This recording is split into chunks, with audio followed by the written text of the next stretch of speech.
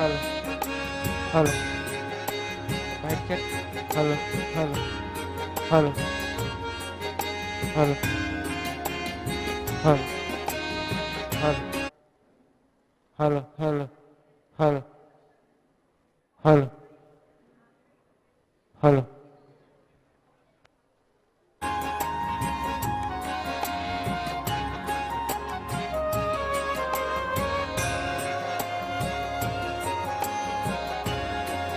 hello, hello, mic check, hello, hello, mic check, hello, hello, hello.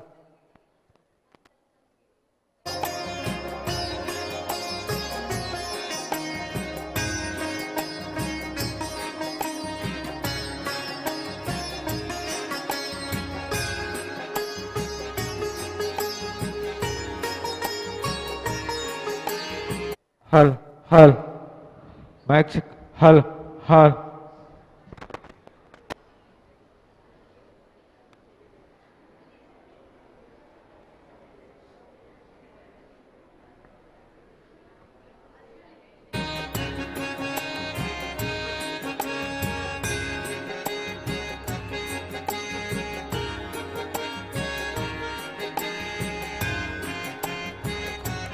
check, check, check, check.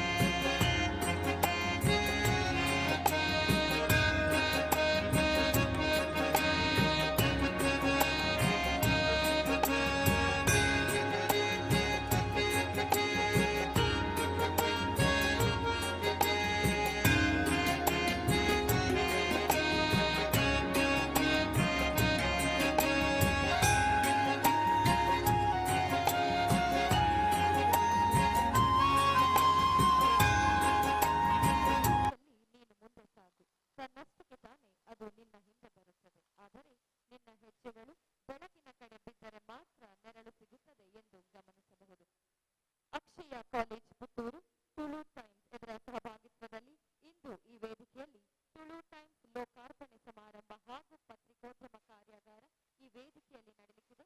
ಈ ಕಾರ್ಯಕ್ರಮದ ಉದ್ಘಾಟಕರು ಆಗಿರುವಂತಹ Shri Walter Nandalike, ಸ್ಥಾಪಕರು Daiji world, Shri Jayanta Nadubailu, ಅಧ್ಯಕ್ಷರು ಅಕ್ಷಯ ಸಮೂಹ ಶಿಕ್ಷಣ ಸಂಸ್ಥೆಗಳು, Shri Hariprasad, ಸಂಪಾದಕರು news 18 Kannada, Shri Ashwith Uppala, trustee Ekata trust ಹಾಗೂ ಶ್ರೀ ಗಣೇಶ್ ಪಿಲಿಕಲ್ಲು, ಸಂಪಾದಕರು ತುಳು ಟೈಮ್ಸ್.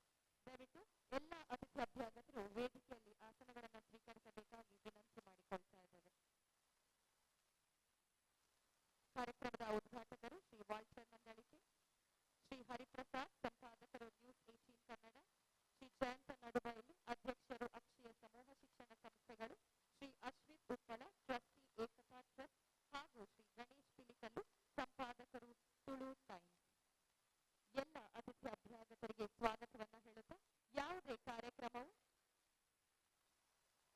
ಯಾವುದೇ ಕಾರ್ಯಕ್ರಮವು ನಿರ್ವಿಘ್ನವಾಗಿ ನೆರವೇರಬೇಕಾದ್ರೆ ಆ ಭಗವಂತನ ಆಶೀರ್ವಾದ ಅತಿ ಮುಖ್ಯ.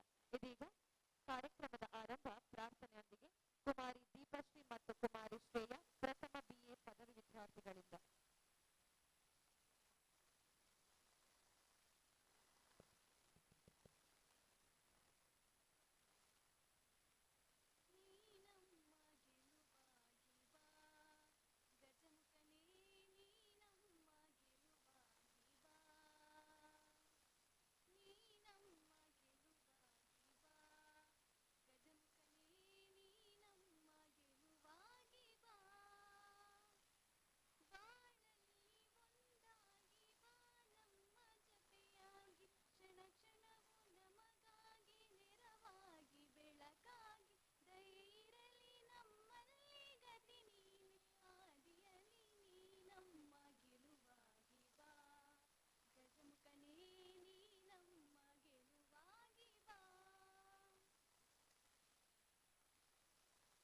ಧನ್ಯವಾದಗಳು.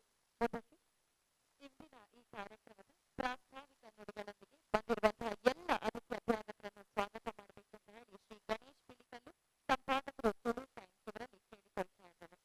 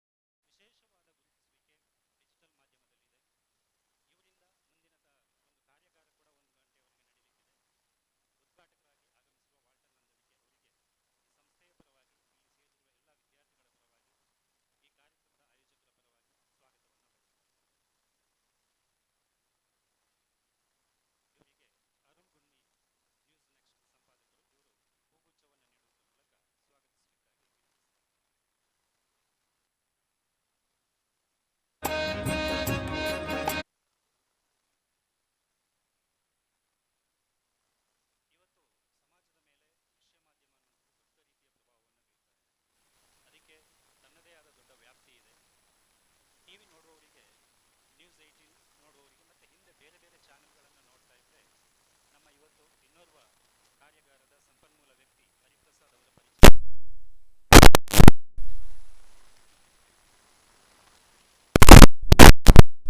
ಇವತ್ತು ಉನ್ನತ ಹುದ್ದೆಯಲ್ಲಿದ್ದಾರೆ. ಅವರು ನಮ್ಮ ಮುಂದಿನ ಕಾರ್ಯಾಗಾರದ ಸಂಪನ್ಮೂಲ ವ್ಯಕ್ತಿ. ಈ ಕಾರ್ಯಕ್ರಮಕ್ಕೆ ಆಗಮಿಸಿರುವ ಹರಿಪ್ರಸಾದ್ ಆತ್ಮೀಯವಾದ ಸ್ವಾಗತ. ಏಕತಾ ಟ್ರಸ್ಟ್ನ ಅನಿಲ್ ಗುಮ್ಮಿ ಇವರು ಪುಷ್ಪಗುಚ್ಛವನ್ನು ನೀಡುವುದರ ಮೂಲಕ ಇವರನ್ನು ಸ್ವಾಗತಿಸಬೇಕಾಗಿ ವಿನಂತಿಸ್ತಾ ಇದ್ದೇನೆ.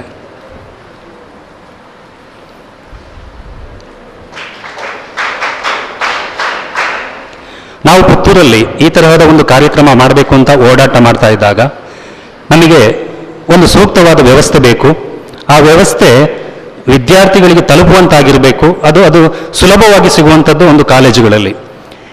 ಈ ತರಹದ ಒಂದು ವ್ಯವಸ್ಥೆಯನ್ನು ನಮಗೆ ಇವತ್ತು ಮಾಡಿಕೊಟ್ಟವರು ಅಕ್ಷಯ ಕಾಲೇಜಿನ ಜಯಂತ ನಡುಬೈಲು ಸಂಸ್ಥಾಪಕರು. ಇವರಿಂದಾಗಿ ಈ ಒಂದು ಕಾರ್ಯಕ್ರಮ ಇದೀಗ ಸಾಧ್ಯ ಆಗ್ತಾ ಇದೆ. ಇವರು ಈ ಉದ್ಘಾಟನಾ ಕಾರ್ಯಕ್ರಮದ ವೇದಿಕೆಯಲ್ಲಿದ್ದಾರೆ. ಇವರಿಗೆ ಕೂಡ ಎಲ್ಲರ ಪರವಾಗಿ ಆತ್ಮೀಯವಾದ ಸ್ವಾಗತವನ್ನು ಬಯಸ್ತಾ ಇದ್ದೇನೆ. ಇವರಿಗೆ ದರ್ಶನ್ ಇವರು ಪುಷ್ಪಗುಚ್ಛವನ್ನು ನೀಡುವುದರ ಮೂಲಕ ಸ್ವಾಗತವನ್ನು ಮಾಡಬೇಕಾಗಿ ವಿನಂತಿಸ್ತಾ ಇದ್ದೇನೆ.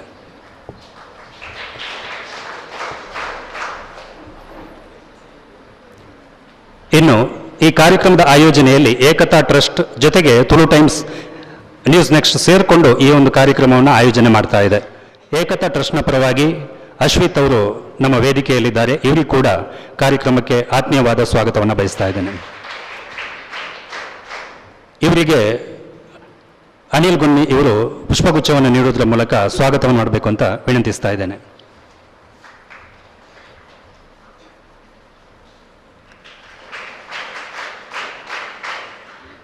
ಎಲ್ಲರಿಗೂ ಕೂಡ ಬಂದಿರುವ ವಿದ್ಯಾರ್ಥಿಗಳಿಗೆ, ಈ ಕಾಲೇಜಿನಲ್ಲಿರುವ ಸಿಬ್ಬಂದಿ ವರ್ಗ ಎಲ್ಲರಿಗೂ ಕೂಡ ಆತ್ಮೀಯವಾದ ಸ್ವಾಗತವನ್ನು ಬಯಸ್ತಾ ಇದ್ದೇನೆ. ಬೇರೆ ಕಾಲೇಜಿಂದ ಕೂಡ ವಿದ್ಯಾರ್ಥಿಗಳು ಆಗಮಿಸಿದ್ದೀರಿ. ಎಲ್ಲರಿಗೂ ಕೂಡ ಆತ್ಮೀಯವಾದ ಸ್ವಾಗತ. ಈ ಸೆಷನ್ ನನ್ನ ಪ್ರಕಾರ ನೀವು ಮಾಧ್ಯಮದಲ್ಲಿ ಆಸಕ್ತಿ ವಹಿಸಿದ್ದೇ ಆದರೆ ನಿಮಗೆ ಈ ಸೆಷನ್, ಇವತ್ತಿನ ಕಾರ್ಯಾಗಾರ ತುಂಬಾ ಜೀವನದಲ್ಲಿ ಒಂದು ತಿರುವನ್ನು ಕೊಡುವಂತಹ ಕಾರ್ಯಾಗಾರ ಆಗುತ್ತೆ ಅನ್ನತಕ್ಕಂಥ ವಿಶ್ವಾಸ ನನ್ನದು. ಎಲ್ಲರಿಗೂ ಆತ್ಮೀಯ ಸ್ವಾಗತವನ್ನು ಬಯಸ್ತಾ ನನ್ನ ಸ್ವಾಗತ ಮಾತುಗಳನ್ನು ಮುಕ್ತಾಯಗೊಳಿಸ್ತಾ ಇದ್ದೇನೆ. ಎಲ್ಲರನ್ನ ಸ್ವಾಗತಿಸಿದ ತಮಗೂ ಆಧಾರದ ಸ್ವಾಗತಗಳು ಸರ್. ಇದೀಗ ಕಾರ್ಯಕ್ರಮದ ಉದ್ಘಾಟನೆ ಶುಭ ಚಾಲನೆಯನ್ನ ನೀಡಬೇಕು ಅಂತ ಹೇಳಿ ಶ್ರೀ ವಾಲ್ಟರ್ ಮಂದಳಿಗೆ ಸ್ಥಾಪಕರು ಬೈಜಿವೈ ಹಾಗೆ ವೇದಿಕೆಯಲ್ಲಿರುವಂತಹ ಎಲ್ಲ ಅತಿಥಿ ಅಭ್ಯಾಗತರನ್ನು ಪ್ರೀತಿಪೂರ್ವಕವಾಗಿ ವೇದಿಕೆಯ ಮುಂಭಾಗಕ್ಕೆ ಆಹ್ವಾನಿಸ್ತಾ ಇದ್ದೇವೆ. ದೀಪ ಜ್ಯೋತಿ ಪರಬ್ರಹ್ಮ ದೀಪಂ ಜ್ಯೋತಿ ಪರಾಯಣಿ ದೀಪೇನ ಹರತೆ ಪಾಪಂ ಸಂಧ್ಯಾ ದೀಪಂ ಸರಸ್ವತಿ. ಇದೀಗ ಕಾರ್ಯಕ್ರಮದ ಉದ್ಘಾಟನೆ ದೀಪ ಬೆಳಗಿಸುವ ಮೂಲಕ ಶುಭವಾಗಲಿ ಎನ್ನುತ್ತಾ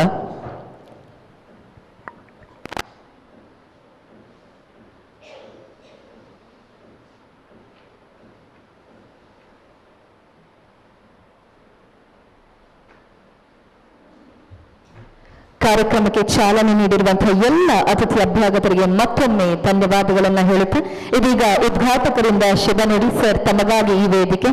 ಹಾಗೆ ಇದೀಗ ಕಾರ್ಯಾಗಾರ ಕೂಡ ನಡೆಯಲಿಕ್ಕಿದೆ. ಡಿಜಿಟಲ್ ಮಾಧ್ಯಮ ತಂದ ಬದಲಾವಣೆ ಮತ್ತು ಬಳಕೆ.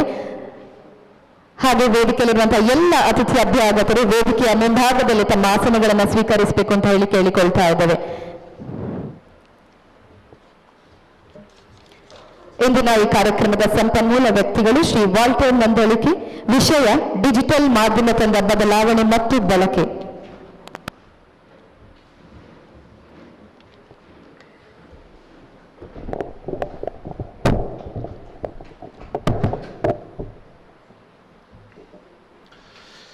ನನ್ನ ಅತ್ಯಂತ ಆತ್ಮೀಯರಾಗಿರುವಂತಹ ಶ್ರೀ ಜಯಂತ್ ನಡುಬೈಲವರು ಬಹುಶಃ ಒಂದೂವರೆ ವರ್ಷದ ಹಿಂದೆ ಒಂದು ಕಾರ್ಯಕ್ರಮದಲ್ಲಿ ನಮ್ಮ ಅನಿರೀಕ್ಷಿತವಾಗಿ ಭೇಟಿಯಾಗಿತ್ತು ಇದೇ ಭಾಗದಲ್ಲಿ. ಅವರು ಅಕ್ಷಯ ಕಾಲೇಜಿನ ಸಂಸ್ಥಾಪಕರಂತ ತಿಳಿದ ನಂತರ ನನ್ನನ್ನು ಕೂಡ ಒಮ್ಮೆ ಕಾರ್ಯಕ್ರಮಕ್ಕೆ ಇಲ್ಲಿ ಬರಮಾಡಿಕೊಂಡಿದ್ರು. ಬಹುಶಃ ಕಾಲೇಜ್ ಡೇ ಇರಬೇಕು. ತದನಂತರ 2ನೇ ಬಾರಿ ಅಕ್ಷಯ ಕಾಲೇಜಿಗೆ ಬರ್ತಾ ಇದ್ದೇನೆ. ಬರುವಾಗ ಒಂದು ಮಾತು ಕೇಳಿದೆ, ಇವತ್ತು ಕಾಲೇಜಿಗೆ ರಜೆನಾ ಅಂತ. ಇಲ್ಲ ಕ್ಲಾಸ್ ಎಲ್ಲ ನಡೀತಿದೆ. ನನಗೆ ಬಹಳ ಆಶ್ಚರ್ಯ ಆಯಿತು. ಅಂದರೆ ಇಷ್ಟು ದೊಡ್ಡ ಕಾಲೇಜಲ್ಲಿ ಒಂದೇ ಒಂದು ಶಬ್ದ ಇಲ್ಲ, ಅಷ್ಟು ಶಿಸ್ತಿನಿಂದಿದ್ದಾರೆ ಮಕ್ಕಳು. ಒಂದು ಜೋರಾದ ಚಪ್ಪಾಳೆ ಈ ಕಾಲೇಜಿನ ಮಕ್ಕಳಿಗಾಗಿ ಹಾಗೇನೆ ಶಿಕ್ಷಕರಿಗಾಗಿ. ಯಾಕಂದರೆ ನೀವಿಲ್ಲದಿದ್ದರೆ ಬಹುಶಃ ಈ ಶಿಸ್ತು ಬರಲಿಕ್ಕೆ ಸಾಧ್ಯ ಇಲ್ಲ. ಹಾಗೇನೆ ಹರಿಪ್ರಸಾದ್ ಅವರಿದ್ದಾರೆ. ಪ್ರಥಮ ಬಾರಿಗೆ ವೈಯಕ್ತಿಕವಾಗಿ ಅವರನ್ನು ನಾನು ನೋಡ್ತಾ ಇದ್ದೇನೆ, ಭೇಟಿ ಮಾಡ್ತಾ ಇದ್ದೇನೆ. ಆದರೆ ಸುಮಾರು 15 ವರ್ಷದ ಹಿಂದೆ TV9 ಪ್ರತಿದಿನ ನಾನು ನ್ಯೂಸ್ ನೋಡುವಾಗ ಅವರನ್ನು ನೋಡಿದ ನೆನಪಿದೆ. ಮತ್ತು ಒಂದು ಒಳ್ಳೆಯ ಯುವ ಪತ್ರಕರ್ತ ಅವರು. ಇವತ್ತು ನ್ಯೂಸ್ 18 ಬಹುಶಃ ನ್ಯೂಸ್ 18 ಒಂದು ಮಾತನ್ನು ನಾನು ಇಲ್ಲಿ ಹೇಳಬೇಕು. 1-2 ವರ್ಷದ ಹಿಂದೆ ಮಂಗಳೂರಲ್ಲಿ ಒಂದು ಅವಾರ್ಡ್ ಪ್ರೋಗ್ರಾಮ್ ಅನ್ನು ಮಾಡಿದ್ರು, ಕರಾವಳಿ ರತ್ನ ಅಂತ. ಆವಾಗ ಮಾಧ್ಯಮದ ಪರವಾಗಿ ನನಗೆ ಒಂದು ಅವಾರ್ಡ್ ಅನ್ನು ನೀಡುವಾಗ ನಾನು ವೇದಿಕೆಯಲ್ಲಿ ಒಂದು ಮಾತು ಹೇಳಿದೆ. ಒಂದು ಮಾಧ್ಯಮದವರು ಇನ್ನೊಂದು ಮಾಧ್ಯಮದವರಿಗೆ ಪ್ರಶಸ್ತಿ ನೀಡುವುದು ನಾನು ಎಲ್ಲಿ ಕೂಡ ಕಂಡಿಲ್ಲ, ಅದು ಕೇವಲ TV 18 ಮಾಡಿದೆ ಅಂತ. ಸೊ ಆ ಒಂದು ಸವಿ ನೆನಪು ನಿಮ್ಮ ಸಂಸ್ಥೆಯದ್ದು ನನಗೂ ಈಗಲೂ ನೆನಪಿದೆ. Thank you Hariprasad. ಹಾಗೇನೆ ಇತರ ಗಣ್ಯರಿದ್ದಾರೆ, ಅಶ್ವಿತ್ ಮತ್ತು ಬೇರೆ ಲೆಕ್ಚರರ್ಸ್ ಇದ್ದಾರೆ, ಆಹ್ವಾನಿತರಿದ್ದಾರೆ, ಮತ್ತು ವಿಶೇಷವಾಗಿ ಇಲ್ಲಿ ಬೇರೆ ಬೇರೆ ಕಾಲೇಜಿಂದ ಬಂದಂತಹ ವಿದ್ಯಾರ್ಥಿಗಳಿದ್ದೀರಿ. ಇವತ್ತು ಆಕ್ಚುಲಿ ನಾನು ಮಂಗಳೂರಲ್ಲಿ ನಮ್ಮ ದೈಜಿ ವರ್ಲ್ಡ್ ಇದ್ದು ಒಂದು ವಿಶೇಷ ಕ್ಯಾನ್ಸರ್ ಅವೇರ್ನೆಸ್ ಕಾರ್ಯಕ್ರಮವನ್ನು ಒಂದು ಹಾಸ್ಪಿಟಲ್ ಜೊತೆಗೂಡಿ ಸಾಯಂಕಾಲ ಲಾಂಚ್ ಮಾಡುವಂತಹ ಕಾರ್ಯಕ್ರಮ ಇದೆ. ಅದಕ್ಕಾಗಿ ಗಣೇಶ್ ಅವರು ನಮ್ಮನ್ನ ಕೇಳಿದಾಗ ನಾನು ಹೇಳಿದೆ ಹೀಗೆ ಕಾರ್ಯಕ್ರಮ ಇದೆ, ಆದರೆ 2 ವಿಷಯ ಹೇಳಿದ್ರು. ಒಂದು ಮಾಧ್ಯಮದ ಬಗ್ಗೆ, ಡಿಜಿಟಲ್ ಮಾಧ್ಯಮದ ಬಗ್ಗೆ, 2 ಸ್ಟೂಡೆಂಟ್ಸ್, ಅದರಲ್ಲೂ ಕೂಡ ವಿಶೇಷವಾಗಿ ಜರ್ನಲಿಸಮ್ ಸ್ಟೂಡೆಂಟ್ಸ್ ಕೂಡ ಇರ್ತಾರೆ ಅಂತ. ಈ 2 ವಿಷಯ ಇದ್ದಾಗ ಬಹುಶಃ ನಾವು ಎಷ್ಟೇ ಬ್ಯುಸಿ ಇದ್ರೂ ಕೂಡ ಸೈಡಲ್ಲಿ ಇಟ್ಕೊಂಡು ನಾವು ಸಮಯ ಮಾಡಿ ಬರಬೇಕು. ಯಾಕಂದ್ರೆ ಅಲ್ಲಿ ಬಂದದ್ರಿಂದ ನಮ್ಮ ಮಕ್ಕಳಿಗೆ ಎಷ್ಟು ಲಾಭ ಆಗ್ತದಂತ ಗೊತ್ತಿಲ್ಲ. ಆದರೆ ನಮ್ಮ ಅನುಭವವನ್ನು ಹಂಚಿಕೊಂಡು ಯಾರಿಗಾದ್ರೂ ಒಂದಿಬ್ಬರಿಗೆ ಅದರಿಂದ ಬೆನಿಫಿಟ್ ಆದರೆ ಬಹುಶಃ ನಾವು ಈ ಸಮಾಜದಲ್ಲಿ ಬದುಕಿ ಮತ್ತು ಏನಾದರೂ ಕೆಲಸ ಮಾಡಿ ಒಂದು ಸಾರ್ಥಕತೆಯನ್ನ ಬಯಸಿದಂತ ಆಗುತ್ತದೆ ಎಂಬ ಒಂದೇ ಒಂದು ಕಾರಣಕ್ಕೆ ಇಲ್ಲಿ ಮಂಗಳೂರಿನಿಂದ ಬಂದಿದ್ದೇನೆ. ಮುಂದಿನ ಕೆಲವೇ ನಿಮಿಷ ನಾನು ಉದ್ದ ಮಾತಾಡಲ್ಲ, ಯಾಕಂದ್ರೆ ನಿಮಗೆ ಪ್ರತಿಯೊಬ್ಬರನ್ನ ನೋಡುವಾಗ ಗೊತ್ತಾಗ್ತದೆ ನಿಮ್ಮಲ್ಲಿ ಎಷ್ಟು ಜನ ಕೇಳುವವರಿದ್ದೀರಿ ಮತ್ತು ಎಷ್ಟು ಜನ ಹಾಜರಿಗಾಗಿ ಬಂದಿದ್ದೀರಂತ.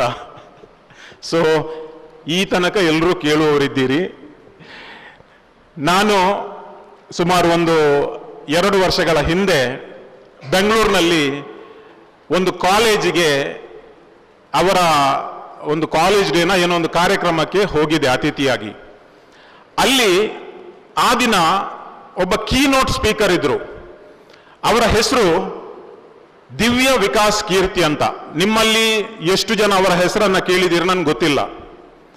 ಫಸ್ಟ್ ಅಟೆಂಪ್ಟ್ ಅಲ್ಲಿ IAS ಅನ್ನ ಕ್ಲಿಯರ್ ಮಾಡಿದ ನಮ್ಮ ಹರಿಯಾಣದ ಮೂಲದ ಒಬ್ಬ ಬಹಳ ಬ್ರಿಲಿಯಂಟ್ ಸ್ಪೀಕರ್ ಮತ್ತು ವೆರಿ ವೆರಿ ಇಂಟೆಲಿಜೆಂಟ್ ಪರ್ಸನ್, ದಿವ್ಯ ವಿಕಾಸ್ ಕೀರ್ತಿ. ಯಾರಾದ್ರೂ ಅವರ ಹೆಸರು ಕೇಳಿದ್ದೀರಾ ಇಲ್ಲಿ ಮಕ್ಕಳು? ಇಲ್ಲ, ಕೇಳಲಿಲ್ಲ. ಬೇಕಾದ್ರೆ ನೀವು ಯೂಟ್ಯೂಬ್ಗೆ ಹೋಗಿ ಸರ್ಚ್ ಮಾಡಬಹುದು ಅವರ ಬಗ್ಗೆ.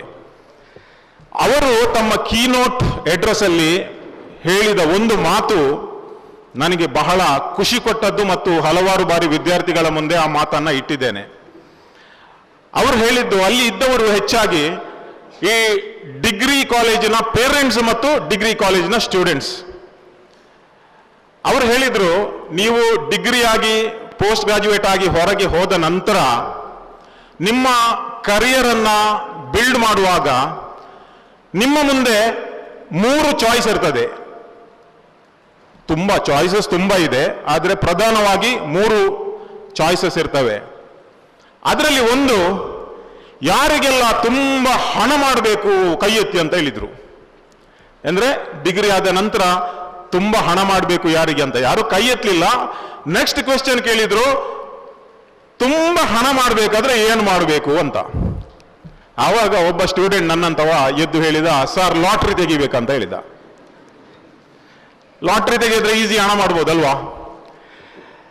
ಆಕ್ಚುಲಿ ಅವರು ಹೇಳಿದ್ರು, ಲೈಫಲ್ಲಿ ಯಾರಿಗಾದ್ರೂ ನಿಮ್ಗೆ ತುಂಬಾ ಹಣ ಮಾಡಬೇಕೆಂಬ ಆಸೆ ಇದ್ರೆ ನೀವು ಬಿಸ್ನೆಸ್ ಮ್ಯಾನ್ ಆಗಬೇಕು. ಅಂದ್ರೆ ಬಿಸ್ನೆಸ್ ಮ್ಯಾನ್ ಆದ್ರೆ ಎಲ್ಲರೂ ಹಣ ಮಾಡ್ತಾರಂತಲ್ಲ, ತುಂಬಾ ಜನ ಹಣ ಕಳ್ಕೊಂಡವ್ರು ಇದ್ದಾರೆ. ಆದ್ರೆ ಹಣ ಗಳಿಸುವುದಕ್ಕೆ ಅಲ್ಲಿ ಲಿಮಿಟ್ ಇರುವುದಿಲ್ಲ. ಅಂದ್ರೆ ನಾರ್ಮಲಿ ಒಂದು ಕೆಲಸಕ್ಕೆ ಜಾಬಿಗೆ ಜಾಯಿನ್ ಆದ್ರೆ ಒಂದು ಫಿಕ್ಸ್ ಸ್ಯಾಲರಿ ಇರ್ತದೆ, ಎವ್ರಿ ಇಯರ್ ಇನ್ಕ್ರಿಮೆಂಟ್ ಇರ್ತದೆ, ಅಥವಾ ಏನಾದ್ರೂ ಒಂದು ಫಿಕ್ಸ್ಡ್ ಲೈಫ್. ಬಿಸ್ನೆಸ್ ಅಂದ್ರೆ ಅನ್ಲಿಮಿಟೆಡ್. ನೀವು ಎಲ್ಲಿ ಬೇಕಾದ್ರೆ ನೋಡಿ, ಬಿಸ್ನೆಸ್ ಪರ್ಸನ್ ಇರುವುದು ಲಿಮಿಟೆಡ್, ಆದ್ರೆ ಅವರು ಡೊನೇಟ್ ಮಾಡುವುದು ಮತ್ತು ಎಲ್ಲಿಯಾದ್ರೂ ಕಾಣುವುದು ಜಾಸ್ತಿ. ಸೊ ಸೆಕೆಂಡ್ ಆಪ್ಷನ್, ನೀವು ಪವರ್ಫುಲ್ ಆಗಿರ್ಬೇಕಾದ್ರೆ ಏನ್ ಮಾಡಬೇಕು? ನೆಕ್ಸ್ಟ್ ಕ್ವೆಶ್ಚನ್ ಕೇಳಿದ್ರು. ಆವಾಗ ಒಬ್ಬ ಎದ್ದು ಹೇಳಿದ, ಸರ್ ರೆಸ್ಲಿಂಗ್ ಕಲಿಬೇಕು ಅಂತ ಹೇಳಿದ. ಆಕ್ಚುಲಿ ಲೈಫಲ್ಲಿ ಗ್ರಾಜ್ಯುಯೇಷನ್ ಆಗಿ ಪೋಸ್ಟ್ ಗ್ರಾಜ್ಯುಯೇಷನ್ ಆಗಿ ನಮ್ಮ ಕರಿಯರ್ ಚೂಸ್ ಮಾಡುವಾಗ ಪವರ್ಫುಲ್ ಆಗಿರ್ಬೇಕಾದ್ರೆ ಏನ್ ಮಾಡಬೇಕು? ಅವರು ಹೇಳಿದ ಮಾತು, ಚೂಸ್ ಗವರ್ಮೆಂಟ್ ಜಾಬ್ ಅಂತ ಹೇಳಿದ್ರು. ಗವರ್ಮೆಂಟ್ ಜಾಬ್ಸ್ ಇಲ್ಲ, ಕಾಂಪಿಟೇಟಿವ್ ಎಕ್ಸಾಮ್ ಅನ್ನ ಟ್ರೈ ಮಾಡಿ, IAS ಇಂದ ಹಿಡಿದು ನಮ್ಮ ಸ್ಟೇಟ್ ಲೆವೆಲ್ KES ಏನೇ ಇರಲಿ, ಯಾವತ್ತು ನಿಮಗೆ ಒಂದು ಗವರ್ಮೆಂಟ್ ಜಾಬ್ ಸಿಗ್ತದಾ, ಒಂದು ಜವಾಬ್ದಾರಿ ಸಿಗ್ತದಾ, ಅಲ್ಲಿ ಪವರ್ ಇರ್ತದೆ. ಆ ಪವರಿಂದ ಈ ಸಮಾಜದ ಅತ್ಯಂತ ಕಟ್ಟ ಕಡೆಯ ವ್ಯಕ್ತಿಯನ್ನ ಮೇಲಕ್ಕೆತ್ತುವ ಕೆಲಸ ಅದು ಯಾರಾದ್ರೂ ನಿಯತ್ತಿನಲ್ಲಿ ಮಾಡುವುದಿದ್ರೆ ಅದು ಕೇವಲ ಗವರ್ಮೆಂಟ್ ಆಫೀಸರ್ಸ್, ನೆನಪಿಡಿ. Second, media. ಅವರು ಹೇಳಿದ್ರು ಮೀಡಿಯಾ, ಮಾಧ್ಯಮ can create government, can break government, can create society, break society. There are so many things. And third is politics. Politics, ರಾಜಕೀಯರು ನಮಗೆ ಬೇಕೇ, ಅವರ ಪವರ್ ಏನಂತ ನಮ್ಗೆಲ್ರಿಗೂ ಗೊತ್ತು. ಸೊ ಮುಂದೆ ಹೋಗಿ ಅವರು ಹೇಳಿದ್ರು ಮೂರನೇದು, ಲೈಫಲ್ಲಿ ಖುಷಿಯಲ್ಲಿರ್ಬೇಕಾದ್ರೆ ಏನ್ ಮಾಡಬೇಕು ಹೇಳ್ತೀರಾ? ಏನ್ ಮಾಡ್ಬೇಕಂತ? ಏನ್ ಮಾಡಬಾರ್ದಲ್ವಾ? ಲೈಫಲ್ಲಿ ಖುಷಿಯಾಗಿರ್ಬೇಕಾದ್ರೆ ಏನ್ ಮಾಡಬೇಕು? ಏನ್ ಮಾಡಬಾರ್ದು? ಇಲ್ಲ, ಲೈಫಲ್ಲಿ ಖುಷಿಯಾಗಿರ್ಬೇಕಾದ್ರೆ ಅವರು ಹೇಳಿದ್ರು follow your passion. Follow your passion. ಯಾಕಂದ್ರೆ ನನಗೆ ಅತ್ಯಂತ ಖುಷಿ ಕೊಟ್ಟ ಮಾತದು. ನಾನು BCom graduate, final year BCom ಅಲ್ಲಿ ಅಕೌಂಟ್ಸ್ ಅಲ್ಲಿ 25 ಮಾರ್ಕ್ಸ್. ಯಾರ ಹತ್ರ ಹೇಳ್ಬಿಡಿ ಆಯ್ತಾ? 25 ಮಾರ್ಕ್ಸ್ ಅಂದ್ರೆ ಡಿಗ್ರಿ ತೆಗಿಬೇಕಲ್ಲ. ಅದಕ್ಕಾಗಿ ನಾನು ಕಾಲೇಜಿಗೆ ಮೆಲ್ಲ ಸಪ್ಲಿಮೆಂಟರಿ ಹಾಲ್ ಟಿಕೆಟ್ ಪಡೀಲಿಕ್ಕೆ ಹೋದೆ. ಅಕ್ಟೋಬರ್ ಅಲ್ಲಿ ಎಕ್ಸಾಮ್ ಸಪ್ಲಿಮೆಂಟರಿ. ಆವಾಗ ನಮ್ಮ ಅಕೌಂಟ್ಸ್ ಲೆಕ್ಚರರ್ ಇದ್ರು, ಗಣೇಶ್ ಭಟ್ರು, ದೂರದಿಂದ ನೋಡಿದ್ರು. ಹೇ 25 ಹೇಗಿದ್ದೀಯಾ ಅಂತ ಕೇಳಿದ್ರು. ಅವ್ರಿಗೆ ಕರೆಕ್ಟ್ ನೆನಪುಂಟು ಯಾರು ಅಕೌಂಟ್ಸ್ ಅಲ್ಲಿ ಎಷ್ಟು ತೆಗೆದಿದ್ದಾರಂತ. ಏನು ಪರವಾಗಿಲ್ಲ, ಸಪ್ಲಿಮೆಂಟರಿ ಎಕ್ಸಾಮ್ ಇಟ್ಟದ್ದು ನಿನ್ನಂತವರಿಗೆ, ಹೋಗಿ ಪಾಸ್ ಆಗು ಅಂತ ಹೇಳಿದ. ಅವರ ಆಶೀರ್ವಾದನ ಏನು ಗೊತ್ತಿಲ್ಲ. ಸಪ್ಲಿಮೆಂಟರಿಯಲ್ಲಿ 30 ಬೀಡಿಗಳು ನನಗೆ 30 ಮಾರ್ಕ್ಸ್. ನಾನು ಸತ್ಯ ಹೇಳ್ತೇನೆ, ಅಲ್ಲಿ ಪಾಸ್ ಆದದ್ದು, ಆ ಸರ್ಟಿಫಿಕೇಟ್, ಆ BCom, ಆ ವಿದ್ಯಾಭ್ಯಾಸ ಎಲ್ಲಿದೆ ಅಂತ ನನಗೆ ಗೊತ್ತೇ ಇಲ್ಲ. ಯಾಕಂದ್ರೆ ನಾನು ಫಾಲೋ ಮಾಡಿದ್ದು ನನ್ನ passion, that is journalism, that is media. ಅಲ್ಲಿ ದಿವ್ಯ ವಿಕಾಸ್ ಕೀರ್ತಿ ಅಂತ ಹೇಳಿದೆ ನಾನು. ಅವರು ಯಾಕೆ ಆ ಮಾತನ್ನು ಹೇಳಿದ್ರೆ ಅಂದ್ರೆ, ಫಸ್ಟ್ ಅಟೆಂಪ್ಟ್ ಅಲ್ಲಿ IAS ಅಲ್ಲಿ ಕ್ಲಿಯರ್ ಮಾಡಿದ ಬ್ರಿಲಿಯಂಟ್ ಹುಡುಗ 6 ತಿಂಗಳಲ್ಲಿ IAS ಗೆ ರಿಸೈನ್ ಮಾಡ್ತಾರೆ. ಯಾಕಂದ್ರೆ IAS ಅವರು ಮಾಡಿದ್ದು ಬಿಕಾಸ್ ಆಫ್ ಪ್ರೆಷರ್, ಪೇರೆಂಟ್ಸಿನ ಪ್ರೆಷರಿಗೋಸ್ಕರ IAS ಕ್ಲಿಯರ್ ಮಾಡಿದ್ದು. ಆದ್ರೆ ಅವರ ಪ್ಯಾಷನ್ ಇತ್ತು ಟೀಚಿಂಗ್. ಅವರು IAS ರಿಸೈನ್ ಮಾಡಿ ಒಂದು ಕಾಲೇಜಲ್ಲಿ ಅಸಿಸ್ಟೆಂಟ್ ಪ್ರೊಫೆಸರ್ ಆಗಿ ಜಾಯಿನ್ ಆಗ್ತಾರೆ. My dear students, listen to me clearly, cleverly. ಇವತ್ತು ದಿವ್ಯ ವಿಕಾಸ್ ಕೀರ್ತಿ ತನ್ನ ಪ್ಯಾಷನ್ ಅನ್ನ ಫಾಲೋ ಮಾಡಿ, ಆ ಟೀಚಿಂಗ್ ಅನ್ನ ಫಾಲೋ ಮಾಡಿ, ಇಡೀ ಭಾರತ ದೇಶದಲ್ಲಿ 25,000 IAS ಆಸ್ಪಿರೆಂಟ್ಸ್ ಸ್ಟೂಡೆಂಟ್ಸ್ಗೆ ಎಜುಕೇಶನ್ ನೀಡ್ತಾ ಇದ್ದಾರೆ. ದೃಷ್ಟಿ ಅಕಾಡೆಮಿಯ ಫೌಂಡರ್ ಅವರು. ಇವತ್ತು ಇಡೀ ದೇಶದಲ್ಲಿ 14 ಇನ್ಸ್ಟಿಟ್ಯೂಷನ್ಗಳಿವೆ. ಒಬ್ಬ IAS ಆಫೀಸರ್, ಅಷ್ಟು ಪವರ್ಫುಲ್ ಜಾಬ್ ಇದ್ದವರು ಪ್ಯಾಷನ್ ಅನ್ನ ಫಾಲೋ ಮಾಡಿ ಸಕ್ಸಸ್ ಆಗಿದ್ದಾರೆ. ನಾನು BCom ಏನಂತ ನನ್ಗೆ ಗೊತ್ತಿಲ್ಲ, ಆದ್ರೆ ನಾನು ಸಕ್ಸಸ್ ಆಗಿದ್ದೇನಂತ ಹೇಳುವುದಿಲ್ಲ. ಆದ್ರೆ ಕಳೆದ 25 ವರ್ಷಗಳಿಂದ ಜೀವನದಲ್ಲಿ ಸಂತೋಷವಾಗಿದ್ದೇನೆ. ನಾನು ಪ್ಯಾಷನ್ ಅನ್ನ ಫಾಲೋ ಮಾಡಿ ಸಂತೋಷವಾಗಿದ್ದೇನೆ. ಸೊ ನಾನು ಈ ಮಾತನ್ನ ಇವತ್ತು ಈ ಇಂಟ್ರೊಡಕ್ಷನ್ ಅಲ್ಲಿ ಯಾಕೆ ಹೇಳ್ತೇನೆ ಅಂದ್ರೆ, ನಿಮ್ಮಲ್ಲಿ ಎಷ್ಟು ಜನ ಇಲ್ಲಿ ಜರ್ನಲಿಸಮ್ ಅನ್ನ ಚೂಸ್ ಮಾಡಿದ್ದೀರಿ ಕೋರ್ಸ್? ಕೈ ಎತ್ತಿ. ಓನ್ಲಿ 1. ಓಕೆ, ಬಾಕಿ ನೀವೆಲ್ಲರೂ ಯಾವುದನ್ನು ಕೂಡ ನೀವು ಚೂಸ್ ಮಾಡಿ ಇಲ್ಲಿ ಬರ್ಬೋದು. ಯಾರೆಲ್ಲ ಕಾಮರ್ಸ್ ಸ್ಟೂಡೆಂಟ್ಸ್ ಇದ್ದಾರೆ? ಎಸ್. Arts, science. ಈಗ ಸತ್ಯ ಹೇಳಿ ನನಗೆ, ನೀವು ಚೂಸ್ ಮಾಡಿದ ಕೋರ್ಸು ನಿಮ್ಮ ಪ್ಯಾಷನಾ ಅಥವಾ ನಿಮ್ಮ ಮನೆಯಲ್ಲಿ ನಿಮ್ಮ ತಂದೆ ತಾಯಿ ಹೇಳಿದಕ್ಕೆ ನೀವು ಬಂದದ್ದ? ಯಾರು ನಿಮ್ಮ ಪ್ಯಾಷನ್ ಆಗಿ ಚೂಸ್ ಮಾಡಿದ್ದೀರಿ ಅವರು ಮಾತ್ರ ಕೈ ಎತ್ತಿ. ಒಬ್ಬರದ್ದು ನೋಡಿ ಇನ್ನೊಬ್ಬರದ್ದು ಕೈ ಮೇಲೆ ಬರ್ತಾ ಇದೆ. So good. Does it mean that others are not interested in what you have chosen? ನೀವು ಚೂಸ್ ಮಾಡಿದ ಕೋರ್ಸಲ್ಲಿ ನೀವು ಹ್ಯಾಪಿ ಆಗಿದ್ದೀರಾ?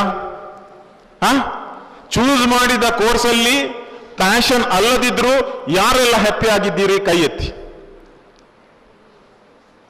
Okay, don't worry, don't worry.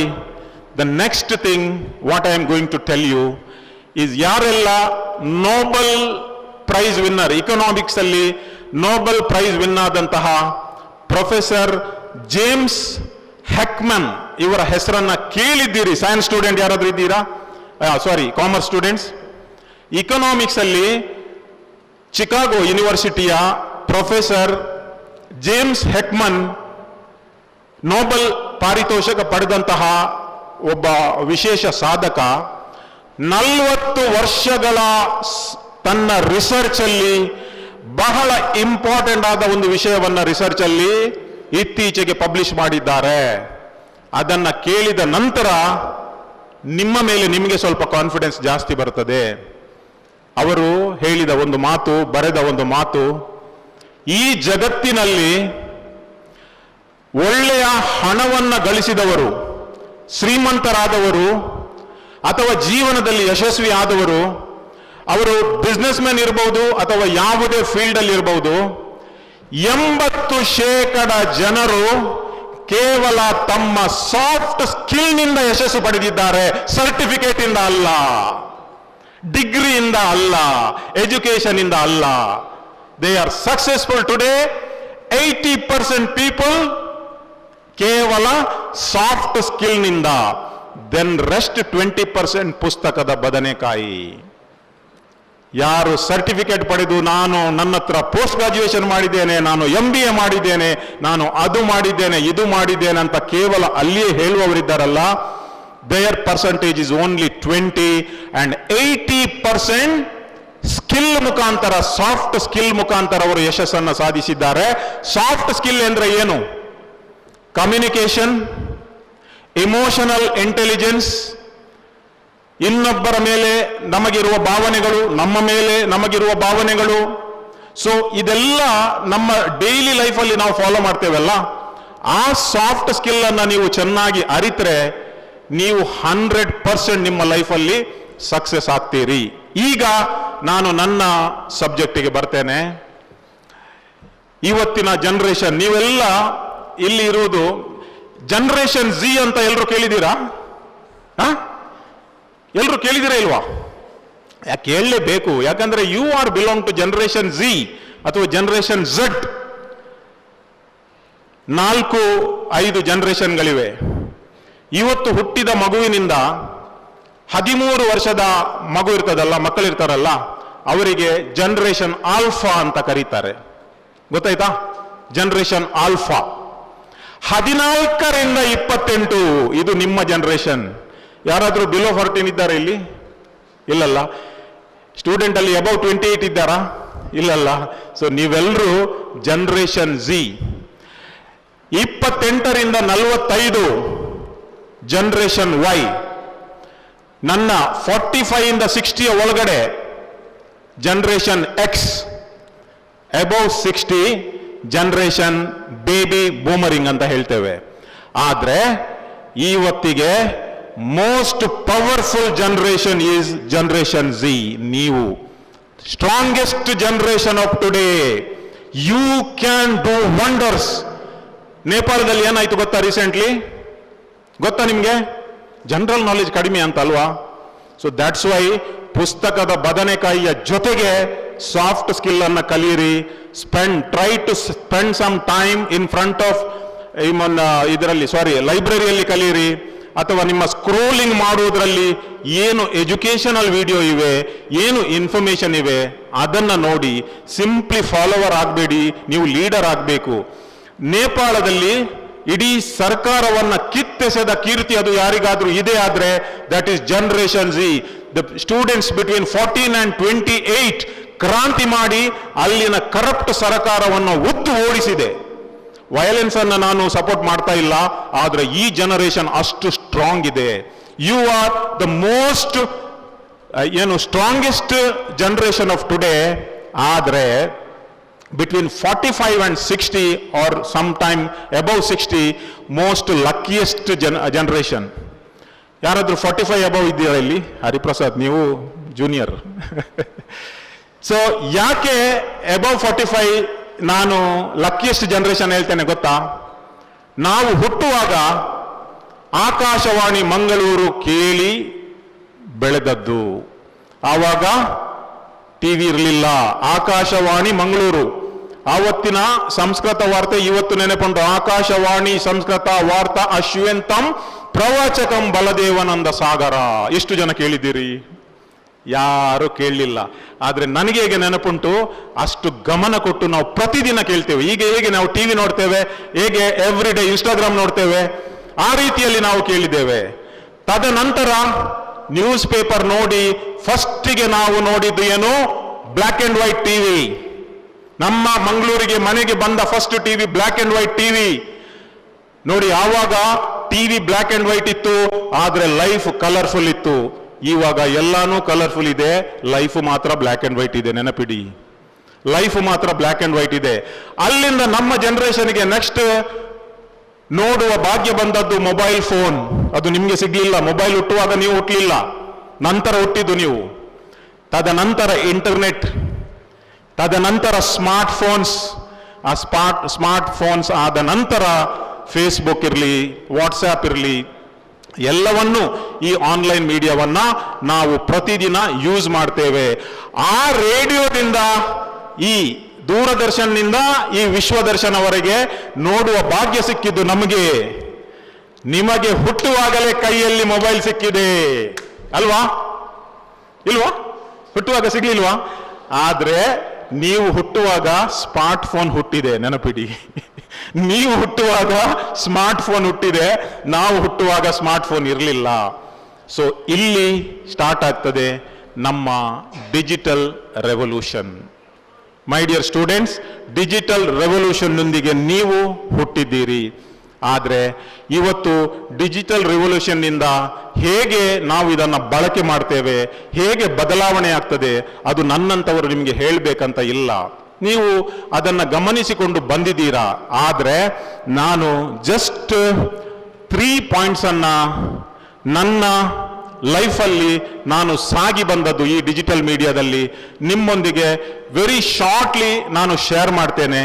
So ಆ ಶೇರ್ ಮಾಡುವಾಗ ನಿಮಗೆ ಖಂಡಿತವಾಗಿ ಒಂದು ಐಡಿಯಾ ಬರ್ತದೆ, ಆವಾಗ ಹೇಗಿತ್ತು, ಈವಾಗ ಹೇಗಿದೆ, ಈವಾಗ ನಾವು ಹೇಗೆ ಬಳಕೆ ಮಾಡಬೇಕಂತ. ಸೊ ನಾನು ಯಾವತ್ತೂ ಯಾರಿಗೂ ಕೂಡ ಈ ಪುಸ್ತಕ ಓದಿ ಅಥವಾ ನೀವು ಹಾಗೆ ಆಗಬೇಕು, ನೀವು ಹೀಗೆ ಆಗಬೇಕು, ನೀವು ಹೀಗೆ ಬದುಕಬೇಕು, ಹಾಗೆ ನಾನು ಯಾವತ್ತೂ ಹೇಳುವುದಿಲ್ಲ. ನಾನು ಮಾತಾಡೋದು I am speaking from my heart and my experience. ಯಾಕಂದ್ರೆ ಒಬ್ಬ ಸ್ಪೀಕರ್ ಒಮ್ಮೆ ದೊಡ್ಡ ದೊಡ್ಡ ಭಾಷಣ ಮಾಡ್ತಿದ್ರು, ನೀವು ಸ್ವಾಮಿ ವಿವೇಕಾನಂದ ತರ ಆಗಬೇಕು, ನೀವು ಮದರ್ ತೆರೇಸಾ ತರ ಆಗಬೇಕು, ನೀವು ಅಬ್ದುಲ್ ಕಲಾಂ ತರ ಆಗಬೇಕು ಅಂತ. ನಾನು ಕೇಳುವುದು ಇಷ್ಟೇ, ನೀವು ಆಗ್ಬೇಕಂತ ಹೇಳ್ತಾರೆ, ನೀವು ಯಾಕೆ ಆಗ್ಲಿಲ್ಲ ಮಾತಾಡುವವರು? ಕರೆಕ್ಟ್ ಅಲ್ವಾ? ನೀವು ಯಾಕೆ ಆಗ್ಲಿಲ್ಲ, ನಮ್ಗೆ ಯಾಕೆ ಹೇಳ್ತೀರಿ? ಸೊ ಅಂತಹ ಪ್ರವಚನವನ್ನ ನಾನು ನೀಡಲಿಕ್ಕೆ ಖಂಡಿತ ನಾನು ಹೋಗುವುದಿಲ್ಲ. ಯಾಕಂದ್ರೆ ಇವತ್ತಿನ ಕಾಲದಲ್ಲಿ ಜನರು ಎಷ್ಟು ಸೀರಿಯಸ್ ಇರ್ತಾರಂದ್ರೆ, ಅದು ಕೆಲವೊಮ್ಮೆ ನಮಗೆ ಇಲ್ಲಿ ಭಾಷಣ ಮಾಡಲಿಕ್ಕೆ ಕೂಡ ಕಷ್ಟ ಆಗ್ತದೆ. ಅಂದ್ರೆ ಕೆಲವರ ಮುಖದಲ್ಲಿ ನಗುವೇ ಇರುವುದಿಲ್ಲ, ಉತ್ಸಾಹವೇ ಇರುವುದಿಲ್ಲ. ಮೊನ್ನೆ ನಾನು ಇದಕ್ಕೆ ಟೌನ್ ಹಾಲಿಗೆ ಒಂದು ತುಳು ಸ್ಟ್ಯಾಂಡಪ್ ಕಾಮಿಡಿ ಇತ್ತು, ಅದಕ್ಕೆ ನಾನು ಹೋಗಿದ್ದೆ. ಎಂತ ಕಾಮಿಡಿ ಮಾಡ್ತಾರೆ ಕೆಲವರು. ನನ್ನ ಸೈಡಲ್ಲಿ ಒಬ್ರು ಕೂತ್ಕೊಂಡಿದ್ರು. ಒಬ್ಬ ಬಂದು ಈ ತುಳುವಲ್ಲಿ ಎಂತ ಕಾಮಿಡಿ ಮಾಡ್ತದೆ, ಇಡೀ ಹಾಲ್ ನಕ್ಕು ಸುಸ್ತು. ನಾನು ಕೂಡ ನಗ್ತಿದ್ದೆ, ಬದಿಯಲ್ಲಿ ಕೂತ್ಕೊಂಡು ಹೀಗೆ.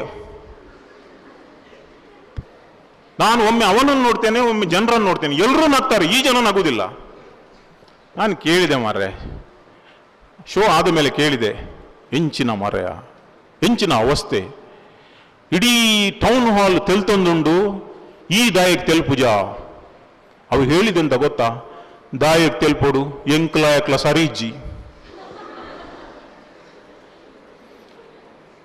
ಬೊಕ್ಕ ಅನ್ಕೆಂಡೆ ನಿಕ್ಲ ಸರಿಜ್ ಅಂದು ಮಾರ ತೆಲಿಕೆ ಬೈದಿನ ಕಂಟ್ರೋಲ್ ಎಂಚ ಮಲ್ಪುವ ಯಾನ್ ಇಲ್ಲ ಪೋ ತೆಲ್ಪುವೆಗೆ.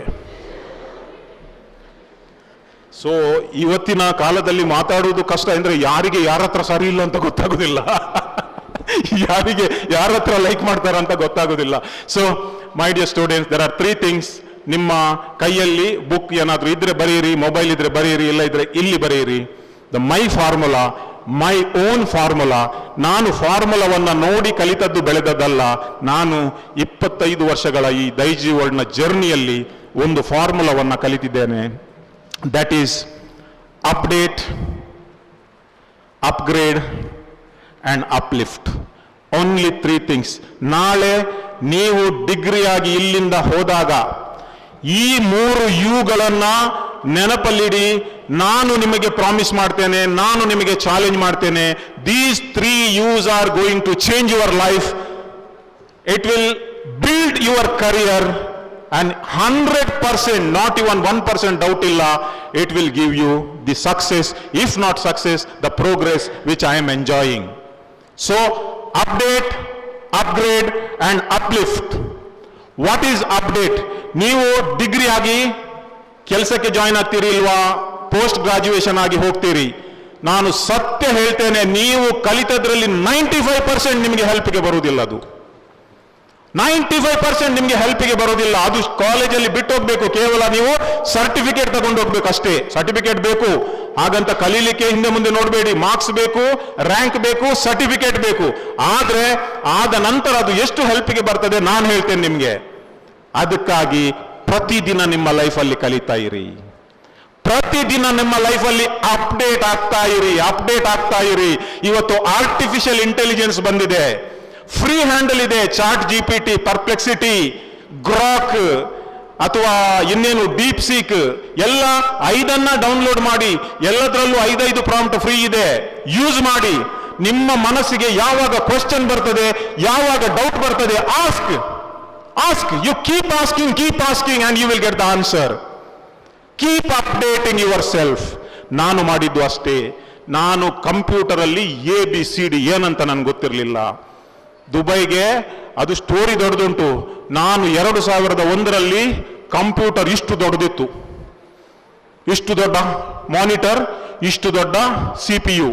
ಅದಕ್ಕೆ ಒಂದು ಇಂಟರ್ನೆಟ್ ಆನ್ ಮಾಡಬೇಕಾದ್ರೆ 2 ನಿಮಿಷ ಬೇಕು. ಕುಯ್ ಕುಯ್ ಕುಯ್ ಕುಯ್ ಕುಯ್ ಕುಯ್ ಕುಯ್ ಕುಯ್ ಅಂತ ಸ್ಟಾರ್ಟ್ ಮಾಡಿ ಇಂಟರ್ನೆಟ್ ಆನ್ ಆಗುವಾಗ ಅಪ್ಪ ಬತ್ತನ ಮಗ್ಗ. ಈಗ ಆವಾಗ ಸ್ಪೀಡ್ ಎಷ್ಟು ಗೊತ್ತಾ? 32 KB. ಇವತ್ತು 100 GB, 1000 GB. ನಾಳೆ TB ಕೂಡ ಹೋಗ್ತದೆ ನಿಮ್ಮ ಮೊಬೈಲ್ಗೆ. ನೆನಪಿಡಿ, ಆ ಟೈಮಲ್ಲಿ ಆ ಡಯಲ್ ಇಂದ ಸ್ಟಾರ್ಟ್ ಆದದ್ದು. But one thing I did, I kept learning new things. ಹೊಸ ಆವಿಷ್ಕಾರಗಳು, ಹೊಸ ಟೆಕ್ನಾಲಜಿಗೆ ಬಂದಾಗ ಅದಕ್ಕೆ ಅಡ್ಜಸ್ಟ್ ಆಗಿ ಅಪ್ಡೇಟ್ ಆಗುತ್ತಾ ಮುಂದೆ ಹೋದೆ.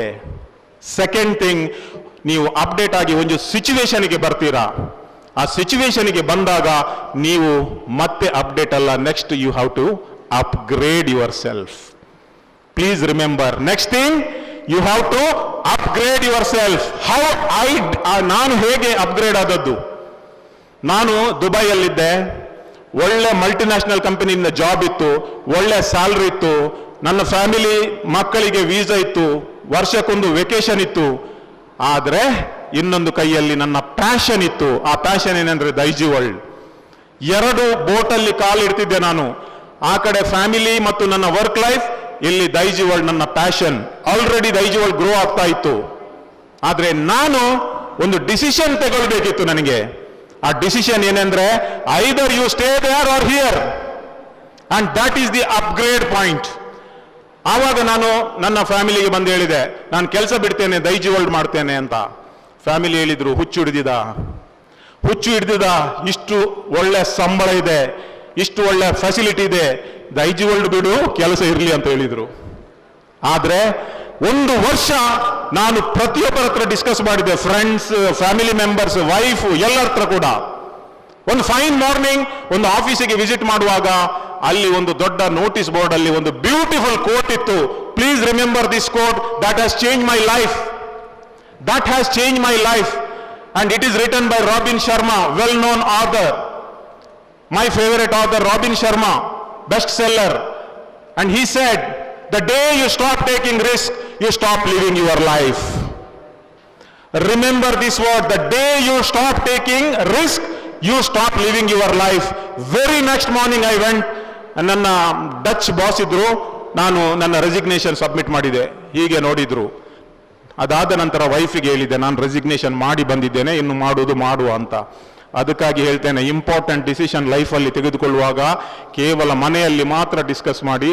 ನಾನು ಮಾಡಿದ ದೊಡ್ಡ ತಪ್ಪೆಂದ್ರೆ ನನ್ನ ವೈಫಲ್ಲಿ ಡಿಸ್ಕಸ್ ಮಾಡಿದೆ, ಫ್ಯಾಮಿಲಿ ಮೆಂಬರ್ ಹತ್ರ, ಫ್ರೆಂಡ್ಸ್ ಹತ್ರ, ಮತ್ತೆ ದಾರಿಯಲ್ಲಿ ಹೋಗುವವರನ್ನ ಕರೆದು, ಬಾ ಮಾರೆ ನಂದೊಂದು ಐಡಿಯಾ ಉಂಟು ಮಾಡಬಹುದು ಅಂತ ಕೇಳಿದೆ.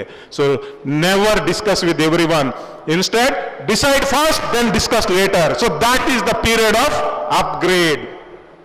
ಅದಾದ ನಂತರ ಅಪ್ಲಿಫ್ಟ್ ಅಂದ್ರೆ very simple. When you grow, when you reach ಒಂದು ಸ್ಟೇಜಿಗೆ ತಲುಪಿದ ನಂತರ ಇತರರನ್ನು ಕೂಡ ಅಪ್ಲಿಫ್ಟ್ ಮಾಡುವಂತಹ ಪ್ರಯತ್ನ ಮಾಡು. Through media today, proudly I am saying, for last 25 years Daiji World has generated 32 crore rupees directly from donor to beneficiary for the needy people. So that is the upliftment I have right to tell you. So ನಾನು ಹೇಳ್ತೇನೆ, ಇವತ್ತು digital world ಅಲ್ಲಿ last 25 years ನ ಜರ್ನಿಯಲ್ಲಿ ನಾನು 3 ವಿಷಯಗಳನ್ನು ಕಲಿತಿದ್ದೇನೆ. ಆದರೆ ಅಂದಿಗೆ ಮತ್ತು ಇಂದಿಗೆ ವಿಶೇಷತೆ ಏನೆಂದ್ರೆ, ಅಂದು newspaper were dominating, television channels were dominating, and online media ಯಾರೂ ನಂಬುತ್ತಿರಲಿಲ್ಲ, ಅದಕ್ಕೆ ಸ್ಥಾನಮಾನ ಕೂಡ ಕೊಡಲಿಲ್ಲ. ಯಾವಾಗ ಸ್ಮಾರ್ಟ್ಫೋನ್ ಬಂತ, ಯಾವಾಗ ಡಿಜಿಟಲ್ ಅಲ್ಲಿ ರೆವಲ್ಯೂಷನ್ ಆಯ್ತಾ, ಯಾವಾಗ ವಾಟ್ಸ್ಆಪ್, ಫೇಸ್ಬುಕ್, ಇನ್ಸ್ಟಾಗ್ರಾಮ್ ಬಂತ, ಯೂಟ್ಯೂಬ್ ಬಂತ, ಅದ ನಂತರ ಡಿಜಿಟಲ್ಗೆ ಈಗ ತನ್ನದೇ ಆದಂತ ಒಂದು ಸ್ಥಾನ ಇದೆ. ನಿಮಗೆ recently Donald Trump US president ಪ್ರಮಾಣ ವಚನ ಮಾಡುವಾಗ ನಾರ್ಮಲಿ ಅಲ್ಲಿ ಎಲ್ಲ ಪ್ರಿಂಟ್, ಟೆಲಿವಿಷನ್ ಮತ್ತು ರೇಡಿಯೋ ಜರ್ನಲಿಸ್ಟ್ ಇರ್ತಾರೆ. ಈ ಸಲ 4 ಸೀಟ್ಗಳನ್ನ ಅವರು ರಿಸರ್ವ್ ಮಾಡಿದ್ದಾರೆ online journalist, that is social media. 4 seat ಪ್ರಮಾಣ ವಚನ ಮಾಡುವಾಗ, first time in the history. See how digital media is rising. ಎಲ್ಲಿಂದ ಡಯಲ್-ಅಪ್ ಇಂದ 32 KB ಇದ್ದದ್ದು ಇವತ್ತು 100 GB 500 GB ಸ್ಪೀಡಿಗೆ ಬರುವಾಗ ಅಷ್ಟೇ ಫಾಸ್ಟ್ ಆಗಿ ಜನರೇಷನ್ ಚೇಂಜ್ ಆಗ್ತಾ ಇದೆ, ಡಿಜಿಟಲ್ ಮೀಡಿಯಾ ಚೇಂಜ್ ಆಗ್ತಾ ಇದೆ.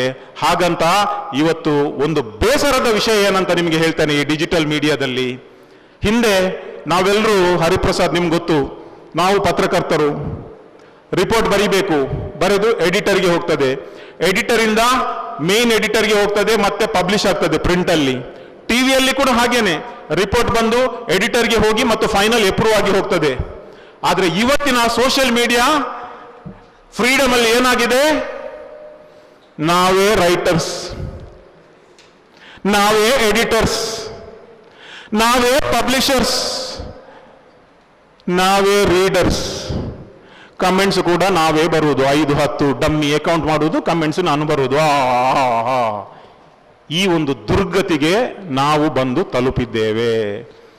ಬಾಯಿಗೆ ಬಂದ ಹಾಗೆ ಬರೀಲಿಕ್ಕೆ ಸ್ಟಾರ್ಟ್ ಮಾಡಿದ್ದೇವೆ. ಅದಕ್ಕಾಗಿ BNS ಭಾರತೀಯ ನ್ಯಾಯ ಸಂಹಿತೆ ಹೊಸ ಕಾನೂನು ತಂದಿದೆ. 356 ನ ಪ್ರಕಾರ ಇನ್ನೊಬ್ಬರಿಗೆ ಅಬ್ಯೂಸ್ ಮಾಡಿದ್ರೆ, ಡಿಫಮೇಷನ್ ಮಾಡಿದ್ರೆ, ಇನ್ಸಲ್ಟ್ ಮಾಡಿದ್ರೆ, ಲಾ ಇಸ್ ವೆರಿ ಸ್ಟ್ರಿಕ್ಟ್. ಇವತ್ತು ಕೇವಲ ಪಬ್ಲಿಷ್ ಮಾಡುವವರನ್ನು ಮಾತ್ರ ಅಲ್ಲ, ಕಮೆಂಟ್ಸ್ ಮಾಡುವವರು ಇವತ್ತು ಎಷ್ಟು ಜೈಲಲ್ಲಿದ್ದಾರೆ ಗೊತ್ತಾ ನಿಮ್ಗೆ? ಕೇವಲ 1 ಲೈನ್ ಕಮೆಂಟ್ಸ್ ಮಾಡಿದ್ದಕ್ಕೆ ಕೂಡ ಇವತ್ತು ಜೈಲಲ್ಲಿದ್ದಾರೆ ಅಥವಾ ಜಾಮೀನಲ್ಲಿದ್ದಾರೆ. So remember this, use digital media only for the right purpose, educative purpose, correct information. ಆದ್ರೆ ಇವತ್ತು ಕಾಂಪಿಟಿಷನ್ ಅಲ್ಲಿ ನಾವು ಏನೇನೋ ಮಾಡ್ತೇವೆ. ರೀಸೆಂಟ್ಲಿ ಒಂದು ರೈಟರ್ಸ್ ನ್ಯೂಸ್ ಏಜೆನ್ಸಿ ಒಂದು ಸರ್ವೆ ಮಾಡಿದೆ, ವರ್ಲ್ಡ್ ವೈಡ್ ಸರ್ವೆಯಲ್ಲಿ ಭಾರತದಲ್ಲಿ ಇವತ್ತು ಕೂಡ ಮೋಸ್ಟ್ ಟ್ರಸ್ಟೆಡ್ ಮೀಡಿಯಾ ಅಂದ್ರೆ ಅದು ನ್ಯೂಸ್ ಪೇಪರ್. ಅನ್ಫಾರ್ಚುನೇಟ್ಲಿ ಇವತ್ತು ಮೋಸ್ಟ್ ಪೀಪಲ್, ಅದು ಜನರು ಓದುವ ಮೀಡಿಯಾ ಅಂತ ನಾನು ಹೇಳುವುದಿಲ್ಲ, ಆದ್ರೆ most trusted media newspaper. ಯಾಕೆ ಗೊತ್ತಾ? ಯಾಕೆಂದ್ರೆ ರಾತ್ರಿ 10-11 ಗಂಟೆವರೆಗೆ ಅವರ ಹತ್ರ ಟೈಮ್ ಇದೆ ನ್ಯೂಸ್ ಅನ್ನ ವೆರಿಫೈ ಮಾಡ್ಲಿ ಹಾಕ್ಲಿಕ್ಕೆ. 11 ಗಂಟೆವರೆಗೆ ಟೈಮ್ ಇದೆ. ಆದ್ರಿಂದ ನೆಕ್ಸ್ಟ್ ಡೇ ಪೇಪರ್ ಅಲ್ಲಿ ನಾರ್ಮಲಿ 99% ನ್ಯೂಸ್ ಅಕ್ಯುರೇಟ್ ಇರ್ತದೆ. ಆದ್ರೆ ಟಿವಿಯಲ್ಲಿ ಹೇಗೆ, ಡಿಜಿಟಲ್ ಮೀಡಿಯಾಗಳಲ್ಲಿ ಹೇಗೆ? ಸ್ಕ್ರೋಲಿಂಗ್. ಸ್ವಲ್ಪ ತಪ್ಪಾದ್ರೆ, ಫೇಕ್ ಆದ್ರೆ ಸ್ಕ್ರೋಲಿಂಗ್ ತೆಗೆದಾಯ್ತು. ನಮ್ಮ ಹತ್ರ ಡಿಜಿಟಲ್ ಮೀಡಿಯಾ ಆದ್ರೆ ಡಿಲೀಟ್ ಮಾಡಿ ಆಯ್ತು. Recently I am sorry Hariprasad, recently ಕಾಶ್ಮೀರದಲ್ಲಿ ಆದ ಘಟನೆ ನಿಮ್ಗೆ ಗೊತ್ತು. ಭಾರತ ಮತ್ತು ಪಾಕಿಸ್ತಾನದ ನಡುವೆ ಯುದ್ಧ ಆಗಿ ಪಾಕಿಸ್ತಾನ ಸೋತು ಸುಣ್ಣಾಗಿ ಓಡಿ ಹೋದದ್ದು ಕೂಡ ನಮ್ಗೆ ಗೊತ್ತು. ಆದರೆ ನಮ್ಮ ಟಿವಿ ಮೀಡಿಯಾ, ನಾವು ಟ್ರಸ್ಟ್ ಮಾಡುವ ಟಿವಿ ಮೀಡಿಯಾ, ನಾವೆಲ್ಲರೂ ನೋಡುವ ಟಿವಿ ಮೀಡಿಯಾ ರಿಪೋರ್ಟ್ ಮಾಡಿದ ಸ್ಟೈಲ್ನಿಂದ ಸಾಧಾರಣ ಒಂದು 20% ವ್ಯೂವರ್ಶಿಪ್ ಟಿವಿಯಿಂದ ದೂರ ಹೋಗಿದ್ದಾರೆ. ಕಾರಣ ಏನು ಗೊತ್ತಾ? ಕಾಂಪಿಟಿಷನ್. ಒಬ್ಬ ಟಿವಿಯವನು ಬಂದು ಹೇಳಿದ, ಭಾರತ ಹೋಗಿ ಲಾಹೋರನ್ನು ಕ್ಯಾಪ್ಚರ್ ಮಾಡಿದೆ ಅಂತ. ಅದನ್ನ ನೋಡಿ ಇನ್ನೊಬ್ಬ ಟಿವಿಯ ಓನರ್ ಹೇಳಿದ ಎಡಿಟರ್ಗೆ, ನೀನಿಲ್ಲಿ ಸತ್ತು ಹೋಗಿದ್ಯಾ, ಅಲ್ಲಿ ಅವರು ಲಾಹೋರ್ ಕ್ಯಾಪ್ಚರ್ ಮಾಡಿ ಆಯ್ತಂತ. ಇವ ಟಿವಿಯವ ಶುರು ಮಾಡಿದ, ನಾವು ಹೋಗಿ ಇಸ್ಲಾಮಾಬಾದ್ ಅನ್ನು ಕ್ಯಾಪ್ಚರ್ ಮಾಡಿದ್ದೇವೆ. ಆವಾಗ ಇನ್ನೊಬ್ಬ ಟಿವಿಯ ಓನರ್ ನನ್ನಂತವ ಹೇಳಿದ, ಏನ್ ಮಾಡ್ತೀರಿ ನೀವು, ಮಲಗಿದ್ದೀರಾ? ಅವರು ಒಬ್ರು ಇಸ್ಲಾಮಾಬಾದ್ ಅನ್ನು ಕ್ಯಾಪ್ಚರ್ ಮಾಡಿದ್ದಾರೆ, ಇನ್ನೊಬ್ಬರನ್ನು ಕರಾಚಿ ಕ್ಯಾಪ್ಚರ್ ಮಾಡಿದ್ದಾರೆ, ಇನ್ನೊಬ್ರು ಲಾಹೋರನ್ನ ಕ್ಯಾಪ್ಚರ್ ಮಾಡಿದ್ದಾರೆ, ನೀವೇನ್ ಮಾಡ್ತೀರಿ? ಅವರು ಮಾಡಿದ್ರು, ನಾವು ಹೋಗಿ ಕರಾಚಿಯನ್ನ ಕ್ಯಾಪ್ಚರ್ ಮಾಡಿದ್ದೇವೆ. ನಾಚಿಗೆ, ಮಾನ, ಮರ್ಯಾದೆ ಎಲ್ಲ ಬಿಟ್ಟು ಇಂಥ ನ್ಯೂಸ್ ಅನ್ನ ಹಾಕ್ತಾರಲ್ಲ ಟಿವಿಯಲ್ಲಿ, ಅದು ಕೂಡ ದೊಡ್ಡ ದೊಡ್ಡ ಬ್ರಾಂಡ್ಸ್. ಏನಾದ್ರೂ ಸ್ವಲ್ಪ ಆದ್ರೂ ನಾಚಿಗೆ, ಮಾನ, ಮರ್ಯಾದೆ ಇದೆಯಾ ಇದರಲ್ಲಿ? ಹೇಳಿ ನನಗೆ. ಯಾವಾಗ ನಾವು ಹೋಗಿ ಲಾಹೋರನ್ನ ಕ್ಯಾಪ್ಚರ್ ಮಾಡಿದ್ದು? ಯಾವಾಗ ಕರಾಚಿಯನ್ನ ಕ್ಯಾಪ್ಚರ್ ಮಾಡಿದ್ದು? ಯಾವಾಗ ಇಸ್ಲಾಮಾಬಾದ್ ಅನ್ನ ಕ್ಯಾಪ್ಚರ್ ಮಾಡಿದ್ದು? ಇದಕ್ಕಾಗಿಯೇ ಇವತ್ತು ಆನ್ಲೈನ್ ಮತ್ತು ಟಿವಿ ನ್ಯೂಸ್ ಅನ್ನ ನಂಬುವವರ ಜನರು ಕಡಿಮೆ ಇದ್ದಾರೆ. ನೀವು ಯಾರೆಲ್ಲ ಜರ್ನಲಿಸಮ್ ಅಲ್ಲಿ ಇದ್ದೀರಿ, ಒಂದು ಮಾತನ್ನ ನೆನಪಿಡಿ, ಎಷ್ಟರ ಮಟ್ಟಿಗೆ ನೀವು ಸತ್ಯವನ್ನ ಮುಂದಿಡ್ತೀರಾ, ನಿಮಗೆ ವ್ಯೂವರ್ಶಿಪ್, ಓದುಗರ ಸಂಖ್ಯೆ ಕಡಿಮೆ ಇರಬಹುದು, ನೋಡುವವರ ಸಂಖ್ಯೆ ಕಡಿಮೆ ಇರಬಹುದು, ಆದ್ರೆ ನಿಮ್ಮ ಕ್ರೆಡಿಬಿಲಿಟಿ ಏನಿದೆ ಅಲ್ಲ, ಅದಕ್ಕೆ ಯಾವತ್ತೂ ಕೂಡ ಕುತ್ತು ಬರುವುದಿಲ್ಲ. ಸ್ವಲ್ಪ ಸ್ಲೋ ಇರಬಹುದು, ಆದರೆ credibility the most trusted thing. So what I want to tell you, ನನ್ನ ಇಡೀ ಈ ಒಂದು ಮಾತಿನಲ್ಲಿ ಬಿಗಿನಿಂಗ್ ನಿಂದ ಎಂಡ್ ತನಕ ಕೇವಲ ಒಂದೇ ಸಬ್ಜೆಕ್ಟ್ನ ಮೇಲೆ ನಾನು ಕಾನ್ಸಂಟ್ರೇಟ್ ಮಾಡಲಿಲ್ಲ. ಕಾರಣ ಏನೆಂದ್ರೆ, ನಮ್ಮ ಡಿಜಿಟಲ್ ಸ್ಟಾರ್ಟ್ ಆಗುವಾಗ ಹೇಗಿತ್ತು, ಈಗ ಹೇಗಿದೆ, ಅದು ನಿಮ್ಗೆಲ್ರಿಗೂ ಗೊತ್ತು. ಅದು ನಾನು ಹೇಳಿದ್ರೆ ಅದೊಂದು ಇನ್ನೊಂದು ಥಿಯರಿ ಪಾಠವನ್ನ ನಿಮ್ಗೆ ಹೇಳಿದಾಗೆ. ಆದ್ರೆ ಇವತ್ತು ನಾನು ನಿಮ್ಗೆ ಎಷ್ಟು ಹೇಳ್ತೇನೆ, ಇದರ ಈ ಡಿಜಿಟಲ್ ನ ಬಳಕೆಯನ್ನ ಸರಿಯಾಗಿ ಮಾಡಿ. ನಿಮ್ಮ ಹತ್ರ ಒಂದು ಪವರ್ ಬರ್ತದೆ. ಇವತ್ತು ಎಷ್ಟೋ YouTube channels, independent YouTube channels ಇಡೀ ನೇಷನ್ ಅಲ್ಲಿ ಸುದ್ದಿ ಮಾಡ್ತಾ ಇದ್ದಾರೆ. ನಾನು ಹೆಸರು ಹೇಳಲ್ಲ, ಆದ್ರೆ ಕೆಲವು top TV journalist TV channel ಅನ್ನ ಬಿಟ್ಟು ಓನ್ ಇಂಡಿಪೆಂಡೆಂಟ್ ಯೂಟ್ಯೂಬ್ ಚಾನೆಲ್ ಮಾಡ್ತಾ ಇದ್ದಾರೆ. ಅದರಿಂದ ಅವರು ಕೇವಲ ಹಣವನ್ನು ಮಾತ್ರ ಮಾಡ್ತಾ ಇಲ್ಲ, ಈವನ್ ಇನ್ಫಾರ್ಮೇಶನ್ ಅನ್ನ ಜನರಿಗೆ ಕಳಿಸ್ತಾ ಇದ್ದಾರೆ. ಸೊ ಒಂದು ಮಾತು ನೆನಪಿರಲಿ ಕೊನೆಗೆ, ನೀವು ಯಾವ ಟಿವಿ ಚಾನೆಲ್ಗೂ ಜಾಯ್ನ್ ಆಗಿ, ಯಾವ ಪತ್ರಿಕೆಗೂ ಜಾಯ್ನ್ ಆಗಿ, ಯಾವ ವೆಬ್ಸೈಟ್, ಯಾವ ಮಾಧ್ಯಮಕ್ಕೂ ಜಾಯ್ನ್ ಆಗಿ, ನಿಮ್ಮ ಐಡಿಯಾಲಜಿ ಮಾತ್ರ ಜನರ ಪರವಾಗಿರಲಿ. ನನಗೆ ತುಂಬಾ ಸಲ ತುಂಬಾ ಜನರ ಕ್ವೆಶ್ಚನ್ ಕೇಳಿದ್ದುಂಟು, ಸರ್ ನಿಮ್ದು ದೈಜಿ ವರ್ಲ್ಡ್ ಲೆಫ್ಟಾ ರೈಟಾ ಅಂತ, ಅಂದ್ರೆ ಎಡಪಂಕ್ತಿಯವೋ ಅಥವಾ ಬಲಪಂಕ್ತಿಯೋ ಅಂತ. ಏನು ಸರ್ ನೀವು ಲೆಫ್ಟಾ ರೈಟಾ? ನಾನು ಹೇಳುದು, ಸರ್ ನಾನು ಸ್ಟ್ರೈಟ್. ಕೆಲವರು ಇರಬಹುದು, ಅಂದ್ರೆ ಸಮ್ ಜರ್ನಲಿಸ್ಟ್, ಸಮ್ ಪೀಪಲ್ ಅವರ ಐಡಿಯಾಲಜಿಯ ಪ್ರಕಾರ ಹೋಗ್ಬಹುದು, ಕೆಲವೊಮ್ಮೆ ನಮಗೆ ಕಂಟ್ರೋಲ್ ಇರುವುದಿಲ್ಲ. ಆದರೆ ನಾವು ಆಸ್ ಎ ಜರ್ನಲಿಸ್ಟ್, ಡಿಜಿಟಲ್ ಇರಲಿ, ಟಿವಿ ಇರಲಿ, ಯಾವುದೇ ಇರಲಿ, ನಾವು ಮಾತ್ರ ಜನರ ಪರವಾಗಿರಬೇಕು, ಸ್ಟ್ರೈಟ್ ಆಗಿರಬೇಕು. ಅದೇ ನಾನು ಈ ಹೊತ್ತಿಗೆ ನಿಮಗೆ ನೀಡುವಂತಹ ಒಂದು ಮೆಸೇಜ್. ಪ್ರೀತಿಯ ಸ್ಟೂಡೆಂಟ್ಸ್, ಈ ಹೊಸ ರೆವಲ್ಯೂಷನ್ ಅಲ್ಲಿ ನೀವು ಕೂಡ ಪಾತ್ರರಾಗಿ, ಆರ್ಟಿಫಿಷಿಯಲ್ ಇಂಟೆಲಿಜೆನ್ಸ್ ಬಂದಿದೆ, ಅದನ್ನು ಯೂಸ್ ಮಾಡಿ, ಹೆದರಿ ಓಡಿ ಹೋಗಬೇಡಿ. ಇದರಿಂದ ಜಾಬ್ ಕ್ರಿಯೇಷನ್ ಹೆಚ್ಚುತ್ತದೆ ವಿನ ಕಮ್ಮಿ ಆಗುವುದಿಲ್ಲ. ಯಾವತ್ತು ಕೂಡ ನೀವು ನಿಮ್ಮನ್ನೇ ಅಂಡರ್ ಎಸ್ಟಿಮೇಟ್ ಮಾಡಲಿಕ್ಕೆ ಹೋಗಬೇಡಿ. ನೀವೆಲ್ಲರೂ ಇಲ್ಲಿಯವರು ಪ್ರತಿಯೊಬ್ಬರ ಹತ್ರ ಒಂದೊಂದು ಟ್ಯಾಲೆಂಟ್ ಇದೆ. ನೀವು ಎಲ್ಲರೂ ನಾಳೆ ಜರ್ನಲಿಸ್ಟ್ ಆಗೋದಿಲ್ಲ ನನ್ಗೆ ಗೊತ್ತು, ಆದ್ರೆ ಒಂದಲ್ಲ ಒಂದು ಫೀಲ್ಡ್ ಅಲ್ಲಿ ನೀವು ಗ್ಯಾರಂಟಿ ಶೈನ್ ಆಗ್ತೀರಾ, ಲೀಡರ್ ಆಗ್ತೀರಾ. ಯಾಕೆ ಹೇಳ್ತೇನೆ? ಯಾಕೆಂದ್ರೆ ನಿಮ್ಮಲ್ಲಿ ಪ್ರತಿಯೊಬ್ಬರಲ್ಲಿ ಒಂದೊಂದು ಟ್ಯಾಲೆಂಟ್ ಇದೆ. ಪ್ರಾಬ್ಲಮ್ ಏನೆಂದ್ರೆ ನೀವು ಅದನ್ನ ಐಡೆಂಟಿಫೈ ಮಾಡುವುದಿಲ್ಲ. ನಿಮ್ಮ ಟ್ಯಾಲೆಂಟ್ ಬೇರೆ ಬೇರೆ ಇರಬಹುದು, ಆದ್ರೆ ವೇದಿಕೆ ಸೇಮ್. ಅದಕ್ಕಾಗಿ ನಿಮ್ಮನ್ನ ನೀವು ಯಾವತ್ತೂ ಅಂಡರ್ ಎಸ್ಟಿಮೇಟ್ ಮಾಡಬೇಡಿ. ನಾನು ಚಿಕ್ಕದಿರುವಾಗ ನಮ್ಮ ಶಾಲೆಯಲ್ಲಿ, ನನ್ನ ಮನೆಯಲ್ಲೇ ಅಂಡರ್ ಎಸ್ಟಿಮೇಟ್ ಮಾಡ್ತಿದ್ರು, ಶಾಲೆಯಲ್ಲಿ ಟೀಚರ್ ಕೂಡ ಅಂಡರ್ ಎಸ್ಟಿಮೇಟ್ ಮಾಡ್ತಿದ್ರು. ಆದರೆ ಅದನ್ನು ನಾವು ಯಾವತ್ತೂ ಮನಸ್ಸಿನಲ್ಲಿ ಇಟ್ಕೊಳ್ಳಿಕ್ಕೆ ಆಗುವುದಿಲ್ಲ. ನನ್ನ 10ನೇ ಕ್ಲಾಸ್ನಲ್ಲಿ ಒಬ್ಬ ಹುಡುಗ ಇದ್ದ ನನ್ನ ಸೈಡಲ್ಲಿ, ಕಲೀಲಿಕ್ಕೆ ಹುಷಾರಿದ್ದ, ಆದರೆ ತುಂಬ ಪೋಖ್ರಿ. ಅದಕ್ಕೆ ನಮ್ಮದೊಂದು ಆಲ್ಬರ್ಟ್ ಮಾಸ್ಟರ್ ಅಂತ ಇದ್ರು. ಅದಕ್ಕೆ ಏನು ಹೇಳಿದ್ರು ಗೊತ್ತಾವ, ಆ ಮಾಸ್ಟರ್ ಏನು ಹೇಳಿದ್ರು ಗೊತ್ತಾ ಅವನಿಗೆ, ನೀನು ಯಾವುದಕ್ಕೂ ಪ್ರಯೋಜನ ಇಲ್ಲ, ನೀನು ಕಲ್ಲು ಕೆತ್ತಲಿಕ್ಕೆ ಹೋಗು, ಕಲ್ಲು ಕೆತ್ತಲಿಕ್ಕೆ ಹೋಗು ಅಂತ ಹೇಳ್ತಿದ್ರು. ಆವಾಗ ನಮ್ಮ ಟೈಮಲ್ಲಿ ಕಲ್ಲು ಕೆತ್ತುವುದು ಒಂದು ಜಾಬ್, ವೃತ್ತಿ, ಈಗಲೂ ಇದೆ. ಕಲ್ಲು ಕೆತ್ತಲಿಕ್ಕೆ ಹೋಗು, ಕಲ್ಲು ಕೆತ್ತಲಿಕ್ಕೆ ಹೋಗು ಅಂತ ಹೇಳ್ತಿದ್ರು. ಅವ ಎಲ್ಲರೂ ಸೇರಿ ನಾವು ಕೂಡ ಅವ್ರಿಗೆ ಹೇಳ್ತಿದ್ದೆ, ಕಲ್ಲು ಕೆತ್ತಲಿಕ್ಕೆ ಹೋಗು ಮಾರ ಅಂತ. ಮೊನ್ನೆ ಆ ಹುಡುಗ ನನಗೆ ಬೊಂಬೈಯಲ್ಲಿ ಸಿಕ್ಕಿದ. ನಾನು ಕೇಳಿದೆ, ಮಾರಯ್ಯ ನೀನು ಏನು ಮಾಡ್ತಿ? ನಾನು ಯೂರೋಲಜಿಸ್ಟ್ ಅಂತ ಹೇಳಿದವ. ಡಾಕ್ಟ್ರು, ಯೂರೋಲಜಿಸ್ಟ್? ಮಾರೆ ನೀನು ಯೂರೋಲಜಿಸ್ಟ್ ಆಗಿದ್ದು ಹೇಗೆ? ನಿನಗೆ ಆಲ್ಬರ್ಟ್ ಮಾಸ್ಟರ್ ಹೇಳ್ತಿದ್ರಲ್ಲ ಕಲ್ಲು ಕೆತ್ತಲಿಕ್ಕೆ ಹೋಗು, ಕಲ್ಲು ಕೆತ್ತಲಿಕ್ಕೆ ಹೋಗು ಅಂತ. ಅವರು ಹೇಳ್ತಿದ್ರು, ಈಗ ನಾನು ಯೂರೋಲಜಿಸ್ಟ್ ಆಗಿ ಆಲ್ಬರ್ಟ್ ಮಾಸ್ಟರ್ ಮೊನ್ನೆ ನನ್ನ ಹತ್ರ ಬಂದ್ರು, ಅವರ ಕಿಡ್ನಿಯಲ್ಲಿ ಇಷ್ಟು ದೊಡ್ಡ ಕಲ್ಲಿತ್ತು, ನಾನೇ ಕೆತ್ತಿದ್ದು ಅಂತ ಹೇಳಿದ್ರು. ಕ್ಲಾಪ್ ಕೊಟ್ಟ ಇಬ್ಬರಿಗೂ ಧನ್ಯವಾದಗಳು. ಅಂದ್ರೆ ಅಂಡರ್ ಎಸ್ಟಿಮೇಟ್ ಮಾಡಲಿಕ್ಕೆ ಹೋಗಬೇಡಿ. ಯಾರು ಯಾವಾಗ ಏನಾಗ್ತದಂತ ಹೇಳಲಿಕ್ಕೇನೆ ಆಗುವುದಿಲ್ಲ. ನಿಜವಾಗ್ಲೂ ನಾನು ಹೇಳ್ತೇನೆ, ನಮ್ಮ ಮೇನ್ ಯಂಗ್ಸ್ಟರ್ನ ಪ್ರಾಬ್ಲಮ್ ಏನು ಗೊತ್ತಾ? ಒಂದೇ ನಾವು ಬೇರೆಯವರಿಗೆ ಅಂಡರ್ ಎಸ್ಟಿಮೇಟ್ ಮಾಡೋದು, ಇಲ್ಲದಿದ್ರೆ ನಮ್ಮನ್ನು ನಾವೇ ಅಂಡರ್ ಎಸ್ಟಿಮೇಟ್ ಮಾಡೋದು. 4ನೇ ಕ್ಲಾಸ್ನಲ್ಲಿ ಒಬ್ಬ ಹುಡುಗ ಇದ್ದ, ನೆಕ್ಸ್ಟ್ ಟೈಮ್ ಕೂತ್ಕೊಳ್ಳುವವ. ಅವನಿಗೆ ಸಮಾಜ ಒಂದು ಬಿಟ್ಟರೆ ಬೇರೆ ಎಲ್ಲದರಲ್ಲೂ ಝೀರೋ, ಎಲ್ಲದರಲ್ಲೂ ಝೀರೋ. ಅವರನ್ನು ಟೀಚರ್ ಕೋಳಿ ಮೊಟ್ಟೆ ಅಂತ ಹೇಳ್ತಿದ್ರು, ಕೋಳಿ ಮೊಟ್ಟೆ. ನಾನು 7ನೇಗೆ ಹೋಗಿದ್ದೇನೆ, ಅವ ಇನ್ನು ಕೂಡ 4ನೇಯಲ್ಲಿದ್ದಾನೆ. ಅವನಿಗೆ ನಾವೆಲ್ಲ ಹೇಳುದು ಕೋಳಿ ಮೊಟ್ಟೆ ಅಂತ. ಮೊನ್ನೆ ಕಾರ್ಕಳದಲ್ಲಿ ಒಂದು ದೊಡ್ಡ ಕಾರ್ಯಕ್ರಮದಲ್ಲಿ ಅವ ಚೀಫ್ ಗೆಸ್ಟ್. ನಾನು ಈ ಸೈಡಲ್ಲಿ ಒಂದು ಕೂತ್ಕೊಂಡಿದ್ದೇನೆ, ನಾನು ಪಾಸಾಗಿ ಎಲ್ಲ ದೈಜವಳು ಮಾಡಿದ್ದೇನೆ, ಅವ ಝೀರೋ, ಕೋಳಿ ಮೊಟ್ಟೆ ಇಲ್ಲಿ.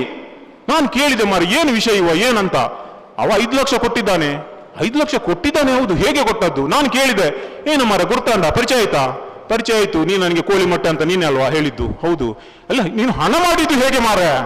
ಹಣ ಮಾಡಿದ್ದು ಹೇಗೆ ಅಂದ್ರೆ, ನಾನು ಈಗ ನೀವೆಲ್ಲ ನನಗೆ ಹೇಳ್ತಿದ್ದೀರಲ್ಲ ಕೋಳಿ ಮೊಟ್ಟೆ ಅಂತ, ನಾನು ಹೈದರಾಬಾದ್ನಲ್ಲಿ ನಂಬರ್ 1 ಕೋಳಿ ಮೊಟ್ಟೆ ಸಪ್ಲೈಯರ್ ಈಗ. ಅವ ಹೇಳ್ತಾನೆ,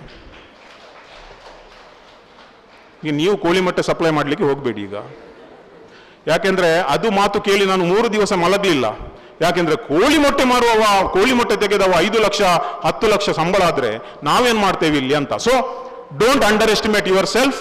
and thank you Ganesh for this opportunity. Ganesh, ನಿಮ್ಮ ಹೊಸ ಈ ಮಾಧ್ಯಮ ಸಂಸ್ಥೆ ಏನಿದೆ ತುಳು ನೆಕ್ಸ್ಟ್, ಬಹುಶಃ ಒಂದು ಒಳ್ಳೆಯ ಕೆಲಸವನ್ನು ಮಾಡಿದ್ದೀರಿ. ಆದರೆ ಇದರಲ್ಲಿ ಜರ್ನಲಿಸಮ್ ಸ್ಟೂಡೆಂಟ್ ಕಡಿಮೆ ಇದ್ದಾರೆ, ಕಾಮರ್ಸ್ ಆರ್ಟ್ಸ್ ಬಹುಶಃ ಜಾಸ್ತಿ ಇದ್ದಾರೆ. ಪರವಾಗಿಲ್ಲ, ನೀವು ನಾಳೆ ಕಾಮರ್ಸ್ ಡಿಗ್ರಿ ಆದವರು ಕೂಡ ನನ್ನಂತೆ ಜರ್ನಲಿಸ್ಟ್ ಆಗ್ಬಹುದು, ಮಾಧ್ಯಮಕ್ಕೆ ಬರಬಹುದು. ತುಂಬ ಆಪರ್ಚುನಿಟಿಗಳಿವೆ ಆನ್ಲೈನಲ್ಲಿ, ಡಿಜಿಟಲ್ ಮೀಡಿಯಾದಲ್ಲಿ ತುಂಬಾನೇ ಆಪರ್ಚುನಿಟಿ ಇವೆ. ನೀವು just update your self, upgrade yourself and uplift others, ಅಷ್ಟೇ ಸಾಕು, ಬೇರೆ ಏನು ಬೇಡ. 100% ನೀವು ಸಕ್ಸಸ್ ಆಗ್ತೀರಾ. ಈ ಆಪರ್ಚುನಿಟಿಗೆ ಧನ್ಯವಾದಗಳು. ಏನಾದರೂ ಕ್ವೆಶ್ಚನ್ ಇದ್ರೆ I am ready to answer. ಗೊತ್ತಿದ್ರೆ ನಾನು ಆನ್ಸರ್ ಮಾಡ್ತೇನೆ. ಯಾಕೆಂದ್ರೆ ನಾನು ಯಾವಾಗಲೂ ಮಾತಾಡುವುದು ಉಂಟಲ್ಲ, ಬೇರೆಯವರ ಬಗ್ಗೆ ಅಲ್ಲ, ನನ್ನ ಬಗ್ಗೆ ಮಾತಾಡುವುದು. ಯಾಕೆಂದ್ರೆ ನನ್ನ ಬಗ್ಗೆ ಮಾತಾಡಿದರೆ ಯಾರಿಗೆ ಕೂಡ ವೆರಿಫೈ ಮಾಡಲಿಕ್ಕೆ ಆಗೋದಿಲ್ಲ. ನನಗೆ ಮಾತ್ರ ಗೊತ್ತು ನಾನು ಏನು ಮಾತಾಡ್ತೀನಿ ಅಂತ. ಸೊ ಏನಾದರೂ ಕ್ವೆಶ್ಚನ್ ಇದ್ರೆ ನೀವು ಕೇಳಬಹುದು. And thank you for this wonderful opportunity. ಜೈ Hind.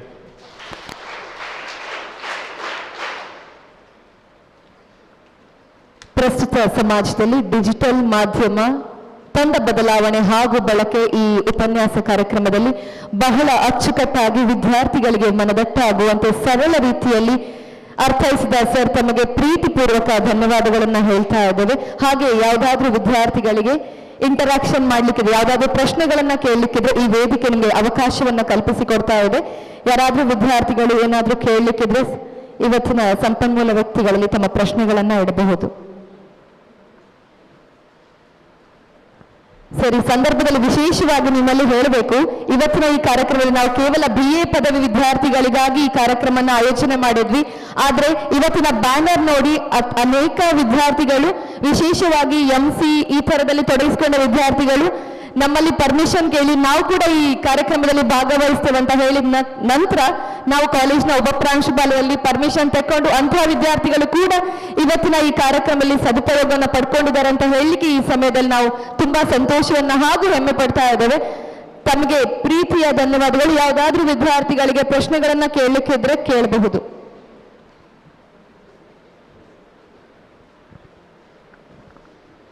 Thank you so much sir.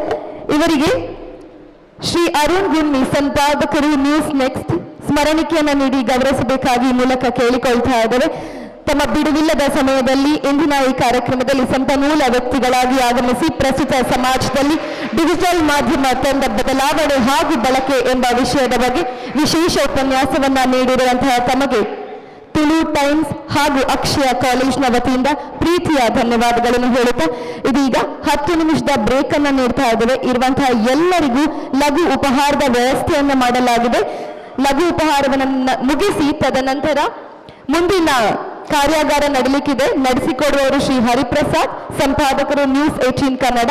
ವಿಷಯ ದೃಶ್ಯ ಮಾಧ್ಯಮದ ಪ್ರಭಾವ ಮತ್ತು ಯುವ ಜನತೆಗಿರುವ ಅವಕಾಶ.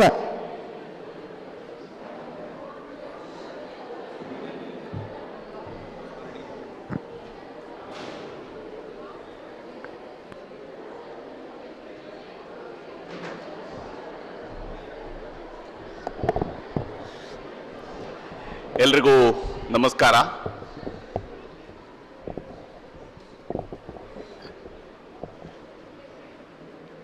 ಸ್ನೇಹಿತರೆ, ವಾಲ್ಟರ್ ಅವರು ನಮಗೆ ಟಿ ವಿ ಚಾನೆಲ್ ಅವ್ರಿಗೆ ಒಂದಷ್ಟು ಬೈದ ಮೇಲೆ ಈಗ ನಾನು ಮಾತಾಡ್ತಾ ಇದ್ದೇನೆ. ಸರಿಯಾದಂಥ ಬೈಗಳನ್ನೇ, ತಪ್ಪೇನಿಲ್ಲದಲ್ಲ. ಯಾಕಂದರೆ ವಾಸ್ತವವನ್ನು ನಾವು ಒಪ್ಕೊಳ್ಬೇಕಾಗತ್ತೆ, ತಪ್ಪುಗಳನ್ನು ನಾವು ಒಪ್ಕೊಳ್ಬೇಕಾಗತ್ತೆ, ಅದರ ಮೂಲಕವಾಗಿ ಮುಂದುವರಿಬೇಕಾಗತ್ತೆ. ಯಾಕಂದರೆ ಟಿ ವಿ ಚಾನೆಲ್ಗಳಿಗೆ ಅದರದೇ ಆದಂತಹ ಲಿಮಿಟ್ಸು ಇರುತ್ತೆ, ಅದರದೇ ಆದಂತಹ ಅರ್ಜೆನ್ಸಿ ಇರುತ್ತೆ, ಅದರದೇ ಆದಂತಹ ತಪ್ಪುಗಳಿರುತ್ತೆ, ಅದರದೇ ಆದಂತಹ ಶಕ್ತಿ ಇರುತ್ತೆ, ಇವೆಲ್ಲವೂ ಕೂಡ ಇರುತ್ತೆ. ವಾಲ್ಟರ್ ಅವರು BCom ಮಾಡಿ ನಂತರ ಜರ್ನಲಿಸ್ಟ್ ಆಗಿ ಕೆಲಸ ಮಾಡ್ತಿದ್ದಾರೆ. ನಾನು BSc ಮಾಡಿ ಬಂದಂಥವನು. ಸುಳ್ಯದಲ್ಲಿ NMCಯ ಸ್ಟೂಡೆಂಟ್ ನಾನು. ಅಲ್ಲಿ ನಾನು BSc ಸೇರಿದಾಗ ನಾನು PUC ಫೇಲ್ ಆಗಿದ್ದೆ. ಅದಾದ ಮೇಲೆ ನನಗೆ ಜರ್ನಲಿಸಮ್ ಬಗ್ಗೆ ಐಡಿಯಾ ಬಂದಿತ್ತು. ಅದು ಯಾಕೆ ಶುರು ಆಯಿತು ಅಂತ ಹೇಳಿದ್ರೆ, ಓದೋದು ಜಾಸ್ತಿ ಆಯ್ತು ಅಷ್ಟೇ. ಯಾವುದೇ ಇದರಲ್ಲಿ ಓದೋದು ಜಾಸ್ತಿ ಆದಾಗ ಅಕ್ಷರ ಲೋಕದ ಒಳಗಡೆ ಒಮ್ಮೆ ಪ್ರವೇಶ ಸಿಕ್ಕಿದ ಮೇಲೆ ನಿಮಗೆ ನಿಮ್ಮ ಯೋಚನೆಗಳು ಬದಲಾಗತ್ತೆ. ನಾನು ಆ್ಯಕ್ಚುಲಿ BSc ಸೇರಿದಾಗ ನಾನು MCA ಮಾಡಬೇಕು ಅಂತಿದ್ದೆ. ಅದಕ್ಕಾಗಿ ಕಂಪ್ಯೂಟರ್ ಸೈನ್ಸನ್ನು ತಗೊಂಡಿದ್ದೆ BSc ಒಂದು ಕಾಂಬಿನೇಷನಲ್ಲಿ, PMCS ಅಂತೇಳಿ. ಆಮೇಲೆ 1 ವರ್ಷ ಫಸ್ಟ್ ಇಯರ್ BSc ಓದ್ತಿರುವಾಗಲೇ ನಾನು ಡಿಸೈಡ್ ಮಾಡಿದ್ದೆ, ನೆಕ್ಸ್ಟ್ ನಾನು ಏನಿದ್ರು ಕೂಡ MCJ ಮಾಡೋದು ಅಂತ, ಮಾಸ್ ಕಮ್ಯುನಿಕೇಷನ್ ಆ್ಯಂಡ್ ಜರ್ನಲಿಸಮ್ ಮಾಡೋದು ಅಂತ. ಯಾಕೆ ಇದನ್ನು ಹೇಳ್ತಾ ಇದ್ದೀನಿ ಅಂದರೆ, ಡಿಗ್ರಿ ತನಕ ನಮಗೆ ಸಾಮಾನ್ಯವಾಗಿ, ವಿಶೇಷವಾಗಿ ನಾವು ಹಳ್ಳಿಯಿಂದ ಬರುವಂಥ ವಿದ್ಯಾರ್ಥಿಗಳಿಗೆ ನಮ್ಮ ಕರಿಯರ್ ಬಗ್ಗೆ ಸ್ಪಷ್ಟತೆ ಇರುವುದಿಲ್ಲ. ನಾವೇನು ಮಾಡ್ತೀವಿ ಅನ್ನೋದ್ರ ಬಗ್ಗೆ ಗೊತ್ತಿರುವುದಿಲ್ಲ. ಆದರೆ ನಾವು ತೆಗೆದುಕೊಳ್ಳುವ ಡಿಗ್ರಿ ನಮ್ಮ ಅನೇಕ ನಿರ್ಧಾರಗಳಲ್ಲಿ ಅತ್ಯಂತ ಮಹತ್ವದ ಪಾತ್ರವನ್ನು ವಹಿಸುತ್ತೆ. ನಾನು ಕಲಿತಿರುವಂತಹ BSc ನನಗೆ ಜರ್ನಲಿಸಮ್ನಲ್ಲಿ ಮುಂದೆ ಕೆಲಸ ಮಾಡ್ತಾ ಹೋಗುವಾಗ, ರಿಪೋರ್ಟಿಂಗ್ ಮಾಡ್ತಾ ಹೋಗುವಾಗ ಬಹಳಷ್ಟು ವಿಚಾರಗಳನ್ನು ಬಹಳ ಸುಲಭವಾಗಿ ಅರ್ಥ ಮಾಡ್ಕೊಳ್ಳೋದಕ್ಕೆ ಸಾಧ್ಯ ಆಗಿಸಿದೆ. ಈಗ ಎಕ್ಸಾಂಪಲ್, ಈಗ ಒಂದು ಉಪಗ್ರಹ ಲಾಂಚ್ ಆದಂತಹ ಸಂದರ್ಭದಲ್ಲಿ ಅದನ್ನು ರಿಪೋರ್ಟಿಂಗ್ ಮಾಡೋಕ್ಕೆ ಹೋದಾಗ ನಮಗೊಂದಿಷ್ಟು ಬೇಸಿಕ್ ವಿಚಾರಗಳು ಗೊತ್ತಿರುತ್ತೆ, ಅವುಗಳನ್ನು ಕೇಳೋದಕ್ಕೆ ಗೊತ್ತಿರುತ್ತೆ. ಹಾಗೆಯೇ ಏನಂದರೆ, ನನಗೆ ಈ BCom ಅಥವಾ ಬಿಸ್ನೆಸ್ ಇರೋ ಬಗ್ಗೆ ಐಡಿಯಾನೇ ಇರಲಿಲ್ಲ. ಆದರೆ ನಾನು ರಿಪೋರ್ಟಿಂಗ್ ಮಾಡ್ತಾ ಇದ್ದಂತಹ ಸಂದರ್ಭದಲ್ಲಿ ರಿಲಯನ್ಸ್ದು IPO ಬಿಡುಗಡೆ ಆದಂತಹ ಸಂದರ್ಭದಲ್ಲಿ ರಿಲಯನ್ಸ್ ಪವರ್ದು ಅದಕ್ಕೆ ಸಂಬಂಧಪಟ್ಟಂಥ ರಿಪೋರ್ಟಿಂಗನ್ನು ಮಾಡುವಾಗ ನನಗೆ ಫಾರ್ ದ ಫಸ್ಟ್ ಟೈಮ್ ಅದನ್ನು ರಿಪೋರ್ಟ್ ಮಾಡೋಕ್ಕೆ ಹೋದಾಗ ಮತ್ತೆ ಅದನ್ನು ಕಲಿಬೇಕು. ಅಂದರೆ ಜರ್ನಲಿಸಮ್ ಅನ್ನೋದು ಪ್ರತಿನಿತ್ಯವೂ ಕೂಡ ಹೊಸ ಕಲಿಕೆ. ಅದು ಅಲ್ಲಿ ನೀವು ಸೈನ್ಸನ್ನು ಕಲಿಬೇಕು, ಅಲ್ಲಿ ನೀವು ಕಾಮರ್ಸ್ ವಿಚಾರಗಳನ್ನು ಕಲಿತುಕೊಳ್ಬೇಕು, ಅಲ್ಲಿ ರಾಜಕೀಯದ ವಿಚಾರಗಳನ್ನು ನಾವು ಕಲಿತುಕೊಳ್ಬೇಕು, ಅಲ್ಲಿ ಸಾಮಾನ್ಯ ಜನರ ವಿಚಾರಗಳನ್ನು ಕೂಡ ತಿಳ್ಕೊಳ್ಬೇಕಾಗತ್ತೆ. ಇಲ್ಲಿ ದೃಶ್ಯ ಮಾಧ್ಯಮದ ಬಗ್ಗೆ ಇವತ್ತು ನಿಮಗೆಲ್ಲರೂ ಕೂಡ ಬಹಳಷ್ಟು ಐಡಿಯಾ ಇರುತ್ತೆ. ಇದೊಂದು ನ್ಯೂಸ್ ಚಾನೆಲ್ಲು, ಇದೊಂದು ನ್ಯೂಸ್ ಚಾನೆಲ್ಲು, ಮತ್ತೊಂದು ನ್ಯೂಸ್ ಚಾನೆಲ್ಲು. ಈ ನ್ಯೂಸ್ ಚಾನೆಲ್ಗಳ ಬಗ್ಗೆ ನೀವು ಹೇಳ್ತೀರಿ. ನಾವು ಕೋರ್ಸ್ ಮಾಡುವಂತಹ ಸಂದರ್ಭ, ನಾನಂದ್ರೆ ಜರ್ನಲಿಸಮ್ ಮಾಡಬೇಕು ಅಂತ ಡಿಸೈಡ್ ಮಾಡಿದಾಗ ನಾನು ಪತ್ರಿಕೆಯಲ್ಲಿ ಕೆಲಸ ಮಾಡಬೇಕು ಅನ್ನುವಂತಹ ಉದ್ದೇಶದೊಂದಿಗೆ ಕಲ್ತಂಥವ್ರು. ಪತ್ರಿಕೆಗಳಲ್ಲಿ ಆಮೇಲೆ ಕೆಲಸ ಸಿಗಲಿಲ್ಲ, ಚಾನೆಲಲ್ಲಿ ಕೆಲಸ ಸಿಕ್ತು, ರಿಪೋರ್ಟರ್ ಆದ ನಂತರ ಆಂಕರ್ ಆದ, ಇವೆಲ್ಲವೂ ಕೂಡ ಮುಂದಿನ ಜರ್ನಿಯ ಭಾಗ ಆಯಿತು. ಆದರೆ ದೃಶ್ಯ ಮಾಧ್ಯಮ ಇವತ್ತು ನಿಮಗೊಂದು ಐಡಿಯಾವನ್ನು ಕೊಟ್ಟಿದೆ. ಹಿಂಗಿದೆ, ಈ ಚಾನೆಲ್ ಇದೆ, ಈ ಚಾನೆಲಲ್ಲಿ ಹಿಂಗೆ ಆಂಕರ್ ಅಂದರೆ ಹಿಂಗೆ ಮಾಡ್ತಾ ಇರ್ತಾರೆ, ಅಥವಾ ಒಬ್ಬ ರಿಪೋರ್ಟರ್ ಅಂದರೆ ಹಿಂಗೆ ರಿಪೋರ್ಟಿಂಗ್ ಮಾಡ್ತಾ ಇರ್ತಾರೆ, ಲೈವ್ ಕವರೇಜನ್ನು ನೀವು ನೋಡ್ತಾ ಇರ್ತೀರಿ. ಈ ಯಾವುದೂ ಐಡಿಯಾ ಇಲ್ದಿರುವಂತಹ ಸಂದರ್ಭದಲ್ಲಿ ನಾವು ಶುರು ಮಾಡಿದಂಥವ್ರು. ಸೊ ಒಂದು ಫಸ್ಟ್ ಜನರೇಷನ್ ಆಫ್ ನ್ಯೂಸ್ ಚಾನೆಲ್ನ, ಕಂಪ್ಲೀಟ್ ನ್ಯೂಸ್ ಚಾನೆಲ್ನ, ಅದಕ್ಕೆ ಮುಂಚೆ ನ್ಯೂಸ್ಗಳಿದ್ವು, ಟಿ ವಿಗಳಲ್ಲಿ ನ್ಯೂಸ್ ಬರ್ತಾ ಇತ್ತು. ಆದರೆ ಒಂದು ಕಂಪ್ಲೀಟ್ ನ್ಯೂಸ್ ಚಾನೆಲ್ನ ಫಸ್ಟ್ ಜನರೇಷನಲ್ಲಿ ನಾವು ನ್ಯೂಸನ್ನು ಶುರು ಮಾಡಿದಂಥವ್ರು. ದೃಶ್ಯ ಮಾಧ್ಯಮ one of the most powerful media. ಯಾಕೆ ಇದನ್ನು ಹೇಳ್ತೀನಿ ಅಂದರೆ, ಹೌದು ಅಲ್ಲಿ ಬಹಳಷ್ಟು ತಪ್ಪುಗಳಾಗ್ತವೆ, ಬಹಳಷ್ಟು ಸಂದರ್ಭಗಳಲ್ಲಿ ತಪ್ಪುಗಳನ್ನು ನಾವು ಮಾಡ್ತೇವೆ, ಇಲ್ಲ ಅಂತ ನಾನು ಹೇಳೋದಿಲ್ಲ. ಆದರೆ ಇಲ್ಲಿ ಬಹಳ ಮುಖ್ಯವಾಗಿ ನಾವು ದೃಶ್ಯದ ಮೂಲಕವಾಗಿ ಅನೇಕ ಸಮಸ್ಯೆಗಳ ಬಗ್ಗೆ ಬೆಳಕು ಚೆಲ್ಲೋದಕ್ಕೆ ಸಾಧ್ಯ ಆಗತ್ತೆ, ಅನೇಕ ವಿಷಯಗಳನ್ನು ಜನರಿಗೆ ಮನದಟ್ಟು ಮಾಡ್ಕೊಳ್ಳೋದಕ್ಕೆ ಸಾಧ್ಯ ಆಗತ್ತೆ. ಇತ್ತೀಚೆಗೆ ನಾವು ನಮ್ಮ ನ್ಯೂಸ್ 18 ಕನ್ನಡದಲ್ಲಿನೇ ನಮ್ಮೂರಲ್ಲಿ ನ್ಯೂಸ್ 18 ಅನ್ನುವಂಥ ಒಂದು ಕಾರ್ಯಕ್ರಮವನ್ನು ಶುರು ಮಾಡಿದ್ವಿ. ಅದೇನೆಂದರೆ, ಯಾವುದೋ ಹಳ್ಳಿಗಳಲ್ಲಿ, ಯಾವುದೋ ಊರುಗಳಲ್ಲಿ, ಕರ್ನಾಟಕದ ಉದ್ದಗಲಕ್ಕೂ ಕೂಡ, ರಾಜ್ಯದ ಎಲ್ಲ ಜಿಲ್ಲೆಗಳನ್ನು ಕೂಡ ಆ ಜಿಲ್ಲೆಯ, ಆ ತಾಲೂಕುಗಳ, ಆ ಹಳ್ಳಿಗಳಿಗೆ ತಲುಪಿ ಅಲ್ಲಿಯ ಸಮಸ್ಯೆಗಳನ್ನು ರಿಪೋರ್ಟ್ ಮಾಡ್ತಾ ಬಂದ್ವಿ. ಕಳೆದ 9-10 ತಿಂಗಳಿಂದ ನಾವು ಈ ಕೆಲಸವನ್ನು ಶುರು ಮಾಡೋದ್ರ ಹಿಂದೆ ಆರಂಭಿಸೋದಕ್ಕಿಂತ ಮುಂಚಿತವಾಗಿ ನಮ್ಮ ಚಾನೆಲ್ ಕೂಡ ನಂಬರ್ 5 ಪೊಸಿಷನಲ್ಲಿತ್ತು. ಈಗ ನಾವು ನಂಬರ್ 2 ಪೊಸಿಷನಲ್ಲಿದ್ದೀವಿ. ಆ್ಯಂಡ್ ರೂರಲಲ್ಲಿ ನಂಬರ್ 1 ಪೊಸಿಷನಲ್ಲಿದ್ದೀವಿ. ಯಾಕೆ ರೂರಲಲ್ಲಿ ನಂಬರ್ 1 ಆಗಿದ್ದೀವಿ ಅಂತ ಹೇಳಿದ್ರೆ, ನಾವು ಆ ಹಳ್ಳಿಯ ಜನರ ಸಮಸ್ಯೆಗಳನ್ನು ಚಾನೆಲಲ್ಲಿ ತೋರಿಸ್ತಾ ಇದ್ವಿ. ಕರ್ನಾಟಕದ ಹಳ್ಳಿಗಳ ಸಮಸ್ಯೆಗಳನ್ನು ಚಾನೆಲಲ್ಲಿ ತೋರಿಸ್ತಾ ಇದ್ವಿ. ಸೊ ಜನ ಅವರ ವಿಚಾರಗಳನ್ನ ಚಾನೆಲಲ್ಲಿ ತಿಳ್ಕೊಳ್ಳೋದಕ್ಕೂ ಬಯಸ್ತಾರೆ. ಹಾಗೇನೆ ಚಾನೆಲಲ್ಲಿ ಅದು ಬಂದಾಗ ಅವರ ಕೆಲಸವೂ ಅಲ್ಲಿ ಆಗ್ತಾ ಇರುತ್ತೆ. ಹಲವಾರು ಸ್ಟೋರಿಗಳು ಇಂಪ್ಯಾಕ್ಟ್ ಆಗ್ತಾ ಬರ್ತವೆ. ನಿಮಗೆ ಬಹಳ ಚಿಕ್ಕೋಡಿಯಲ್ಲಿ ಒಂದು ಹೆರಿಗೆ ಆಸ್ಪತ್ರೆನ ಕನ್ಸ್ಟ್ರಕ್ಟ್ ಮಾಡಿ ಸುಮಾರು 2 ವರ್ಷಗಳಿಂದ ಹಂಗೆ ಇಟ್ಟಿದ್ದಾರೆ. ಬ್ಯೂಟಿಫುಲ್ ಬಿಲ್ಡಿಂಗ್ ಇದೆ, ಎಲ್ಲ ರೀತಿಯ ಫೆಸಿಲಿಟಿ ಇದೆ. ಹಳೆಯ ಬಿಲ್ಡಿಂಗ್ನಲ್ಲಿ ಯಥಾ ಪ್ರಕಾರವಾಗಿ ಅದು ರನ್ ಆಗ್ತಾ ಇದೆ. ಹೊಸ ಆಸ್ಪತ್ರೆಗೆ ಅದು ಶಿಫ್ಟ್ ಆಗ್ತಾ ಇಲ್ಲ. ಯಾಕೆ ಶಿಫ್ಟ್ ಆಗಲ್ಲ? ಉದ್ಘಾಟನೆ ಮಾಡೋದು ಯಾರು ಅನ್ನೋಂಥ ಸಮಸ್ಯೆ. ಹಾಲಿ ಶಾಸಕರು, ಮಾಜಿ ಶಾಸಕರು, ಈ ರೀತಿಯಾದಂತಹ ಸಮಸ್ಯೆಗಳು ಇದು. ಈ ಸಮಸ್ಯೆಗಳಿಂದಾಗಿ ಅದು ಉದ್ಘಾಟನೆ ಆಗದೆ ನಿಂತ್ಕೊಳ್ತಿರುತ್ತೆ. ಯಾವಾಗ ಅಂತ ಸುದ್ದಿಯನ್ನು ನಾವು ಮಾಡಿದಾಗ ಇಮಿಡಿಯೇಟ್ ಆಗಿ 4-5 ಗಂಟೆಗಳ ಅಂತರದಲ್ಲಿ ಅದರ ಉದ್ಘಾಟನೆ ಆಗುತ್ತೆ. ನೆಕ್ಸ್ಟ್ ಒಂದು ವಾರದಲ್ಲಿ ಅಲ್ಲಿ ಆಸ್ಪತ್ರೆ ಕಾರ್ಯನಿರ್ವಹಣೆಗೆ ಶುರು ಮಾಡುತ್ತೆ. ಯಾಕೆ ಇದನ್ನು ಹೇಳ್ತೀನಿ ಅಂತ ಹೇಳಿದ್ರೆ, ನಾವು ಜನರ ಸಮಸ್ಯೆಗಳನ್ನ ರಿಪೋರ್ಟ್ ಮಾಡ್ತಾ ಹೋಗೋದಿಕ್ಕಿರುವಂತ ಒಂದು ಅದ್ಭುತ ಅವಕಾಶ. ಪತ್ರಕರ್ತ ಆಗಲೇ ವಾಲ್ಟರ್ ಅವರು ಬಹಳ ಒಂದು ವಿಚಾರವನ್ನ ಹೇಳಿದ್ರು. ಭಾಷಣದಲ್ಲಿ ಅವ್ರು ತಿಳ್ಕೊಂಡಿರುವಂತಹ ವಿಷಯವನ್ನು ಅವರು ಪ್ರಸ್ತುತಪಡಿಸ್ತಾ ಹೇಳಿದ್ರು. ಪವರ್ಫುಲ್ ಆಗಿರ್ಬೇಕು ಅಂದ್ರೆ ಏನಾಗಬೇಕು ಅನ್ನೋಂತಹ ವಿಚಾರಗಳಿಗೆ ಬಂದಾಗ ಅದರಲ್ಲಿ ಮಾಧ್ಯಮವು ಒಂದು ಅಂತೇಳಿ. ನಾನು ಕೂಡ ಈ ಜರ್ನಲಿಸಮ್ ಅನ್ನು ಆಯ್ಕೆ ಮಾಡ್ಕೊಳ್ಳೋಕ್ಕೆ ಮುಖ್ಯ ಕಾರಣನೇ ಪವರ್ಫುಲ್ ಆಗಿರಬೇಕು ಅನ್ನುವಂಥ ಒಂದು ಉದ್ದೇಶ. ಯಾಕಂದ್ರೆ ನಮ್ಮದೇ ಆದಂತಹ ಪರಿಸರದಲ್ಲಿ ನಾವು ಬೆಳೀತಾ ಇರುವಂತಹ ಸಂದರ್ಭದಲ್ಲಿ ಎದುರಾಗುವಂತಹ ಒತ್ತಡ, ಅದರಿಂದ ಹೊರಗಡೆ ಬರೋದಕ್ಕೆ ನಾವು ಪವರ್ಫುಲ್ ಆಗಬೇಕು.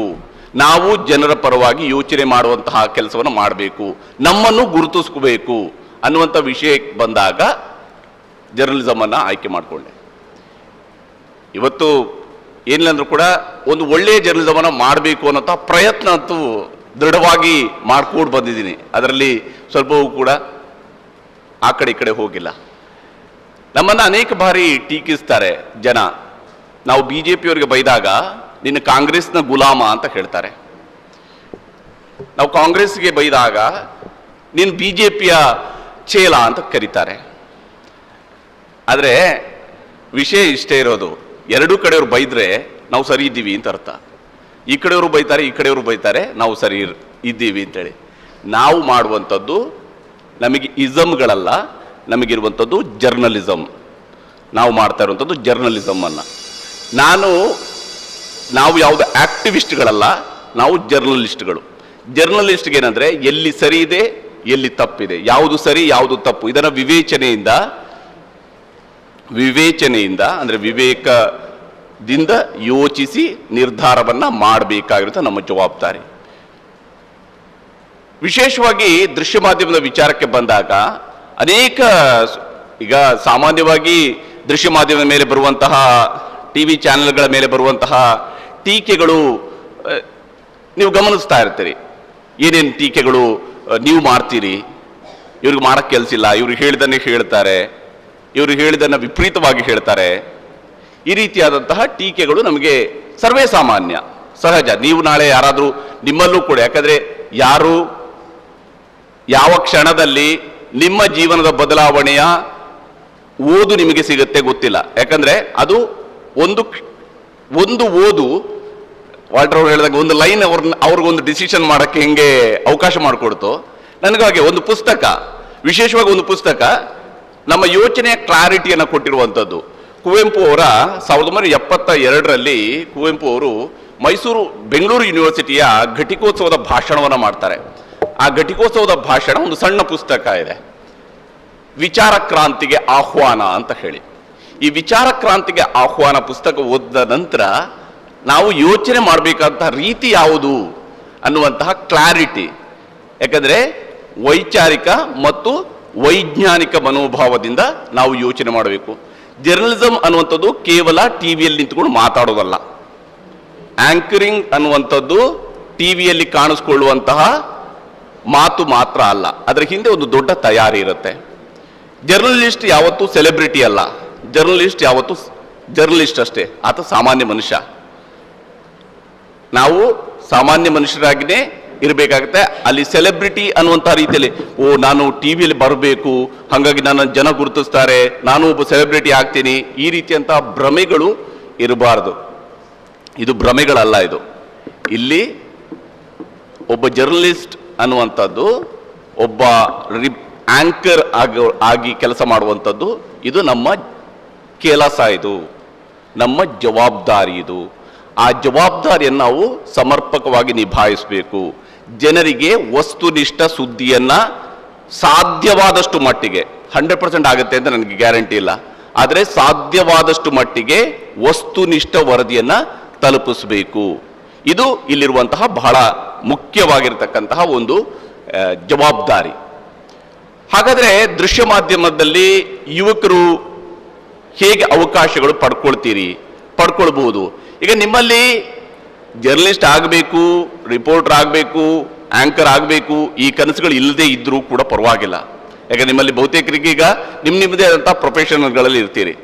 ಆದರೆ ನೀವು ಒಂದು ನ್ಯೂಸ್ ಚಾನೆಲ್ ಅನ್ನ ಅಥವಾ ನೀವು ಒಂದು ಸುದ್ದಿಯನ್ನು ಓದುವ ಸಂದರ್ಭಗಳಲ್ಲಿ ನಿಮ್ಮ ಆಯ್ಕೆಗಳು ಸರಿಯಾಗಿರಬೇಕು. ಅದು ಬಹಳ ಮುಖ್ಯ. ಹಾಗಿದ್ದಾಗ ನಿಮ್ಮ ಬದುಕಿಗೆ ಆ ಮಾಧ್ಯಮದ ಪ್ರಭಾವ ಇದ್ದೇ ಇರುತ್ತೆ. ಮಾಧ್ಯಮ ಹೊಸತನಗಳನ್ನು ನಿಮಗೆ ಹೇಳಿಕೊಡ್ತಾ ಇರುತ್ತೆ. ಎಲ್ಲರ ಕೈಯಲ್ಲೂ ಕೂಡ ಸ್ಮಾರ್ಟ್ ಫೋನ್ಗಳಿದ್ದಾವೆ, ಆದರೆ ಸ್ಮಾರ್ಟ್ ಫೋನ್ಗಳು ಸ್ಕ್ರೋಲ್ಗಳಿಗೆ ಮಾತ್ರನೇ ಬಳಕೆ ಆಗುತ್ತೆ. ಕೇವಲ ನಾವು ಯಾವುದನ್ನ ಬಳಕೆ ಮಾಡೋದಕ್ಕೆ ಬೇಕಾಗಿ ಹೆಚ್ಚು ಮೊಬೈಲ್ ಅನ್ನು ಯೂಸ್ ಮಾಡ್ತಾ ಇದ್ವಿ, ರೀಲ್ಸ್ ಅನ್ನ ನೋಡೋದಕ್ಕೆ. ಆ ರೀಲ್ಸ್ ನೋಡ್ತಾ ಹೋಗ್ತಾ ಇರುವಾಗ ನಮಗೆ ಒಳ್ಳೆಯ ರೀಲ್ಸು ಸಿಗುತ್ತೆ, ಕೆಟ್ಟ ಕಂಟೆಂಟ್ ಇರುವಂತಹ ರೀಲ್ಸು ಸಿಗುತ್ತೆ. ನೀವು ಇವತ್ತು ಯಾವುದೊಂದು ಸಬ್ಜೆಕ್ಟ್ ಬಗ್ಗೆ ನಿಮ್ಮ ಸ್ಮಾರ್ಟ್ ಫೋನು ನಿಮ್ಮ ಮಾತುಗಳನ್ನ ಕೇಳ್ತಾ ಇರುತ್ತೆ. ಅದು ನಿಮ್ಮ ಸ್ಮಾರ್ಟ್ ಫೋನು ನಿಮ್ಮ ಮಾತುಗಳನ್ನ ಕೇಳ್ತಾ ಇರುತ್ತೆ. ಅದನ್ನು ನೀವು ಯಾವುದೋ ಒಂದು ವಿಚಾರವನ್ನ ಮಾತನಾಡ್ತಾ ಇದ್ದಾಗ, ಬಹಳ ಸೀರಿಯಸ್ ಆಗಿ ಮಾತಾಡ್ತಾ ಇದ್ದಾಗ ನೀವು ಗಮನಿಸಿ, ನಿಮ್ಮ ಸ್ಮಾರ್ಟ್ ಫೋನ್ನಲ್ಲಿ ಆ ಸಬ್ಜೆಕ್ಟ್ನ ರಿಲೇಟೆಡ್ ಆಗಿರತಕ್ಕಂಥ ಕಂಟೆಂಟ್ ಪಾಪಪ್ ಆಗುತ್ತೆ. ನೀವು ಸೋಷಿಯಲ್ ಮೀಡಿಯಾದಲ್ಲಿ ನೋಡ್ತಾ ಇರುವಾಗ ಅದು ಪಾಪಪ್ ಆಗುತ್ತೆ. ಯಾಕೆಂದ್ರೆ ಅಲ್ಲಿ ನೀವು ಮೈಕ್ರೋಫೋನ್ಗೆ ಆಲೋ ಕೊಟ್ಟಿರ್ತೀರಿ ನಿಮ್ಮ ಫೋನಲ್ಲಿ ಅಲ್ವಾ. ಆ ಫೋನಲ್ಲಿ ನೀವೇನು ಆನ್ ಕೊಟ್ಟಿರ್ತೀರಿ, ಇದು ನಿಮ್ಮ ಮಾತುಗಳನ್ನು ಆಲಿಸುತ್ತೆ. ಹಾಗೇನೆ ನೀವು ಯಾವ ಕಂಟೆಂಟ್ ಅನ್ನು ಸರ್ಚ್ ಮಾಡಿ ಹುಡುಕ್ತಿರಲ್ಲ, ಅವಾಗ ನಿಮಗೆ ಆ ರೀತಿಯಾದಂತಹ ಕಂಟೆಂಟ್ ಮಾತ್ರ ಸಿಗ್ತಾ ಇರುತ್ತೆ. ನಿಮಗೆ ಚಾಯ್ಸ್ ನಿಮ್ದಾಗಿರುತ್ತೆ. ಜಗತ್ತಿನ ವಿಂಡೋ ನಿಮ್ಮ ಕೈಯಲ್ಲಿದೆ. ಆ ಕಿಟಕಿಯಲ್ಲಿ ನೀವು ಎಷ್ಟು ನೋಡ್ತೀರಿ, ಎಷ್ಟು ಜಗತ್ತನ್ನು ನೋಡ್ತೀರಿ, ಅದು ಬಹಳ ಮುಖ್ಯ. ಈಗ ನಮ್ಮಲ್ಲಿ ಕಂಟೆಂಟ್ ಕ್ರಿಯೇಟರ್ಸ್ ತುಂಬ ಜನ ಸಿಗ್ತಾರೆ. ನ್ಯೂಸ್ ಚಾನೆಲ್ಗಳು ಕೂಡ ಇವತ್ತು ಡಿಜಿಟಲ್ ಮಾಧ್ಯಮದಲ್ಲಿ ಬಹಳ ಪ್ರಭಾವಿಯಾಗಿ ತಮ್ಮನ್ನು ಉಳಿಸ್ಕೊಳ್ಳೇಬೇಕಂತ ಅನಿವಾರ್ಯತೆ ಇದೆ. ನ್ಯೂಸ್ ಚಾನೆಲ್ಗಳಿಗೂ ಕೂಡ ನ್ಯೂಸ್ ಚಾನೆಲ್ಗಳ ನ್ಯೂಸು ನಿಮಗೆ ಡಿಜಿಟಲ್ ಅಲ್ಲಿ ಸಿಗ್ತಾ ಇರುತ್ತೆ, ಅಥವಾ ಡಿಜಿಟಲ್ ಮೀಡಿಯಾದವರು ಮಾಡುವಂತಹ ಸುದ್ದಿಯೂ ಕೂಡ ನಿಮಗೆ ಅಲ್ಲಿ ಡಿಜಿಟಲ್ ಪ್ಲಾಟ್ಫಾರ್ಮ್ ಅಲ್ಲಿ ಸಿಗ್ತಾ ಇರುತ್ತೆ. ಬಟ್ ನಿಮ್ಮ ಆಯ್ಕೆ ಯಾವುದು, ನೀವು ಯಾವುದನ್ನು ನೋಡ್ತಾ ಇರ್ತೀರಿ ಅದರ ಆಧಾರದ ಮೇಲೆ ಸಿಗುತ್ತೆ. ನೀವು ಕೇವಲ ಕನ್ನಡದಲ್ಲಿ ಹೆಚ್ಚು ಸೆಲ್ ಆಗುವಂಥದ್ದು ಕಾಮಿಡಿ ರಿಲೇಟೆಡ್ ಆಗಿರ್ತಕ್ಕಂತಹ ಕಂಟೆಂಟ್ ಅಂತೇಳಿ ನನಗೆ ಅನ್ಸುತ್ತೆ. ಯಾಕಂದ್ರೆ ಕಾಮಿಡಿ ರಿಲೇಟೆಡ್ ಆಗಿರ್ತಕ್ಕಂಥ ಕಂಟೆಂಟ್ ಹೈಯೆಸ್ಟ್ ವ್ಯೂಸ್ ಅನ್ನು ಪಡ್ಕೊಳ್ತಿರುತ್ತೆ. ಆದರೆ ಕಾಮಿಡಿ ರಿಲೇಟೆಡ್ ಆಗಿರ್ತಕ್ಕಂಥ ಕಂಟೆಂಟ್ ಅನ್ನು ನೋಡುವಾಗ ಅದರಲ್ಲಿ ಕಾಮಿಡಿ ಸಟೈರ್ ಅನ್ನ ಹೇಳುವಂತ, ಕಾಮಿಡಿ ರೀತಿಯಲ್ಲಿ ಹೇಳ್ತಾನೆ ಅಲ್ಲೊಂದು ನಮ್ಮಲ್ಲಿ ಯೋಚನೆಯನ್ನು ಹುಟ್ಟಿಸ್ತಕ್ಕಂತಹ ಕಂಟೆಂಟ್ ಅನ್ನು ಕೊಡುವವರು ಇರ್ತಾರೆ. ವಾಲ್ಟರ್ ಅವರ ಡಿಜಿಟಲ್ ಮೀಡಿಯಾ ಅದನ್ನ ಬಹಳ ಯಶಸ್ವಿಯಾಗಿ ಮಾಡ್ತಿರೋದು. ಅವರು ತುಂಬ ಕಾಮಿಡಿ ಕಂಟೆಂಟ್ ಅನ್ನು ಕೊಡ್ತಾರೆ. ಇಟ್ಸ್ ನಾಟ್ ಕಾಮಿಡಿ, ಅದರಲ್ಲಿ ಎಂಡ್ ಅಲ್ಲಿ ಒಂದು ಮೆಸೇಜ್ ಇರುತ್ತೆ. ಆದರೆ ಅದರ ಹೊರತಾಗಿ ತೀರ ಕೆಟ್ಟ ಭಾಷೆಯಲ್ಲಿ ಕಾಮಿಡಿ ಮಾಡ್ತಾ ಕೂತ್ಕೊಂಡಿರುವಂಥದ್ದನ್ನ ಕೊಡುವವರು ಇರ್ತಾರೆ. ನಿಮ್ಮ ಆಯ್ಕೆ ಯಾವುದು ಅಂತ ಹೇಳಿ. ಆ ತೀರ ಕೆಟ್ಟ ಭಾಷೆಯ ಕಾಮಿಡಿಯನ್ನ ನೋಡ್ತಾ ಕೂತ್ಕೊಂಡಿದ್ದಾಗ ನಿಮ್ಮಲ್ಲಿ ಹೊಸದಾದಂಥ ಯೋಚನೆಗಳನ್ನು ಹುಟ್ಟೋದಕ್ಕೆ ಸಾಧ್ಯನಾ? ನಮಗೆ ಆ ಕ್ಷಣದ ನಗು ನಮ್ಮಲ್ಲೊಂದು ಯೋಚನೆಯನ್ನು ಮೂಡಿಸಬೇಕು. ಆ ಯೋಚನೆ ಮೂಡಿದ್ರೆ ಮಾತ್ರ ನಮ್ಮ ಬದುಕಿಗೆ ಒಂದು ಯೋಜನೆ ರೂಪುಗೊಳ್ಳುತ್ತೆ. ನಮ್ಮ ಬದುಕಿನ ಶಿಲ್ಪಿಗಳು ನಾವುಗಳೇ ಆಗಿರ್ತೀವಿ. ನಿಮ್ಮ ಬದುಕಿನ ಶಿಲ್ಪಿ ನೀವೇ, ಬೇರೆ ಯಾರು ಅಲ್ಲ. ಅಪ್ಪ ಅಮ್ಮ ಹೇಳಿದಕ್ಕೆ ನಾವು ಡಿಗ್ರಿ ಮಾಡಿರ್ತೇವೆ, ಇಲ್ಲ ಅಂತ ಹೇಳೋದಿಲ್ಲ. 10th ಪಾಸ್ ಆದ ತಕ್ಷಣ 400 ಮಾರ್ಕ್ ದಾಟಿತು ಅಂದರೆ ಸೈನ್ಸು, ಇಲ್ಲ ಅಂದರೆ ಕಾಮರ್ಸು, ಏನು ಇಲ್ಲ ಅಂದ್ರೆ ಆರ್ಟ್ಸು ಅನ್ನುವಂಥ ರೀತಿಯಲ್ಲಿ ಆಯ್ಕೆಗಳನ್ನು ಕೊಟ್ಟಿರ್ತಾರೆ. ಇದು ಸಾಮಾನ್ಯವಾಗಿ ನಡೆಯುವಂಥದ್ದು. ಆದರೆ ನಿಮ್ಮ ಆಯ್ಕೆ ಯಾವುದು? ನೀವು ಯಾವುದನ್ನು ಆಯ್ಕೆ ಮಾಡ್ಕೊಂಡಿದ್ದೀರಿ? ನಿಮ್ಮ ಕೋರ್ಸ್ ಯಾವುದು? ಅದರಲ್ಲಿ ನೀವೇನು ಸಾಧಿಸೋದಕ್ಕೆ ಹೊರಟಿದ್ದೀರಿ? ಇದು ಬಹಳ ಮುಖ್ಯ. ಯಾಕಂದರೆ ಜೀವನದ ಪಾಠ ನಾವು ನಮ್ಮ ಬದುಕಿನಲ್ಲಿ ಯಾವುದೋ ಒಂದು ಕ್ಷಣದಲ್ಲಿ ನಿರ್ಧಾರವನ್ನು ಕೈಗೊಳ್ಳುತ್ತೇವೆ. ಜರ್ನಲಿಸಮ್ ಓದಿರುವಂಥ ಎಲ್ಲ ವಿದ್ಯಾರ್ಥಿಗಳು ಕೂಡ ಜರ್ನಲಿಸ್ಟ್ಗಳು ಆಗೋದಿಲ್ಲ. ನಾವು ಈಗ ಜರ್ನಲಿಸಮ್ ಓದಿದಂಥ ಸ್ಟೂಡೆಂಟ್ಸು, ಜರ್ನಲಿಸಮ್ ಓದವರೆಲ್ಲರೂ ಕೂಡ ಜರ್ನಲಿಸ್ಟ್ಗಳಾಗೋದಿಲ್ಲ. ಅವರು ಕೂಡ ಬೇರೆ ಬೇರೆ ಫೀಲ್ಡ್ಗೆ ಹೋಗಿರ್ತಾರೆ, ಬೇರೆ ಬೇರೆ ಫೀಲ್ಡಲ್ಲಿ ಕೆಲಸ ಮಾಡ್ತಾ ಇರ್ತಾರೆ. ಹಾಗೆಯೇ ನೀವು ನಿಮ್ಮದೇ ಆದಂತಹ ಆಯ್ಕೆಗಳನ್ನು ಮಾಡ್ಕೊಳ್ತೀರಿ. ಇಲ್ಲಿ ದೃಶ್ಯ ಮಾಧ್ಯಮದ ವಿಚಾರಕ್ಕೆ ಬಂದಾಗ ಬಹಳ ಮುಖ್ಯವಾಗಿ ದೃಶ್ಯ ಮಾಧ್ಯಮದ ಕೆಲಸ, ನಾವು ಸುದ್ದಿಯನ್ನು ತಲುಪಿಸ್ತಾ ಇರ್ತೀವಿ. ಸುದ್ದಿಯನ್ನು ತಲುಪಿಸುವಾಗ ವಸ್ತುನಿಷ್ಠವಾದಂತಹ ಸುದ್ದಿಯನ್ನು ತಲುಪಿಸ್ತೀವಿ. ಅದರಲ್ಲಿ ಸಾಮಾನ್ಯವಾಗಿ ನಾವು ಹೇಳ್ತೀವಿ ಕಮ್ಯುನಿಕೇಶನ್ ಪ್ರಾಪರ್ ಆಗಿರಬೇಕು. ಆ ಪ್ರಾಪರ್ ಕಮ್ಯುನಿಕೇಶನ್ ಇದ್ದಾಗ ಮಾತ್ರನೇ ಸುದ್ದಿ ಸಮರ್ಪಕವಾಗಿ ತಲುಪುತ್ತೆ. ಎರಡನೇದು, ಒಬ್ಬ ಜರ್ನಲಿಸ್ಟ್ ಆದವನು ಯಾವತ್ತೂ ಕೂಡ ಕಮ್ಯೂನಲ್ ಆಗಿ ಇರಬಾರದು. ಆತ ಕಮ್ಯೂನಲ್ ಆಗಿ ಅಂದ್ರೆ ಒಂದು ಧರ್ಮದ ಪರವಾಗಿ ಯೋಚನೆ ಮಾಡಬಾರದು. ಆತ ಮನುಷ್ಯನ ಪರವಾಗಿ ಯೋಚನೆ ಮಾಡಬೇಕು. ಜೀವ ಪರವಾಗಿ, ಕೇವಲ ಮನುಷ್ಯನ ಪರವಾಗಿ ಅಲ್ಲ, ಜೀವ ಪರವಾಗಿ ಯೋಚನೆ ಮಾಡಬೇಕು.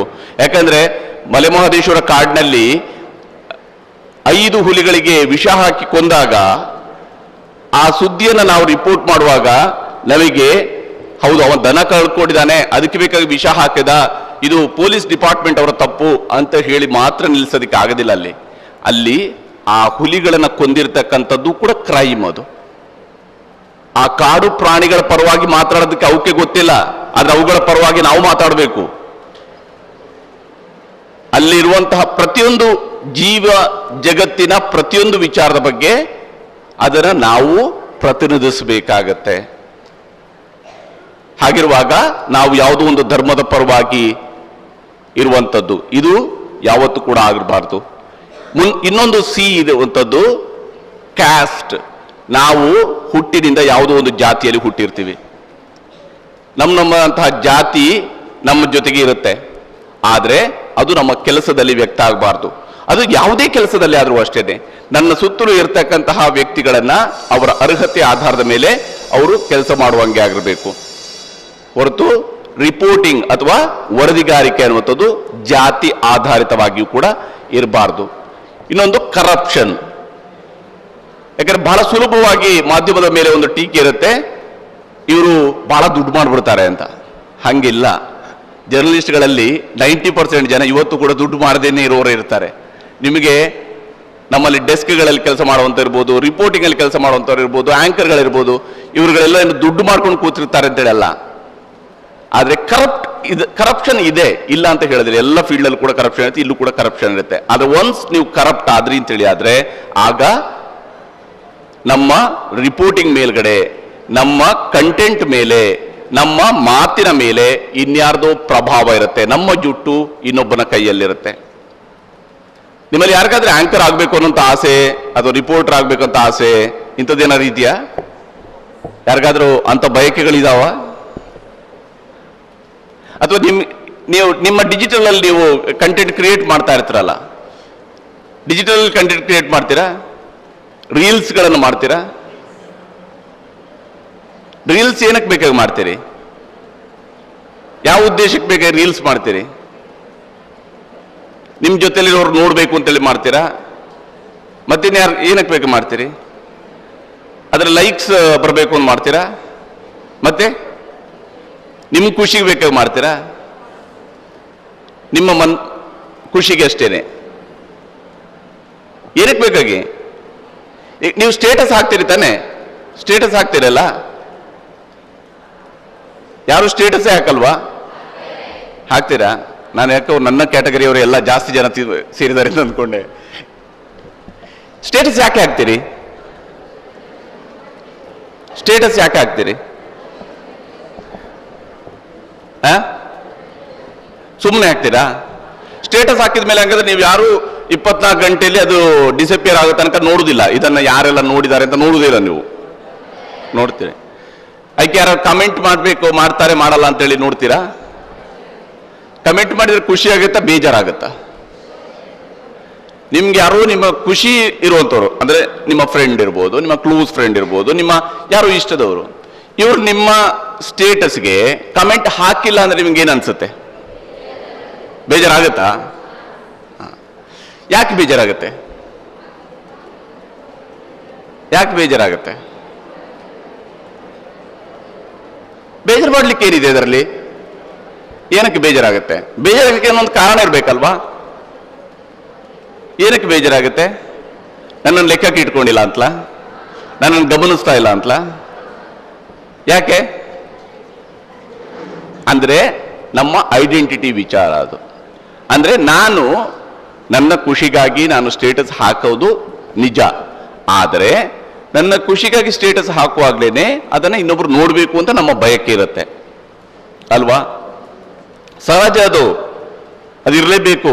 ಈಗ ನಾವೇ ಯಾವುದೋ ಒಂದು ಪೋಸ್ಟ್ ಅನ್ನು ಬರೆದಿವಿ ಅಂತ ಹೇಳಿದ್ರೆ, ಸೋಷಿಯಲ್ ಮೀಡಿಯಾ ಬರ್ದಿವಿ ಅಂದ್ರೆ ನಾವೇ ನೋಡ್ತಾ ಇರ್ತೀವಿ ಏನ್ ಕಾಮೆಂಟ್ ಮಾಡಿದಾರ, ಎಷ್ಟು ಜನ ಲೈಕ್ ಮಾಡಿದ್ದಾರೆ, ಲೈಕ್ ಮಾಡಿಲ್ವಾ, ಸಹಜ ಇದು.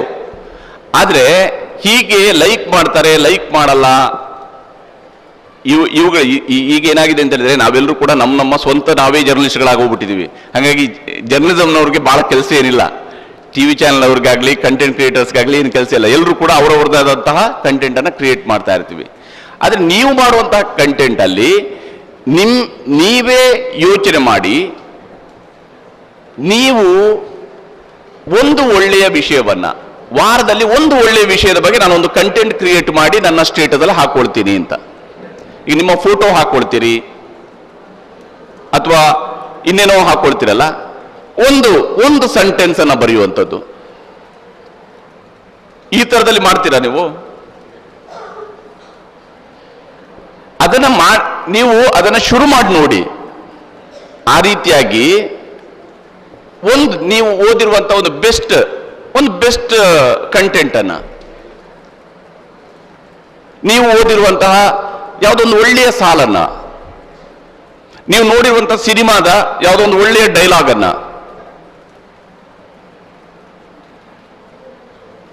ಅದನ್ನ ಬರಿತೀರಾ?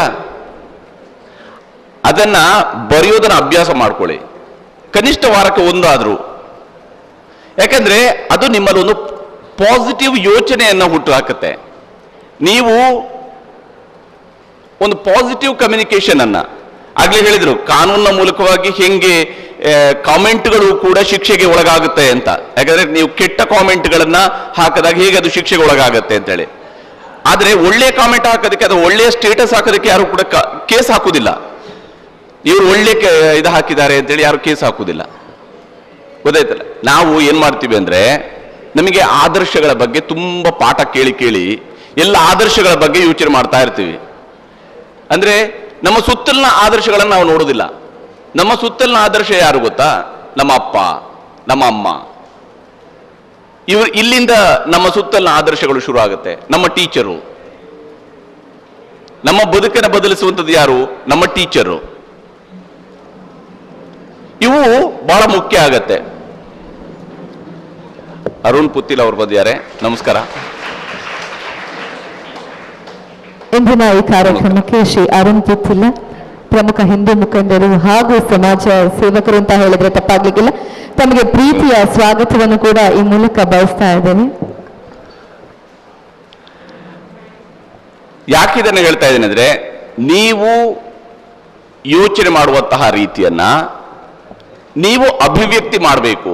ಅದು ಕೇವಲ ನಿಮ್ಮ ಫೋಟೋದಲ್ಲಿ ಫೋಟೋ ಹಾಕಿ ಅಥವಾ ಯಾವುದೋ ಒಂದು ರೀಲ್ಸ್ ಮಾಡಿ ಅಥವಾ ಒಬ್ಬ ನಿಮ್ಮ ಫ್ರೆಂಡ್ಸ್ ಜೊತೆಗೆ ಒಬ್ರ ಜೊತೆಗೆ ನೀವು ಇಲ್ಲಿ ಕ್ಯಾಮ್ರಾ ಹಿಡ್ಕೊಂಡು ನಾನು ಇಲ್ಲಿ ಒಂದು ಸುತ್ತೀನಿ ಅಂತ ಹೇಳಿ ಅದಕ್ಕೆ ಒಂದು ನೀವು ಯಾವುದೋ ಒಂದು ಸಾಂಗ್ ಅನ್ನ ಎಡಿಟ್ ಮಾಡಿ ಅದು ರೀಲ್ಸ್ ಮಾಡೋದಕ್ಕೆ ನೀವೇ ಆಗಬೇಕಾ? ನೀವು ಡಿಗ್ರಿ ಎಲ್ಲ ಓದ್ಬೇಕಾ? ಡಿಗ್ರಿ ಎಲ್ಲ ಓದಿದ ಮೇಲೆ ಅದನ್ನ ಮಾಡ್ಕೊಂಡು ಕೂತ್ಕೊಂಡ್ರೆ, ಈಗ ಡಿಗ್ರಿ ಓದಿರ್ತೀರಿ, ಡಿಗ್ರಿ ಓದ್ತಾ ಇರ್ತೀರಿ ಅಲ್ವಾ?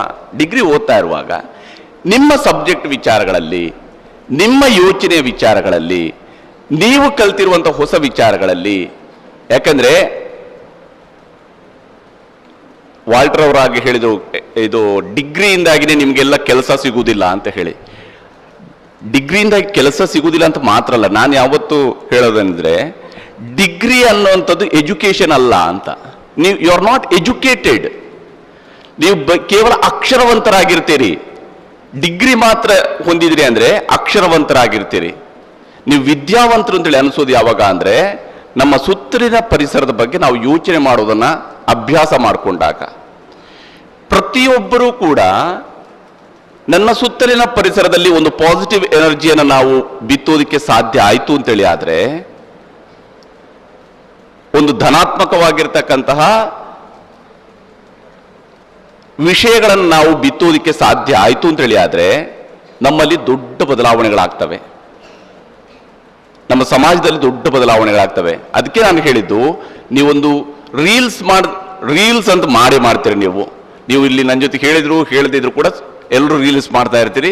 ಒಬ್ರು ಏನೋ ಮೊಬೈಲಲ್ಲಿ ಹೇಳ್ಕೊಳ್ತೀರಿ, 4 ಜನ ಸಾಲಲ್ಲಿ ನಿಂತ್ಕೊಳ್ತೀರಿ, ಆ ರೀಲ್ಸ್ ಮಾಡ್ತೀರಿ. ಈ ರೀತಿಯಾದಂಥ ಬೇರೆ ಬೇರೆ ರೀಲ್ಸನ್ನ, ಟ್ರೆಂಡಿಂಗ್ ರೀಲ್ಸನ್ನ, ಟ್ರೆಂಡಲ್ಲಿ ಯಾವುದಿದೆ ಅದನ್ನ ಮಾಡಿಕೊಂಡು ಮಾಡ್ತಿರ್ತೀವಿ. ನಾನು ಹೇಳಿದ್ರು, ನೀವು ಟ್ರೆಂಡ್ ಸೆಟ್ಟರ್ಗಳಾಗಬೇಕು. ಟ್ರೆಂಡ್ನ ಜೊತೆಗೆ ನಾವು ಹೋಗೋದಲ್ಲ, ಟ್ರೆಂಡ್ ಸೆಟ್ಟರ್ಗಳಾಗಬೇಕು. ವೈರಲ್ ಇವತ್ತು ಯಾವ್ಯಾವುದೋ ಆಗುತ್ತೆ. ಹೂವಿನ ಬಾಣದಂತೆ ಹಾಡು ಹೆಂಗ್ ವೈರಲ್ ಆಯ್ತು ಅಲ್ವಾ? ಆದ್ರೆ ವೈರಲ್ ಆಗೋದು ಮಾತ್ರ ಮುಖ್ಯ ಅಲ್ಲ ಅಂತ. ಆ ರೀತಿಯ ವೈರಲ್ ಆದ ತಕ್ಷಣ ನೀವೇನೋ ದೊಡ್ಡ ಸಾಧನೆ ಮಾಡ್ದಂಗೆ ಆಗೋದಿಲ್ಲ ಅಂತ. ಸಾಧನೆ ಯಾವಾಗ ಆಗತ್ತೆ? ನೀವು ಕಲ್ತಿರುವಂತಹ ವಿಷಯಗಳ ಮೇಲೆ ನಿಮ್ಮ ಜ್ಞಾನವನ್ನು ಹೆಚ್ಚಿಸ್ಕೊಂಡಾಗ. ಜ್ಞಾನ ನಿಮ್ಮಲ್ಲಿ ಅನೇಕರಿಗೆ ಈಗಾಗಲೇ AI ಬಗ್ಗೆ ಗೊತ್ತಿದೆ. ಹಿಂದೆ ನಿಮಗಿಂತ ಕೇವಲ 3-4 ವರ್ಷದ ಹಿಂದಿನ ಮಕ್ಕಳು ಏನು ಮಾಡ್ತಿದ್ರು ಅಂದ್ರೆ, ಅವರ ಅಸೈನ್ಮೆಂಟ್ ಕೊಡುವಾಗ ಗೂಗಲ್ ಟ್ರಾನ್ಸ್ಲೇಷನ್ ಹಾಕಿ ಅಥವಾ ಗೂಗಲ್ ಅಲ್ಲಿ ಇದು ಮಾಡಿ ವಿಕಿಪೀಡಿಯಾದಲ್ಲಿ ಹುಡುಕಿ ಅದನ್ನು ಕಾಪಿ ಪೇಸ್ಟ್ ಮಾಡಿ ಹಾಕ್ತಿದ್ರು. ಇವಾಗ ಹಂಗಿಲ್ಲ. ಇವಾಗ AI ಬಂದ ಮೇಲೆ ಏನಾಗಿದೆ, AI ನಲ್ಲಿ ಹಾಕಿ AI ನಲ್ಲಿ ನಮ್ಗೆಲ್ಲ ಬೇಕಾಗಿರೋದು ಸಿಗುತ್ತೆ, ಅದನ್ನ ಕೊಡ್ತೀವಿ. ಆದ್ರೆ ಅದರಿಂದ ಏನು ಪ್ರಯೋಜನ ಆಗೋದಿಲ್ಲ.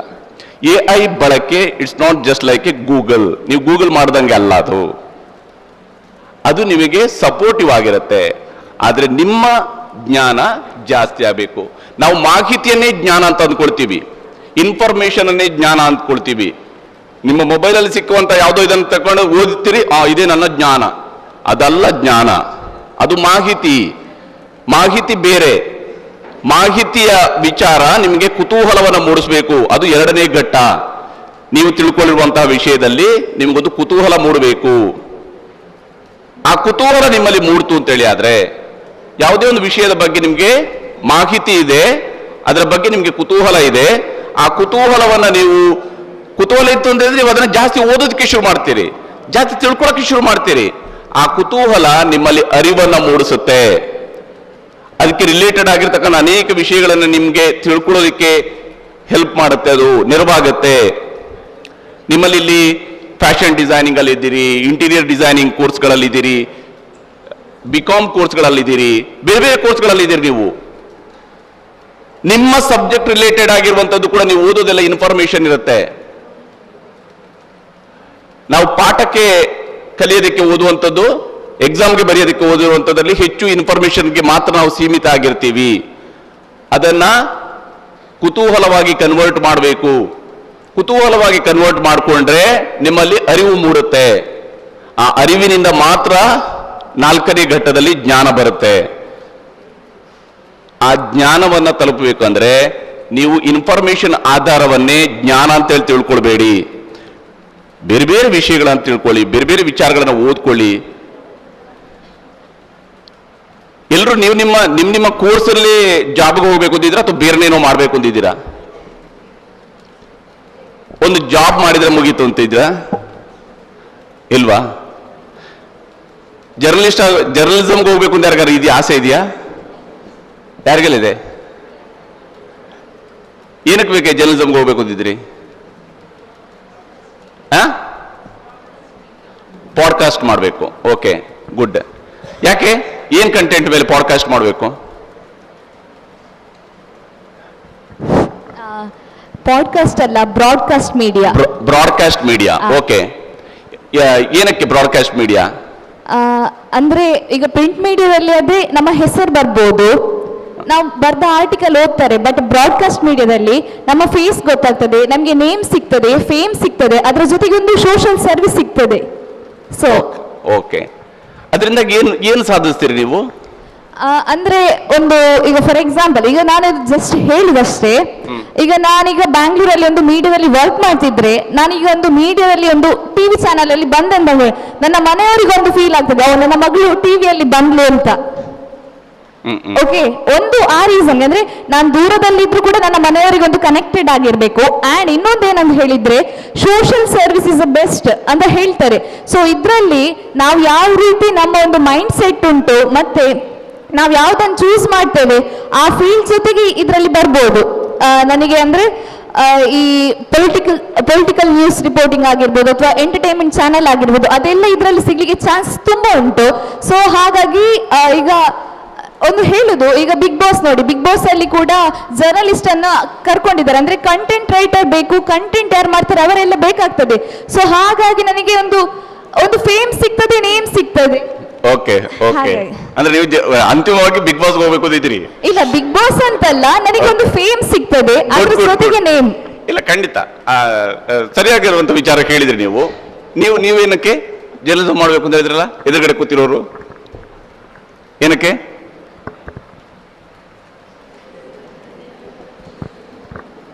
ಅರುಣ್ ಪುತಿಲ್ ಅವರು ಬಂದಿದ್ದೀರಿ, ಸ್ವಲ್ಪ ಹೊತ್ತು ನಾವು ಮಕ್ಕಳ ಜೊತೆ ಮಾತಾಡ್ಕೊಳ್ತೀವಿ ನಂತರ. ಎಸ್, ಹೇಳಿ ಪರವಾಗಿಲ್ಲ. ಜರ್ನಲಿಸಂ ಮಾಡಬೇಕು ಅಂತ ಇಂಟ್ರೆಸ್ಟ್ ಇದೆ, ಬಟ್ ನನ್ನ ಕೋರ್ಸ್ ಬೇರೆ ಇರೋದು. ಕೋರ್ಸ್ ಯೋಚನೆ ಮಾಡಬೇಕಾದ ಅವಶ್ಯಕತೆಗಳಿಲ್ಲ. ಯಾಕೆಂದ್ರೆ ಜರ್ನಲಿಸಂ ಇವತ್ತು ಏನಂತ ಹೇಳಿದ್ರೆ ಎನಿ ಡಿಗ್ರಿ, ಮುಂಚೆ ಜರ್ನಲಿಸಂ ಮಾಡಿದವರು ಬೇಕು ಅಂತಿತ್ತು. ಆ ಕಾರಣಕ್ಕಾಗಿ ನಾನು BSc ಮುಗಿಸಿ ನಾನು MCJ ಮಾಡಿದೆ. ಅಲ್ಲಿ ಯೂನಿವರ್ಸಿಟಿಯಲ್ಲಿ ಓದಬೇಕು, ಅದು ಬೇರೆ ವಿಚಾರ. ಯೂನಿವರ್ಸಿಟಿಯಲ್ಲಿ ಓದಲೇಬೇಕು. ಅದು ಯಾಕೆಂದ್ರೆ ಒಂದು ಯೂನಿವರ್ಸಿಟಿ ನಿಮಗೆ ಒಂದು ಹೊಸ ರೀತಿಯಾದಂತಹ ಕಲಿಕೆಯನ್ನ ಕಲಿಸುತ್ತೆ. ನಿಮ್ಮ ಯೋಚನೆಯನ್ನ ಅದನ್ನ ಸುಮ್ಮನೆ ವಿಶ್ವವಿದ್ಯಾಲಯ ಅಂತ ಕರೆಯೋದಿಲ್ಲ ನಾವು. ಆ ವಿಶ್ವವಿದ್ಯಾಲಯದಲ್ಲಿ ನಮ್ಮ ಮನಸ್ಸು, ನಮ್ಮ ಯೋಚನೆ ಇವೆಲ್ಲವೂ ಕೂಡ ವ್ಯಾಪಕವಾಗಿರುತ್ತೆ. ನೀವು ಎನಿ ಡಿಗ್ರಿಯನ್ನ ಮಾಡ್ಬೋದು, ಯಾವುದೇ ಡಿಗ್ರಿಯನ್ನ ಮಾಡ್ಬೋದು, ಆದ್ರೆ ಜರ್ನಲಿಸಮ್ ಅನ್ನ ಮಾಡೋದಕ್ಕೆ ಅವಕಾಶ ಇದೆ. ನೀವು ಅದಕ್ಕೆ ಬೇಸಿಕ್ ಬೇಕಿರೋದ್ರೆ ಅಂದರೆ ನಿಮ್ಮಲ್ಲಿ ಎಷ್ಟು ಇನ್ಫಾರ್ಮೇಷನ್ ಇದೆ, ನೀವೆಷ್ಟು ಮಾಹಿತಿ, ನೀವೆಷ್ಟು ರೆಗ್ಯುಲರ್ ಆಗಿ ಪೇಪರ್ ಓದ್ತೀರಿ. ರೆಗ್ಯುಲರ್ ಪೇಪರ್ ಓದ್ತೀರಾ? ಪೇಪರ್ ಫಾಲೋ ಮಾಡಬೇಕು. ಪೇಪರ್ ರೆಗ್ಯುಲರ್ ಆಗಿ ಓದಬೇಕು. ಮಿನಿಮಮ್ 2 ರಿಂದ 3 ಪೇಪರ್ಗಳನ್ನು ಓದಬೇಕು. ಮ್ಯಾಗಝಿನ್ಗಳನ್ನು ಓದಬೇಕು. ಕಾಲೇಜಿನ ಲೈಬ್ರರಿಯನ್ನು ಬೆಸ್ಟ್ ಯುಟಿಲೈಸ್ ಮಾಡ್ಕೊಳ್ಳಿ. ಪುತ್ತೂರಿನಲ್ಲಿ ನಗರ ಕೇಂದ್ರ ಲೈಬ್ರರಿ ಇದೆ, ಅದನ್ನು ಯೂಸ್ ಮಾಡ್ಕೊಳ್ಳಿ.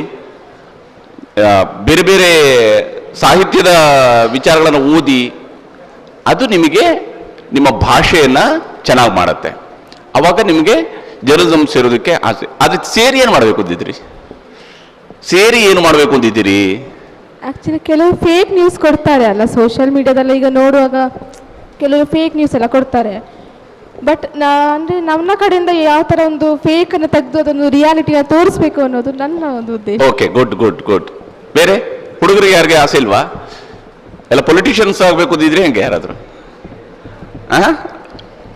ಯಾರಿಗಾದ್ರೂ ಆಸೆ ಇದೆಯಾ ಪಾಲಿಟಿಕ್ಸ್ಗೆ ಹೋಗಬೇಕು ಅಂತ? ಏನಕ್ಕೆ?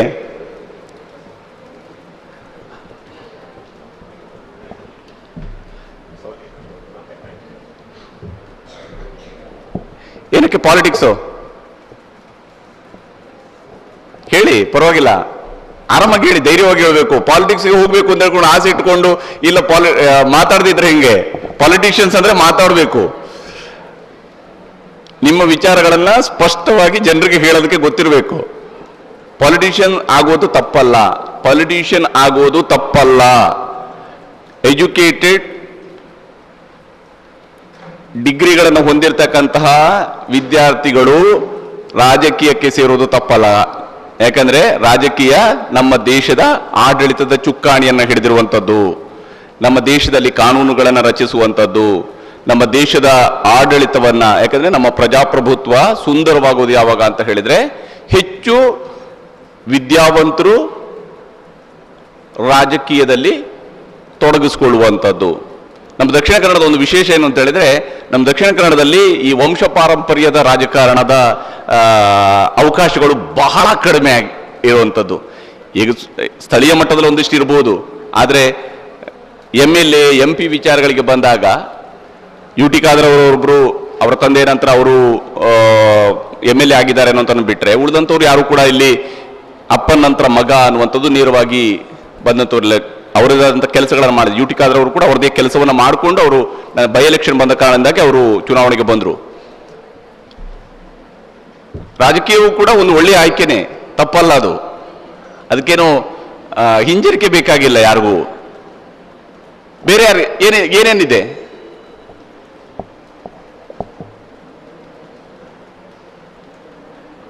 ಎಷ್ಟು ಜನಕ್ಕೆ ಆಂಟ್ರಪ್ರಿನರ್ಸ್ ಆಗಬೇಕು ಅಂತ ಆಸೆ ಇದೆ? ನಿಮ್ಮದೇ ಉದ್ಯಮವನ್ನು ಆರಂಭಿಸಬೇಕು, ಸ್ವಂತ ಉದ್ಯಮವನ್ನು ಶುರು ಮಾಡ್ತೀವಿ ಅಂತೇಳಿ. ಆ ಕಡೆ ಪೊಲಿಟಿಷಿಯನ್ ಆಗ್ತೀರಿ, ಸ್ವಂತ ಉದ್ಯಮವನ್ನು ಮಾಡ್ತೀರಾ?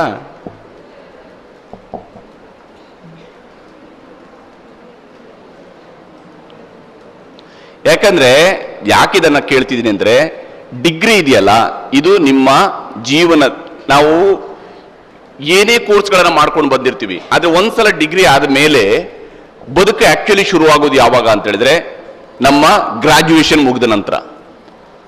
ನಾವು ಗ್ರಾಜ್ಯುಯೇಟ್ಸ್ ಆದ ನಂತರ ನಮ್ಮ ಬದುಕು ಶುರು ಆಗತ್ತೆ. ಒಂದು ನೀವು ಗ್ರಾಜ್ಯುಯೇಟ್ಸ್ ಆದ್ಮೇಲೆ ನಿಮ್ಮ ಮುಂದೆ 2 ಆಯ್ಕೆಗಳು ಇರ್ತವೆ ನಿಮಗೆ. ಒಂದು, ನೀವು ಹೈಯರ್ ಸ್ಟಡೀಸ್ ಮಾಡ್ಬೋದು, ಅಂದ್ರೆ ಪೋಸ್ಟ್ ಗ್ರಾಜ್ಯುಯೇಷನ್ ಮಾಡ್ಬೋದು, ಅದು ಇನ್ನೊಂದು 2 ವರ್ಷದ ಅವಕಾಶ ಅಷ್ಟೇ. ಇಲ್ಲ ನೇರವಾಗಿ ಜಾಬ್ಗೆ ಹೋಗಬೇಕು, ಅಥವಾ ನಿಮ್ದೇನೋ ಒಂದು ಮಾಡಬೇಕು ಅಲ್ವಾ? ಇವೆರಡೇ ಆಯ್ಕೆ ಇರೋದು. ಅದ್ರ ಹೊರತಾಗಿ ಬೇರೆ ಆಯ್ಕೆಗಳಿರೋದಿಲ್ಲ.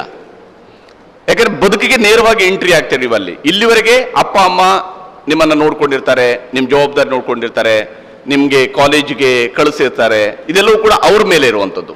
ಅದು ಇಲ್ಲಿಂದ ನಂತರ ಇದೆಯಲ್ಲ, ನೀವೇ ನಿಮ್ಮ ಬದುಕಿನ ನಿರ್ಧಾರಗಳನ್ನು ಮಾಡುವಂಥವ್ರು.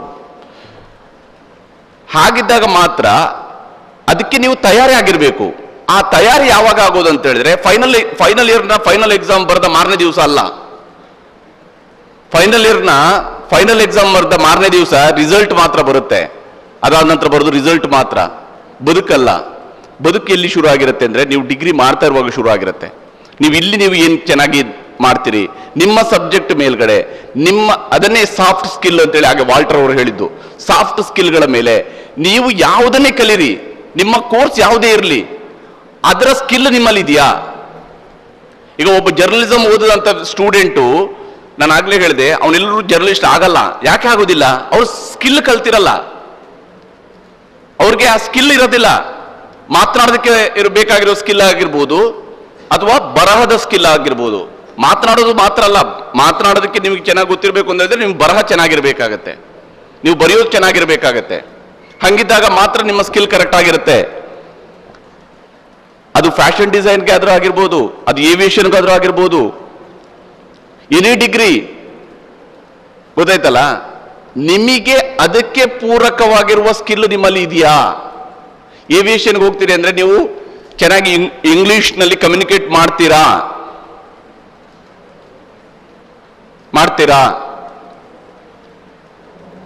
ಅದು ಬೇಕಾ ಬೇಡವಾ? ಅದು ಬೇಕು ಅಂದ್ರೆ ಯಾರು ಕಲಿಬೇಕು? ಹಿಂಗೆ ಪಾಠ ಹೇಳಿದ್ರೆ ಕಲಿತೀರಾ? ಮತ್ತೆ ನಿರ್ಧಾರ ಯಾರು ಮಾಡ್ಕೊಳ್ಳೋದು? ನೀವು ಈ ಕ್ಷಣದ ನಿರ್ಧಾರ ಅದು. ನೀವು ನಿರ್ಧಾರ ಮಾಡಿದ್ರೆ ಸಾಕಾಗೋದಿಲ್ಲ, ನಾವು ನಿರ್ಧಾರ ಮಾಡ್ಕೊಳ್ತೀವಿ ಎಷ್ಟೋ ಸಲ, ಗೊತ್ತಾಯ್ತಲ್ಲ? ಆದ್ರೆ ನಿರ್ಧಾರ ಮಾಡಿದ ಮೇಲೆ ಅದು ಒಂದು ದಿವಸದ ನಿರ್ಧಾರ ಆಗಿರುತ್ತೆ.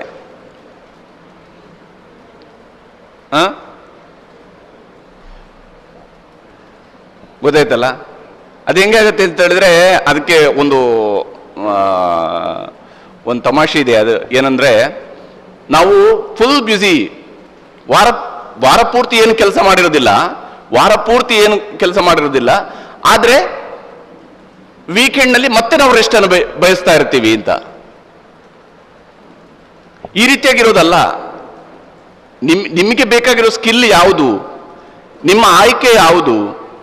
ಈಗ ನಾನು ಜರ್ನಲಿಸಂ ಬಗ್ಗೆ ಮಾತನಾಡಕ್ಕೆ ಬಂದೇ ಇಲ್ಲಿ, ಆದ್ರೆ ನನಗೆ ಗೊತ್ತಾಯ್ತು ನಿಮ್ಮಲ್ಲಿ ದೃಶ್ಯ ಮಾಧ್ಯಮದ ಬಗ್ಗೆ ಜಾಸ್ತಿ ಆಸಕ್ತಿ ಯಾರಲ್ಲೂ ಇಲ್ಲ. ಆದ್ರೆ ಬದುಕಿನ ಪಾಠದಲ್ಲಿ ನಿಮ್ಮ ಆಸಕ್ತಿಯನ್ನ, ಅದಕ್ಕೆ ಪೂರಕವಾಗಿರತಕ್ಕಂತಹ ಕಲಿಕೆಯನ್ನ ಶುರು ಮಾಡಿ. ಅದನ್ನು ನಾಳೆ ಶುರು ಮಾಡಿದ್ರೆ ಆಗುದಿಲ್ಲ, ಅದು ಈಗಲೇ ಶುರು ಆಗಬೇಕು, ಇವತ್ತಿಂದ ಶುರು ಆಗಬೇಕು. ಅದಕ್ಕೆ ನಾನು ನಿಮ್ಗೆ ಹೇಳಿದ್ದು, ನಿಮ್ಮ ಸ್ಟೇಟಸ್ಗಳಲ್ಲಿ, ನೀವು ಹಾಕುವ ಸ್ಟೇಟಸ್ನಲ್ಲಿ ನಿಮ್ಮ ಗುರಿಯ ಸ್ಪಷ್ಟತೆಯನ್ನ ಇಟ್ಟುಕೊಂಡು ಅದನ್ನು ಡಿಸ್ಕ್ಲೋಸ್ ಮಾಡ್ಕೋಬೇಡಿ. ಅದು ಸಾರ್ವಜನಿಕ ಆಸ್ತಿ ಅಲ್ಲ. ಓಕೆ, ನಿಮ್ಮ ಕನಸುಗಳು ಸಾರ್ವಜನಿಕ ಆಸ್ತಿ ಅಲ್ಲ, ಅದು ನಿಮ್ಮ ವೈಯಕ್ತಿಕ ಆಸ್ತಿ. ಆ ನಿಮ್ಮ ವೈಯಕ್ತಿಕ ಆಸ್ತಿ ಸಾರ್ವಜನಿಕರಿಗೆ ನೆರವಾಗಬೇಕು ಮುಂದೆ, ಗೊತ್ತಾಯ್ತಲ್ಲ? ಅದಕ್ಕೆ ನಾನು ಹೇಳಿದ್ದು, ನೀವು ಈಗ ನಿಮ್ಮ ಕಲಿಕೆಯ ಗುರಿ ಅದನ್ನು ಸ್ಪಷ್ಟಪಡಿಸ್ಕೊಳ್ಳಿ. ಹಳ್ಳಿ ಭಾಗದಿಂದ ಬಂದಿದ್ದೀರಿ, ಅದರಲ್ಲಿ ನಿಮ್ಮ ಗುರಿಗಳನ್ನು ಸ್ಪಷ್ಟ ಮಾಡಿದಿ, ಒಳ್ಳೆಯ ಕೋರ್ಸ್ಗಳಿಗೆ ಜಾಯ್ನ್ ಆಗಿದ್ದೀರಿ, ಆ ಕೋರ್ಸ್ನಲ್ಲಿ ಚೆನ್ನಾಗಿ ಓದಿ. ನೋಡಿ, ನಮಗೆ ಹಳ್ಳಿಯಿಂದ ಬಂದಂಥವ್ರಿಗೆ ಅನೇಕ ಲಾಭಗಳು ಇರ್ತವೆ. ಈಗ ನನ್ನ ಆಂಕರಿಂಗ್ನಲ್ಲಿ ಒಂದು ಎಕ್ಸಾಂಪಲ್ ನಿಮಗೆ ಹೇಳ್ತೀನಿ. ಒಂದು ದಿವಸ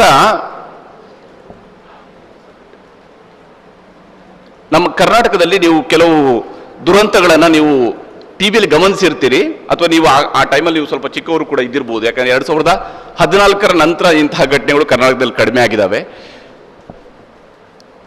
ಈ ಬೋರ್ವೆಲ್ಗಳಿಗೆ ಬಿದ್ದು ಮಕ್ಕಳು ಸಾಯುವಂಥದ್ದು,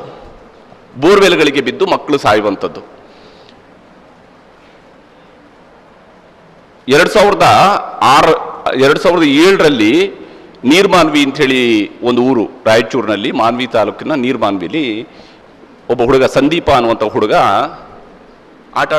ಹೊಲದಲ್ಲಿ ಆಟ ಆಡ್ತಾ ಒಂದು ಕೊಳವೆ ಬಾವಿಗೆ ಬಿದ್ದಿರ್ತಾನೆ.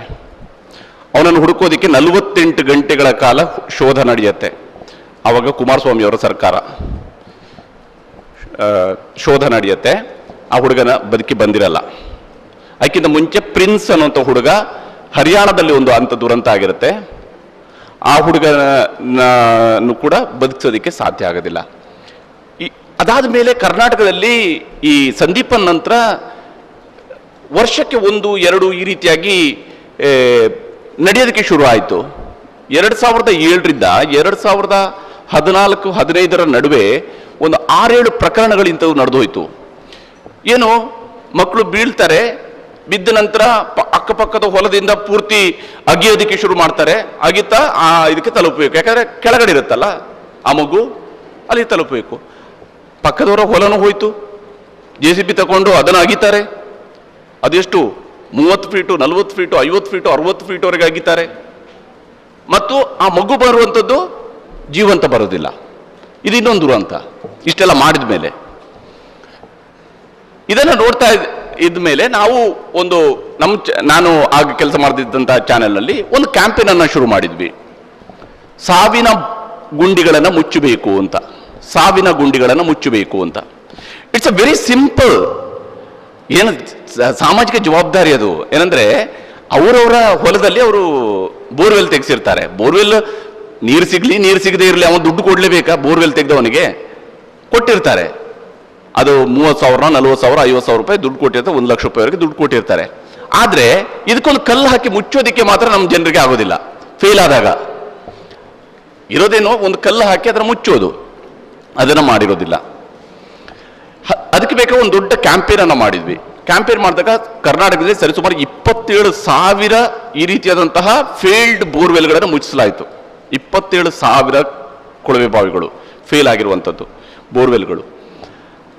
ಇದೆಲ್ಲ ಆಗ್ತಿದ್ದಾಗ ಕರ್ನಾಟಕ ಸರ್ಕಾರ ಅವತ್ತು ಒಂದು ಆದೇಶವನ್ನು ಮಾಡಿತು. ಇನ್ನು ಮುಂದೆ ಬೋರ್ವೆಲ್ ತೆಗೆಸುವಾಗ ಅದನ್ನು ಮುಚ್ಚಿಸುವಂಥದ್ದು, ಇನ್ ಕೇಸ್ ಫೇಲ್ ಆದರೆ ಅದನ್ನು ಮುಚ್ಚುವಂಥದ್ದು ಕಂಪಲ್ಸರಿ ಅಂತ ಹೇಳ್ಕೊಂಡು ಒಂದು ಸರ್ಕ್ಯುಲರ್ ಅನ್ನು ಮಾಡಿದ್ರು. ಆ ಸರ್ಕ್ಯುಲರ್ನಲ್ಲಿ ಒಂದು ಅಂಶ ಉಲ್ಲೇಖ ಇತ್ತು. ಅದೇನು ಅಂಶ ಉಲ್ಲೇಖ ಅಂತ ಹೇಳಿದ್ರೆ, ಇನ್ನು ಮುಂದೆ ಬೋರ್ವೆಲ್ ತೆಗೆಸಬೇಕು ಅಂದ್ರೆ ಗ್ರಾಮ ಪಂಚಾಯತ್ನಿಂದ ಅನುಮತಿಯನ್ನು ಪಡ್ಕೊಳ್ಬೇಕು ಅಂತ. ರೈತರು ಅನುಮತಿಯನ್ನು ಪಡ್ಕೊಳ್ಬೇಕು ಅಂತ. ನಾನು ಸುಳ್ಯದಿಂದ ಬಂದಂಥವನು. ನಮ್ಮ ಗ್ರಾಮ ಪಂಚಾಯತ್ಗಳಲ್ಲಿ ನಡೆಯುವ ರಾಜಕೀಯ ನನಗೆ ಬಹಳ ಚೆನ್ನಾಗಿ ಗೊತ್ತಿದೆ, ಆಯ್ತಾ? ರಾಜಕೀಯ ಅದು ನಮ್ಮ ಗ್ರಾಮ ಪಂಚಾಯತ್ ಅಂತೇಳಿ ಅಲ್ಲ, ಇಡೀ ಕರ್ನಾಟಕದ ಗ್ರಾಮ ಪಂಚಾಯತ್ಗಳ ಕೆಲಸ ನಮ್ಗೆ ಗೊತ್ತಿದೆ. ಯಾಕೆಂದ್ರೆ ವಿಧಾನಸೌಧದಲ್ಲಿ ಬೇಕಿದ್ರೆ ಕಾಂಗ್ರೆಸ್, BJP, JDS ಅವ್ರ ಜೊತೆಗಿರ್ಬೋದು. ಗ್ರಾಮ ಪಂಚಾಯತ್ ಅಲ್ಲಿ ಹಂಗಿರುವುದಿಲ್ಲ. ಇಲ್ಲಿ ಮನೆಗಳು ಕೂಡ, ರೈತರು ಕೂಡ ಒಂದೊಂದು ಪಕ್ಷದ ಕಡೆಯಲ್ಲಿ ಇರ್ತಾರೆ. ಕಾಂಗ್ರೆಸ್ನವ್ರು ಪಂಚಾಯತ್, ಅವತ್ತು ನಾನೇ ಆಂಕರಿಂಗ್ ಮಾಡ್ತಾ ಇದ್ದೆ. ಇಮಿಡಿಯೇಟ್ ಆ ಸುದ್ದಿ ಬ್ರೇಕ್ ಆದ ತಕ್ಷಣ ನಾನು ಹೇಳಿದೆ, ಈ ರೀತಿ ಮಾಡಿದ್ರೆ ಇದು ಕರ್ನಾಟಕ ಸರ್ಕಾರದ ನೀ ಜರ್ಕ್ ರಿಯಾಕ್ಷನ್. ಈ ರೀತಿಯಾಗಿ ಮಾಡಿದ್ರೆ ಹಳ್ಳಿಗಳಲ್ಲಿ ಬೋರ್ವೆಲ್ ತೆಗೆಸಕ್ಕೆ ಬಿಡುವುದಿಲ್ಲ. ಕಾಂಗ್ರೆಸ್ ಅವ್ರ ಪಂಚಾಯತ್ ಇದ್ರೆ BJP ಅವರಿಗೆ ಬೋರ್ವೆಲ್ ತೆಗೆಸಕ್ಕಾಗಲ್ಲ, BJP ಅವ್ರ ಪಂಚಾಯತ್ ಅಲ್ಲಿ ಇದ್ರೆ ಕಾಂಗ್ರೆಸ್ ಅವ್ರಿಗೆ ಬೋರ್ವೆಲ್ ತೆಗೆಸಕ್ಕಾಗಲ್ಲ. ಇದು ರೈತರಿಗೆ ಮಾಡುವ ದೊಡ್ಡ ಅನ್ಯಾಯ ಅಂತ ಸರ್ಕಾರ.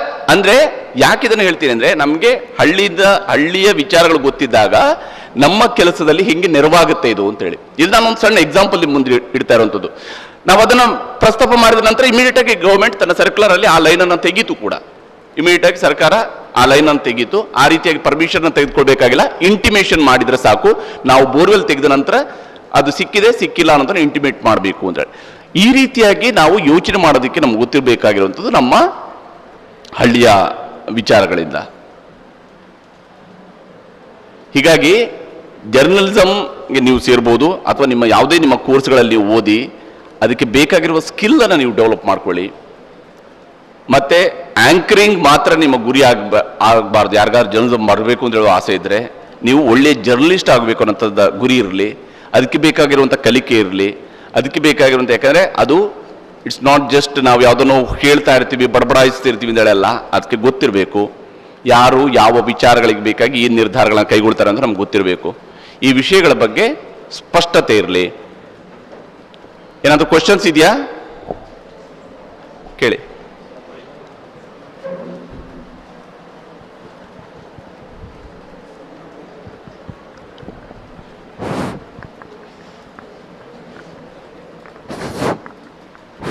ಮಾತಾಡಿ. ಓಕೆ ಸರ್, ನಮಸ್ತೆ. ನನ್ನ ಹೆಸರು ಅಕ್ಷಿತಾ. ಓಕೆ, ನಾನು ಅಂಬಿಕಾ ಡಿಗ್ರಿ ಕಾಲೇಜ್ ಪುತ್ತೂರಲ್ಲಿ ಫೈನಲ್ ಇಯರ್ BA ಜರ್ನಲಿಸಮ್ ಕಲಿತಿದ್ದೇನೆ. First of all sorry that ಆಗದ ಆನ್ಸರ್, ಯಾಕಂದರೆ ಆಗ ನಿಮ್ಗೆ ಕೇಳುವಾಗ ನಾನು ಸ್ವಲ್ಪ ಅಂದರೆ ಪ್ರಶ್ನೆ ರೆಡಿ ಮಾಡ್ತಿದ್ದೆ ನಿಮ್ಮ ಹತ್ರ ಕೇಳಲಿಕ್ಕೆ. ಸೊ ಹಾಗೆ ನನ್ನ ಮೈಂಡ್ ಸ್ವಲ್ಪ ಪ್ಯಾನಿಕ್ ಆಯಿತು. ಆ್ಯಕ್ಚುಲಿ ನಾನು ಹೇಳಿದ್ದು ಬ್ರಾಡ್ಕಾಸ್ಟ್ ಮೀಡಿಯಾದಲ್ಲಿ ನನಗೆ ಎಂಟರ್ಟೈನ್ಮೆಂಟ್ ಚಾನಲ್ ಬೇಕಂತ ಇತ್ತು. ಅಂದರೆ ಈ ಪ್ರೊಡಕ್ಷನ್ ಮ್ಯಾನೇಜರ್ ಹೌಸ್ ಹಾಗೆಲ್ಲ ಬರ್ತದೆ ಆ ಒಂದು ಫೀಲ್ಡಲ್ಲಿ. ಆ್ಯಂಡ್ ನೀವು ಆ್ಯಂಕರ್ ಆಗಿ ಅಲ್ಲಿ ಏನು ಮಾಡ್ತೀರಾ ಅಂತ ಕೇಳಿದರೆ ಅದಕ್ಕೆ ನನ್ನ ಉತ್ತರ ಏನಂತ ಹೇಳಿದ್ರೆ, ಒಂದು ಈ ಸೊಸೈಟಿಯಲ್ಲಿ ಆಗುವಂತಹ ಪ್ರಾಬ್ಲಮ್ಸ್ ಆಗಿರ್ಬೋದು, ಅಥವಾ ಈಗ ಫಾರ್ ಎಕ್ಸಾಂಪಲ್ ಈಗ ನಾನು ಕಲ್ಲಡ್ಕದಲ್ಲಿ ಫ್ಲೈಓವರ್ ಆಯಿತು. ಸೊ ಆ ಸಂದರ್ಭದಲ್ಲಿ ಅಲ್ಲಿ ಜನಗಳು ಏನೆಲ್ಲ ಪ್ರಾಬ್ಲಮ್ಸ್ ಅನ್ನ ಎದುರಿಸ್ತಿದ್ದಾರೆ ಅದರ ಬಗ್ಗೆ ನಾನೊಂದು ಹೇಳ್ಬೇಕನ್ನೋದು ಈ ಆಂಕರಿಂಗ್ ಅಲ್ಲಿ ನಾನು ಇದ್ದದ್ದು. ನನ್ನ ಕ್ವಶನ್ ಏನಂತ ಹೇಳಿದ್ರೆ, ಆಗ ನಂದಲಿಕೆ ಸರ್ ಹೇಳಿದ್ರು ಎ ಬಗ್ಗೆ ಸ್ವಲ್ಪ ಇನ್ಫಾರ್ಮೇಶನ್ ಕೊಟ್ಟು, ಆರ್ಟಿಫಿಷಿಯಲ್ ಇಂಟೆಲಿಜೆನ್ಸ್ ಹೇಗೆಲ್ಲ ಉಂಟು ಅಂತಂದ್ರೆ, ಅಲ್ಬೇನಿಯಾ ಅನ್ನುವಂಥ ಒಂದು ದೇಶ ಉಂಟು, ಅಲ್ಲಿ ಡಿಜಿಟಲ್ ಮಿನಿಸ್ಟ್ರಿ ಅಂತೇಳಿ ಎ ಅನ್ನ ನೇಮಕಾತಿ ಮಾಡಿದ್ದಾರೆ. ಹಾಗೆ ಈ ಕೋವಿಡ್-19 ಅಲ್ಲಿ ಸಾಫ್ಟ್ವೇರ್ ಜಾಬ್ಸ್ ಎಲ್ಲ ಅದೆಷ್ಟು ಜನ ಜಾಬ್ಸ್ ಅನ್ನು ಕಳ್ಕೊಂಡಿದ್ದಾರೆ. ಸೊ ಇಂತಹ ಒಂದು ಸವಾಲುಗಳು ನಮ್ಮ ಜರ್ನಲಿಸಂ ಫೀಲ್ಡ್ಗೆ ಬರ್ತದಾ? ಅಂದ್ರೆ ಈ ಆರ್ಟಿಫಿಷಿಯಲ್ ಇಂಟೆಲಿಜೆನ್ಸ್ ಇಂದಾಗಿ ಮುಂದಿನ ದಿನಗಳಲ್ಲಿ ಒಂದು ಎಐ ಒಂದು ಆಂಕರ್ ಮಾಡುವ ಹಾಗೆ ಬರಬಹುದಾ?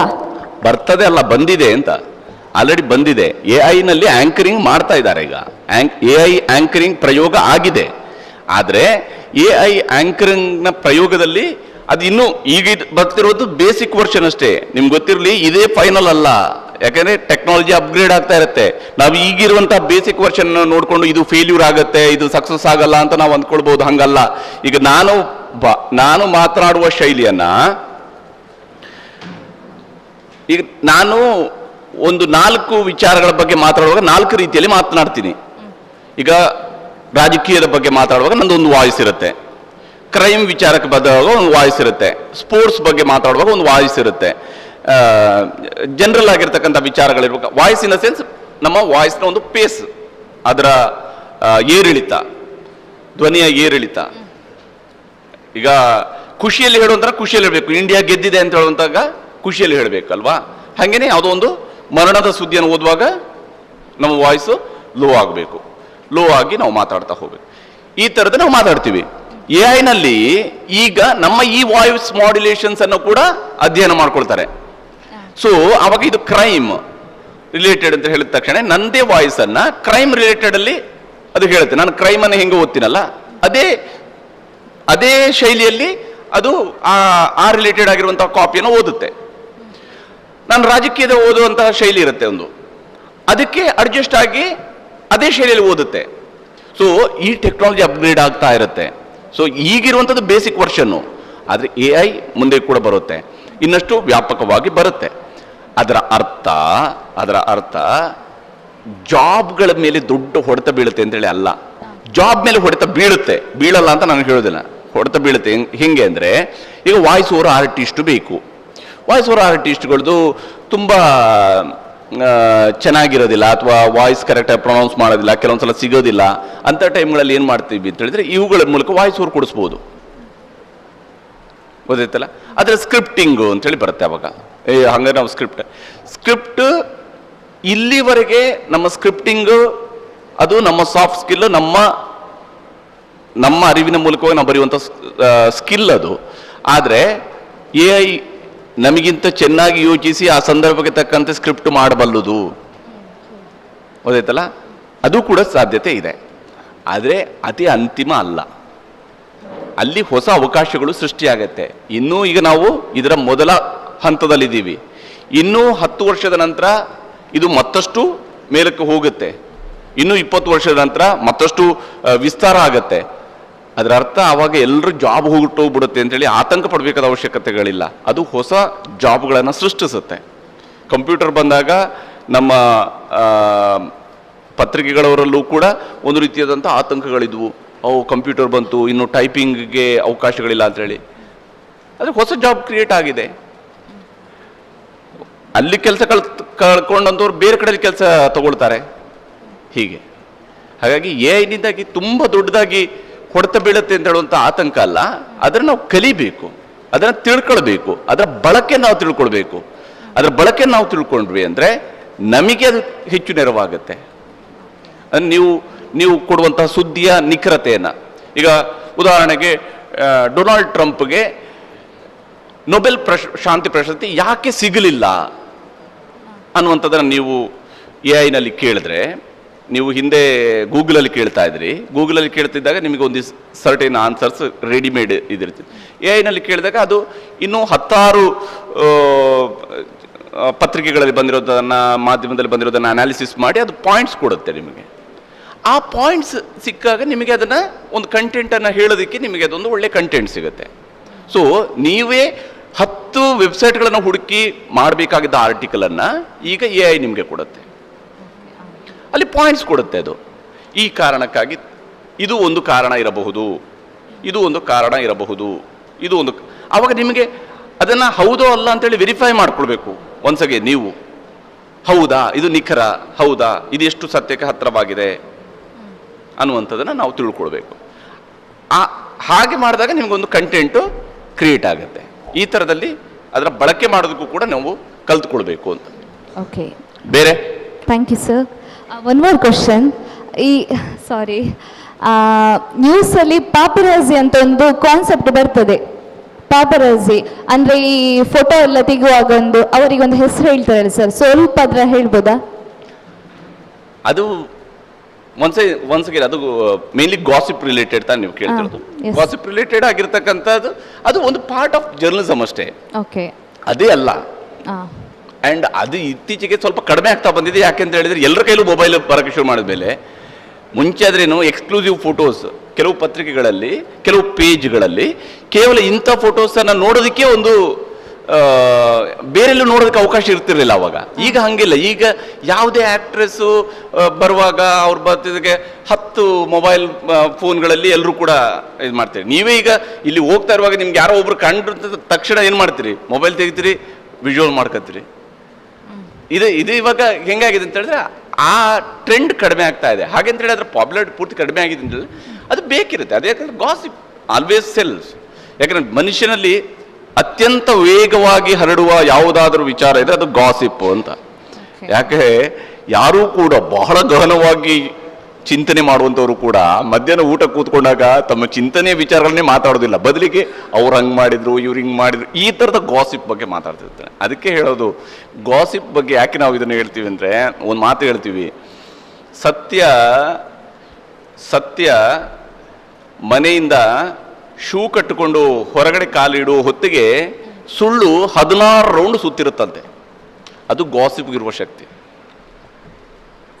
ಸತ್ಯ ಯಾವಾಗ ತಲುಪೋದಿಲ್ಲ, ಇದು ಇರುತ್ತೆ, ಅದು part. Okay, thank you sir. Yes, ಬೇರೆ ಯಾರಿಗಾರು ಇದೆಯಾ?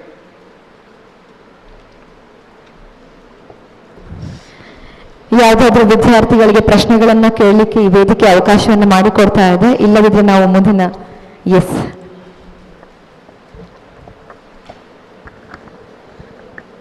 ಹಲೋ ಸರ್, ನನ್ನ ಹೆಸರು ನಂದಿನಿ. ನಾನು first year college women's college ಬಂದಿದ್ದೀನಿ. ಸೊ ನನ್ನ ಕ್ವಶನ್ ನಿಮಗೆ ಬಂದೆ ಅಂತಂದರೆ, ನೀವಾಗಲೇ ಹೇಳಿದ್ರಲ್ಲ ಇನ್ನು 20 ಇಯರ್ಸ್ ಆದಮೇಲೆ ಇನ್ನು ಬೇರೆ ಬೇರೆ ಒಂದು ರೂಪ ತಗೊಳ್ತಾರೆ ಅಂತ ಹೇಳಿದ್ದಲ್ಲ. ಸೊ ಇನ್ನು ಆಫ್ಟರ್ 20 ಇಯರ್ಸ್ ಆದಮೇಲೆ ನ್ಯೂಸ್ಗಳಿಗೆ ಕೆಲಸ ಇರುತ್ತಾ ಇಲ್ಲೋ ಅನ್ನೋದು ನನ್ನ ಪ್ರಶ್ನೆ. ನ್ಯೂಸ್ ಚಾನೆಲ್ಗಳಿಗೆ ಅಂದರೆ ಈಗ ನೀವು ಹೇಳಿದ್ರಲ್ಲ, ಈಗ ಆಲ್ರೆಡಿ ಬಂದಿದೆ ಅಂತ ಹೇಳಿದ್ರಿ, ಅಂದರೆ ಆ್ಯಂಕರಿಂಗ್ ಬಗ್ಗೆದು.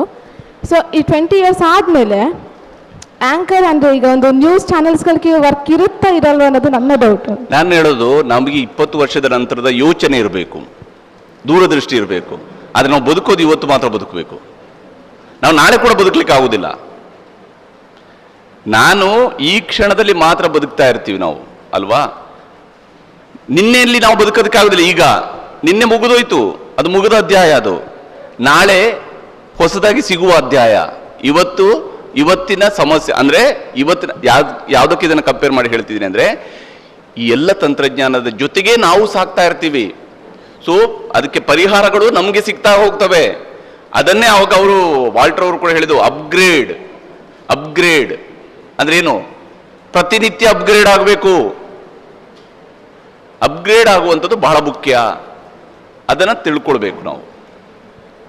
ಸೆಕೆಂಡ್ ಕ್ವಶನ್ ಅಂದರೆ ಒಂದು ಯೂಸ್ಫುಲ್ ಅಂತ ಹೇಳಿದ್ರಿ, ಅಂದರೆ ಒಂದು ಅದರಿಂದ ಕೆಲವು ಇನ್ಫಾರ್ಮೇಶನ್ ಸಿಗ್ತದೆ. ಮತ್ತೆ ಈಗ ಒಂದು ನಂಗೆ ಇಲ್ಲಿ ವಾಯ್ಸ್ ಕರೆಕ್ಟಾಗಿ ಕೇಳ್ತಾ ಇಲ್ಲ, ಅದು ಪೂರ್ತಿ ಆ ಕಡೆಗೆ ಹೋಗಿದೆ. ಹಾಗಾಗಿ ನಂಗೆ ಈ ಕಡೆ ನೀವು ಕೇಳ್ತಿರೋ ಕ್ವಶನ್ ನನ್ನ ಅಂದಾಜು ಮೇಲೆ ನಾನು ಉತ್ತರ ಕೊಡ್ತಾ ಇದ್ದೀನಿ ಆವಾಗದಿಂದ. ಹೇಳಿ ಈಗ. ಅದೇ ಒಂದು ಯೂಸ್ಫುಲ್ ಅಂತ ಹೇಳಿರ, ಅಂದರೆ ಅದರಲ್ಲಿ ಬೇರೆ ಬೇರೆ ಒಂದು ಇನ್ಫಾರ್ಮೇಶನ್ ಸಿಗುತ್ತೆ ಅಂತ ಹೇಳಿರಲ್ಲ. ಈಗ ಏನೋ ಸರ್ಚ್ ಮಾಡಿದರೆ ಅದ್ರ ಜೊತೆಗೆ ಇನ್ನೊಂದಷ್ಟು ಇನ್ಫಾರ್ಮೇಶನ್ ಕೂಡ ಒಟ್ಟಿಗೆ ಸಿಗ್ತದೆ ಅಂತ ಹೇಳಿದ್ರಿ. ಬಟ್ ಅದರಲ್ಲಿ ಇನ್ಫಾರ್ಮೇಶನ್ ಸಿಗೋದು ಎಲ್ಲ ಕೂಡ ಟ್ರೂ ಅಂತ ಒಂದು ನಿಜಾನೇ ಸಿಗುತ್ತೆ ಅನ್ನೋದು ಏನು ಗ್ಯಾರಂಟಿ ಅಂತ? ಆದರೆ ನಿಜನೇ ಸಿಗುತ್ತೆ ಅಂತೇಳಿ ಅದನ್ನೇ ನಾವು ವೆರಿಫಿಕೇಶನ್ ಮಾಡೋ ಶಕ್ತಿ ಇರಬೇಕಲ್ಲ ನಮಗೆ. ಈಗ ನಮಗೆ ಈಗ ಇಲ್ಲಿ ಅರುಣ್ ಪುತ್ತಿಲ್ ಅವರು ಇದ್ದಾರೆ, ನಾನು ಈಗ ಒಂದು ಕ್ವಶನ್ ಅನ್ನು ಅರುಣ್ ಪುತ್ತಿಲ್ ಅವ್ರ ಮೇಲೆ ಹಾಕ್ತೀನಿ. ಈಗ ನನಗೆ ಅವ್ರ ಬಗ್ಗೆ ತಿಳ್ಕೊಳ್ಬೇಕು, ಓಕೆ, ಅವ್ರ ಬಗ್ಗೆ ನಂಗೆ ತಿಳ್ಕೊಳ್ಬೇಕು. ನಾನೇನು ಮಾಡ್ತೀನಿ, ಗ್ರೋಕಲ್ಲಿ ಹೋಗಿ ಅರುಣ್ ಪುತ್ತಿಲ್ ಅವರ ರಾಜಕೀಯದಲ್ಲಿ ಅವರ ನಡೆಗಳು ಏನೇನು ಅಂತ ಒಂದು ಹಾಕ್ತೀನಿ. ಅವಾಗ ಒಂದಿಷ್ಟು ಕಂಟೆಂಟ್ ಕೊಡುತ್ತೆ ಅದು. ಆದರೆ ಅವರು ಏನು ಮಾಡಿದ್ದಾರೆ ಅಂತೇಳಿ ನಂಗೆ ಗೊತ್ತಿರಬೇಕು, ನನಗೂ ಕೂಡ ಆ ಜನರಲ್ ನಾಲೆಜ್ ನನಗೂ ಇರಬೇಕು. ಹಂಗಿದ್ದಾಗ ಮಾತ್ರ ನನಗೆ AI ಕೊಟ್ಟಿರುವಂಥ ಇನ್ಫಾರ್ಮೇಷನ್ ಸರಿನಾ ಇಲ್ವಾ ಅಂತ ಅರ್ಥ ಆಗುತ್ತೆ. ನಾನು ಕಂಟೆಂಟನ್ನು ಅಂತಿಮವಾಗಿ ನಾನೇ ಹೇಳುವಾಗ ನಾನು ಮಿಸ್ಲೀಡ್ ಮಾಡಬಾರ್ದು, ಸತ್ಯ ಹೇಳಬೇಕು. ನನಗೆ ಇಮಿಡಿಯೇಟಾಗಿ ಸೋರ್ಸ್ ಕಲೆಕ್ಷನ್ಗೆ ಈಸಿ ಆಗುತ್ತೆ. ಇದು ಅವ್ರ ಬಗ್ಗೆ 10 ಆರ್ಟಿಕಲ್ ಬರೆದಿರ್ತಾರೆ, ಆ 10 ಆರ್ಟಿಕಲ್ ಒಂದೇ ಸಲ ಸಿಗುತ್ತೆ ನನಗಿಲ್ಲಿ, ಪಾಯಿಂಟ್ ವೈಸ್ ಸಿಗುತ್ತೆ, ತುಂಬ ಶಾರ್ಟ್ ಆಗಿ ಸಿಗುತ್ತೆ, 10 ಪಾಯಿಂಟಲ್ಲಿ ಸಿಗುತ್ತೆ ನನಗೆ ಇದನ್ನು ವಿವರಿಸಿ, ನನಗೆ 5 ಪಾಯಿಂಟಲ್ಲಿ ವಿವರಿಸಿ ಅಂತ ಕೇಳಿದರೆ 5 ಪಾಯಿಂಟಲ್ಲಿ ಕೊಡುತ್ತೆ. ಇದು ಗೊತ್ತಾಯ್ತಾ? ಸಿಂಪಲ್ ಇದು. ಆದರೆ ನಮಗೆ ಗೊತ್ತಿರಬೇಕು ಅದರಲ್ಲಿ ಮಿಸ್ಲೀಡ್ ಮಾಡುವಂಥ ಇನ್ಫಾರ್ಮೇಷನ್ ಇದೆಯಾ ಅನ್ನೋದನ್ನು ವೆರಿಫಿಕೇಶನ್ ಮಾಡಬೇಕು. ಈಗ ನಮ್ಗೆ ಇದರಲ್ಲಿ ಯಾವುದೋ ಡೌಟ್ ಬಂತು, ಗೊತ್ತಾಯ್ತಲ್ಲ. ಈಗ ಅವ್ರ ಮೇಲೆ ಮಾಡಿರುವ ಇನ್ನೊಬ್ಬರು ಯಾರೋ ಮಾಡಿರುವಂಥ ಒಂದು ಸ್ಟೇಟ್ಮೆಂಟ್ ಇರುತ್ತೆ, ಆ ಸ್ಟೇಟ್ಮೆಂಟು ಕೂಡ ಅದರಲ್ಲಿ ಸೇರ್ಕೊಡುತ್ತೆ. AI ಬರುವಾಗ ಅದು ಕೂಡ ಸೇರ್ಕೊಡುತ್ತೆ. ಹಾಗೆ ಅದನ್ನು ನಾವು ಕಂಟೆಂಟ್ ಬರೆಯೋದು. ಕಂಟೆಂಟ್ ಈ ರೀತಿಯಾಗಿ ಅಂದರೆ ಅದಕ್ಕೆ ನಾನು ಹೇಳಿದ್ದು, AI ನೀವು ಬಳಕೆ ಮಾಡುವಾಗ ನಿಮ್ಮಲ್ಲಿ ವಿವೇಚನೆ ಇರಬೇಕು. It's not copy paste, you should analyse. ಅದನ್ನು ಅನಲೈಸ್ ಮಾಡಬೇಕು, ಹೌದಾ ಅಲ್ಲೋ ಅಂತ ತಿಳ್ಕೊಳ್ಬೇಕು. ಹಂಗಿದ್ದಾಗ ಮಾತ್ರ ನಿಮಗೆ ಕರೆಕ್ಟ್ ಆಗಿರುವಂಥ ಕಂಟೆಂಟನ್ನು ಹೇಳೋದಕ್ಕೆ ಸಾಧ್ಯ ಆಗುತ್ತೆ. ಅದು ಬಹಳ ಮುಖ್ಯ. ಸುಮ್ಮನೆ ಅದು ಅದರ್ವೈಸ್ ಏನಾಗುತ್ತೆ, ಗೂಗಲಲ್ಲಿ ಆದರೆ ನಮಗೆ ಬೇಕಾದ ಆರ್ಟಿಕಲ್ ಮಾತ್ರ ಸಿಗ್ತಿತ್ತು. ಗೂಗಲ್ ಮಾಡಿದಾಗ ಬೇಕಾದಾಗ ಆರ್ಟಿಕಲ್ ಮಾತ್ರ ಸಿಗ್ತಿತ್ತು. ಅದು ಒಂದೊಂದೇ ಸಪ್ರೇಟ್ ಆರ್ಟಿಕಲ್ ಬರುತ್ತೆ, ಆ ಒಂದೊಂದೇ ಆರ್ಟಿಕಲನ್ನು ಓದ್ತಾ ಹೋಗ್ತೀವಿ. ಈಗ ಹಾಗೆಲ್ಲ ನೀವು ಗೂಗಲಲ್ಲಿ ಹಾಕ್ತಿದ್ದಾಗೇ ಜೆಮಿನಿನೇ ತೋರಿಸುತ್ತೆ ನಿಮಗೆ, ಅಲ್ಲಿ AI ತೋರಿಸುತ್ತೆ, ಅಲ್ಲಿ ಒಂದು ಕಂಟೆಂಟ್ ತೋರಿಸುತ್ತೆ ಅದು ಆಲ್ರೆಡಿ. ಆ ಕಂಟೆಂಟ್ಗೆ ಪೂರ್ವಕವಾಗಿ ಕೆಲವು ಲಿಂಕ್ಸ್ ಇರ್ತವೆ, ಅದು ಒಂದು ಭಾಗ. ಈ ಥರ ನೀವು ತಿಳ್ಕೊಳ್ಳುವಂಥದ್ದು. ಬೇರೆ ಇನ್ನೊಂದು ಲಾಸ್ಟ್ ಕ್ವಶನ್, ಸಾರಿ. ಇನ್ನೊಂದು ಅಂದರೆ ನನ್ನ ಮೈಂಡಿಗೆ ಬಂದ, ಇದು ಕ್ವಶನ್ ಬರ್ದಿಲ್ಲ ಇಲ್ಲಿ, ಬಟ್ ನನ್ನ ಮೈಂಡಿಗೆ ಬಂದಿದೆ ಅಂತಂದರೆ, ಈಗ ಆ್ಯಂಕರಿಂಗ್ ಅಂದರೆ ಅದೇ ಈಗ ನ್ಯೂಸ್ ಈಗ ಹೇಳೋದು ಅದೇ ಈಗ ನೀವು ಹೇಳಿದ್ರಲ್ಲ ಆ್ಯಂಕರಿಂಗ್ AI ಬಂದಿದೆ ಅಂತ. ಸೊ ಇದರಿಂದ ನೆಕ್ಸ್ಟ್ ಇದು ಬೇರೆ ಈಗ ಬೇರೆ ಇದೊಂದು ಇದರಲ್ಲಿ ಚಾನೆಲ್ಸ್ಗಳಲ್ಲಿ ಆ್ಯಂಕರಿಂಗ್ಸ್ ಇದ್ದಾರಲ್ಲ, ಸೊ ಅವರಿಗೆಲ್ಲ ಎಂಥರ ಎಫೆಕ್ಟ್ ಆಗ್ಬೋದಾ ಅನ್ನೋದು? ಅದಕ್ಕೆ ಏನೂ ಆಗೋದಿಲ್ಲ. ಆ ರೀತಿಯಾಗಿ ಅದನ್ನು ನಾವು ಓವರ್ ಬೋರ್ಡಲ್ಲಿ ಯೋಚನೆ ಮಾಡಬೇಕಾದ ಅವಶ್ಯಕತೆಗಳಿಲ್ಲ. ಯಾವುದನ್ನು ಕೂಡ ವಾಸ್ತವದಲ್ಲಿ ಯೋಚನೆ ಮಾಡಬೇಕು ಮತ್ತು ಏನಾಗ್ತಾ ಇದೆ ಅನ್ನೋದನ್ನು ತಿಳ್ಕೊಳ್ಬೇಕು. ನಾವು ಭಾಳ ಮುಖ್ಯ ಏನಂದರೆ ನಾವು ತಿಳ್ಕೊಳ್ಬೇಕು ಅದರ ಬಗ್ಗೆ. ನಾನು ಅದಕ್ಕೆ ಹೇಳಿದ್ದು 20 ವರ್ಷದ ನಂತರ ಏನಾಗುತ್ತೆ ಅಂತ ಹೇಳಿ, ನಾನು ಈಗ ದೂರದೃಷ್ಟಿ ಇರಬೇಕು ನನಗೆ. ನಾನು 20 ವರ್ಷದ ನಂತರಕ್ಕೆ ಹೋಗಿ ಬದುಕಕ್ಕಾಗಲ್ಲ ಈ ಕ್ಷಣಕ್ಕೆ. ನಾನು ಇವತ್ತು ಈ ಕ್ಷಣಕ್ಕೆ ಮಾತ್ರ ಬದುಕಬೇಕು, ನಾನು ನಾಳೆಗೆ ಬದುಕೋಕ್ಕಾಗೋದಿಲ್ಲ. ಈಗ ಕಳೆದ್ರೆ ನಾಳೆ ಅಲ್ವ ಬರೋದು ನಮಗೆ. ಹಂಗೇನೆ ಯಾವುದೇ ತಂತ್ರಜ್ಞಾನವು ಕೂಡ ಬರ್ತಾ ಇರುತ್ತೆ, ಅವುಗಳನ್ನು ನಾವು ಕಲಿತಾ ಹೋಗಬೇಕು, ಅದನ್ನು ತಿಳ್ಕೊಳ್ತಾ ಹೋಗಬೇಕು. ಅದರ ಅಪ್ಗ್ರೇಡೆಡ್ ವರ್ಷನ್ ಯಾವ್ದು ಬರುತ್ತೆ ಅಂತೇಳಿ ಅವ್ರಿಗೆ ಗೊತ್ತಿರೋದಿಲ್ಲ, ಈಗ ರೆಡಿ ಮಾಡಿದವ್ರಿಗೆ ಗೊತ್ತಿರೋದಿಲ್ಲ, ಅವ್ರಿಗೆ ಅದು ನೆಕ್ಸ್ಟ್ ಅದು ಅಪ್ಗ್ರೇಡ್ ಆಗೋದು. ಹೀಗೆ ಎಲ್ಲವೂ ಕೂಡ ಹಂತವಾಗಿರುತ್ತೆ. ದಿನ ಬೆಳಗಾದ ತಕ್ಷಣ ಎಲ್ಲವೂ ಕೂಡ ಬದಲಾಗೋದಿಲ್ಲ, ಒಂದೇ ಸಲಕ್ಕೆ ಬದಲಾಗೋದಿಲ್ಲ. ಬಟ್ ಇತ್ತೀಚೆಗೆ ಬದಲಾವಣೆಯ ವೇಗ ಜಾಸ್ತಿ ಆಗ್ತಿದೆ ನಮಗೆ. ಅದನ್ನೇ ಆಗ ಅವರು ಹೇಳಿರೋದು, ಜನರೇಷನ್ Y ತನಕ Gen Z ಅವ್ರ ಲಕ್ಕಿ ಯಾಕೆ ಅಂತ ಹೇಳಿದ್ರೆ, ನಿಮಗೆ ನೀವು 90ರ ನಂತರದ ಹುಟ್ಟಿರುವ ಮಕ್ಕಳಿಗೆ 2002, 2003ಕ್ಕೆ ಬಂದಾಗಲೇ ಮೊಬೈಲ್ ರಿಂಗ್ ಕೇಳೋದಕ್ಕೆ ಶುರು ಆಗಿದೆ. ಅದಾದ ನಂತರ 2010ಕ್ಕೆ ಆದಾಗ ನಮಗೆ ಏನು ಸ್ಮಾರ್ಟ್ ಫೋನ್ಗಳು ಬಂದಿದ್ದಾವೆ. ಹೋಗ್ತಾ ಹೋಗ್ತಾ ಹೋಗ್ತಾ ಬಹಳ ವೇಗವಾಗಿ ಬದಲಾಗ್ತಾ ಹೋಗುತ್ತಲ್ಲ, ಅದು ಆ ವೇಗದ ಜೊತೆಗೆ ನಾವು ಕೂಡ ನಮ್ಮ ಬದುಕು ಕೂಡ ಈಗ ವೇಗ ಆಗಿದೆ, ಬಹಳ ವೇಗವಾಗಿ ಬದುಕ್ತಾ ಇದೀವಿ ನಾವು ಕೂಡ. ಆ ವೇಗಕ್ಕೆ ನಾವು ಅಡ್ಜಸ್ಟ್ ಆಗಬೇಕು ಅಂದರೆ ನಾವು ಕಲ್ತ್ಕೊಳ್ಬೇಕು, ನಾವು ತಿಳುವಳಿಕೆ ಬೇಕು. ಅದನ್ನೇ ನಾನು ಆವಾಗ ಹೇಳಿದ್ದು, ಇನ್ಫಾರ್ಮೇಷನ್ ಆ್ಯಂಡ್ ಕ್ಯೂರಿಯಾಸಿಟಿ, ಇದು ಎರಡು ಇರಬೇಕು ನಮ್ಮಲ್ಲಿ. Okay, thank you. ಇಲ್ಲಿ ಕಾರ್ಯಕ್ರಮಕ್ಕೆ ಕರೆದಿದ್ದಕ್ಕೆ ಮತ್ತು ನಿಮ್ಮ ಜೊತೆಗೆ ಮಾತನಾಡೋದಕ್ಕೆ ಅವಕಾಶ ಮಾಡಿಕೊಡೋದಕ್ಕೆ ಧನ್ಯವಾದ ನಿಮಗೆಲ್ಲರಿಗೂ. ಇಷ್ಟು ಹೊತ್ತು ದೃಶ್ಯ ಮಾಧ್ಯಮದ ಪ್ರಭಾವ ಹಾಗೂ ಯುವ ಜನತೆಗಿರುವ ಅವಕಾಶ, ಈ ಒಂದು ವಿಷಯದಲ್ಲಿ ವಿಶೇಷವಾಗಿ ಉಪನ್ಯಾಸ ನೀಡಿದಂತಹ ಶ್ರೀ ಹರಿಪ್ರಸಾದ್, ಸಂಪಾದಕರು ನ್ಯೂಸ್ 18 ಕನ್ನಡ. ಸರ್, ತಮಗೆ ತುಂಬು ಹೃದಯದ ಧನ್ಯವಾದಗಳನ್ನು ಸಮರ್ಪಿಸ್ತಾ ಇದ್ದೇವೆ. ದಯಮಾಡಿ ವೇದಿಕೆಗೆ ಬರಬೇಕು. ಶ್ರೀ ಅಶ್ವಿತ್ ಉಪ್ಪಳ, ಟ್ರಸ್ಟಿ ಏಕತಾ ಟ್ರಸ್ಟ್, ಇವರಿಗೆ ಸ್ಮರಣಿಕೆಯನ್ನು ನೀಡಿ ಗೌರವಿಸಬೇಕಾಗಿ ಕೇಳಿಕೊಳ್ತಾ ಇದ್ದೇವೆ. ಜೋರಾದ ಚಪ್ಪಾಳೆ ಬರಲೇಬೇಕು. ತಮ್ಮ ಬಿಡುವಿಲ್ಲದ ಸಮಯದಲ್ಲಿ ನಮ್ಮ ಜೊತೆ ಬಂದು ಬಹಳ ಉತ್ತಮವಾದ ವಿಷಯದ ಬಗ್ಗೆ ಮಾಹಿತಿಯನ್ನ ನೀಡಿಕೊಟ್ಟಿರುವಂತಹ ತಮಗೆ ಪ್ರೀತಿಯ ಧನ್ಯವಾದಗಳು ಸರ್.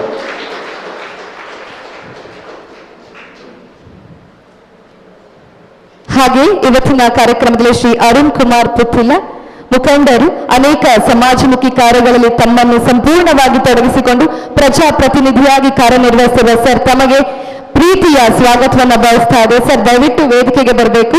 ಇವರಿಗೆ ಶ್ರೀ ಗಣೇಶ್ ಪಿಲಿಕಲ್ಲು, ಸಂಪಾದಕರು, ತುಳು ಟೈಮ್ಸ್, ಇವರು ಸ್ಮರಣಿಕೆಯನ್ನ ನೀಡಿ ಗೌರವಿಸಬೇಕು ಅಂತ ಕೇಳಿಕೊಳ್ತಾ ಇದ್ದೇವೆ.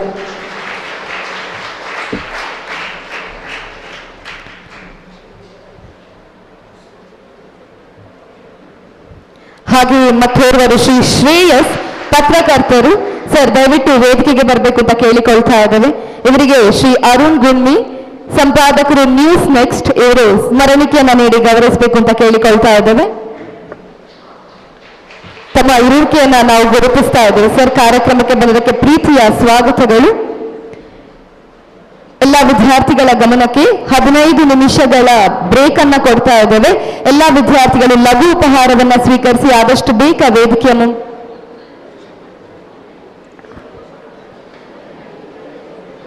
ಹಾಗೆ ಈ ವೇದಿಕೆಯಲ್ಲಿ ಶ್ರೀ ರಾಜಶೇಖರ್ ಉದ್ಯಮಿಗಳು ಇದ್ದಾರೆ. ಸರ್, ದಯವಿಟ್ಟು ವೇದಿಕೆಗೆ ಬರಬೇಕು. ಇವರಿಗೆ ಶ್ರೀ ಅನಿಲ್, ಇವರು ಸ್ಮರಣಿಕೆಯನ್ನ ನೀಡಿ ಗೌರವಿಸಬೇಕು ಅಂತ ಹೇಳಿ ಕೇಳಿಕೊಳ್ತಾ ಇದ್ದೇವೆ.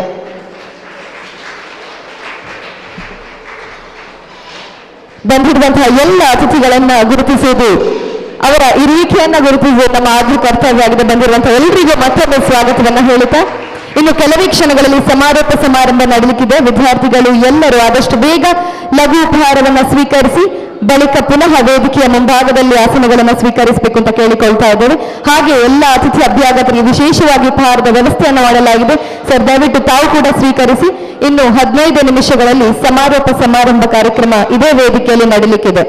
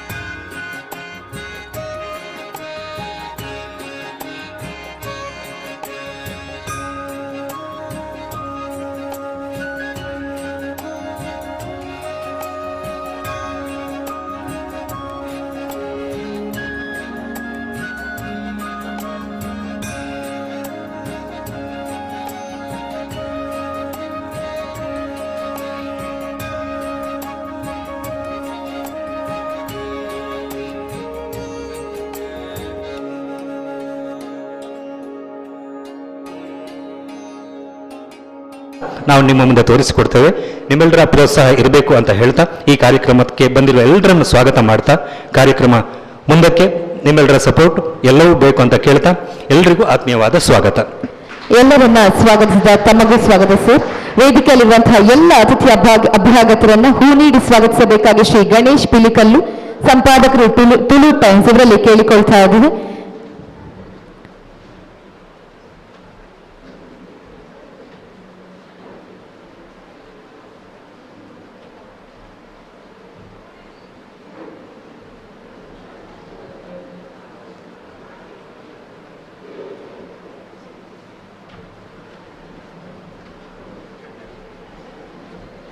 ಧನ್ಯವಾದಗಳು ಸರ್. ಇಂದಿನ ಈ ಕಾರ್ಯಕ್ರಮದ ಮುಖ್ಯ ಉದ್ದೇಶ ಏನು ಅಂತ ಕೇಳಿದ್ರೆ, ವಿದ್ಯಾರ್ಥಿಗಳಲ್ಲಿ ಪತ್ರಿಕೋದ್ಯಮದ ಬಗ್ಗೆ ಅರಿವನ್ನ ಮೂಡಿಸುವುದು. ಆ ಒಂದು ನಿಟ್ಟಿನಲ್ಲಿ ಈಗಾಗಲೇ ಪತ್ರಿಕೋದ್ಯಮ ವಿಷಯದ ಕುರಿತು ಕಾರ್ಯಾಗಾರ ಕೂಡ ಬೆಳಗಿನ ಸಂದರ್ಭದಲ್ಲಿ ನಡೆದಿರ್ತದೆ. ಇದೀಗ ತುಳು ಟೈಮ್ಸ್ ಲೋಕಾರ್ಪಣೆ ಸಮಾರಂಭ ಇದೇ ವೇದಿಕೆಯಲ್ಲಿ ನಡೆಯಲಿಕ್ಕಿದೆ. ನಡೆಸಿಕೊಡೋರು ಶ್ರೀ ಅಮೈ ಮಹಾಲಿಂಗ ನಾಯಕ, ಪದ್ಮಶ್ರೀ ಪ್ರಶಸ್ತಿ ಪುರಸ್ಕೃತರು. ದಯವಿಟ್ಟು ವೇದಿಕೆಯಲ್ಲಿರುವಂತಹ ಎಲ್ಲ ಅತಿಥಿಗೆ ಅಭ್ಯಾಗತರು ಕೈ ಜೋಡಿಸಬೇಕಾಗಿ ವಿನಂತಿಯನ್ನ ಮಾಡಿಕೊಳ್ತಾ ಇದ್ದೇವೆ. ಹಾಗೆ ತುಳು ಟೈಮ್ಸ್ ಇದರ ಸಂಪಾದಕರು, ಪತ್ರಕರ್ತರು ಹಾಗೆ ಸಿಬ್ಬಂದಿ ವರ್ಗದವರು ವೇದಿಕೆಗೆ ಆಗಮಿಸಬೇಕಾಗಿ ವಿನಂತಿ.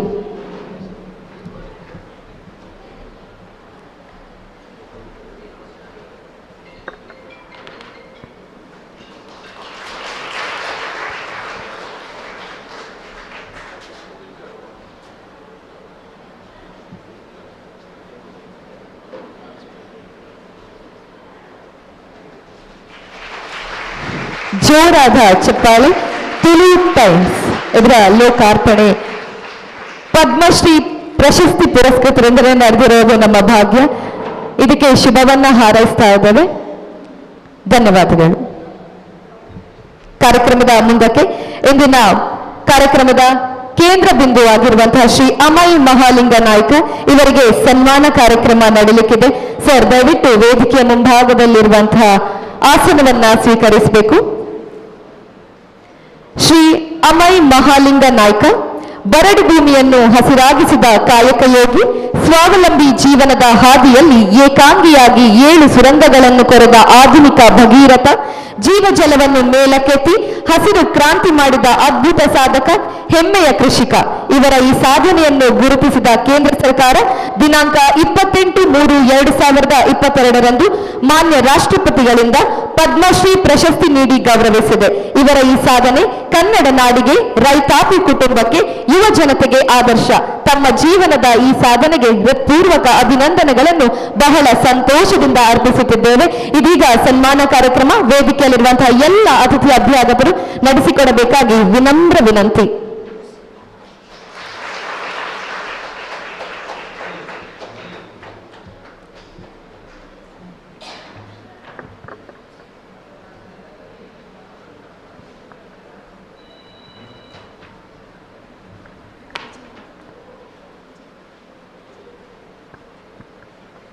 ಧನ್ಯವಾದಗಳು ಸರ್. ಮುಂದಕ್ಕೆ ಇದೀಗ ಸನ್ಮಾನಿತಗೊಂಡಿರುವಂತಹ ಶ್ರೀ ಅಮೈ ಮಹಾಲಿಂಗ ನಾಯ್ಕ ಸರ್ ತಮ್ಮ ಹಿತನುಡಿಗಳಿಗಾಗಿ ಈ ವೇದಿಕೆ.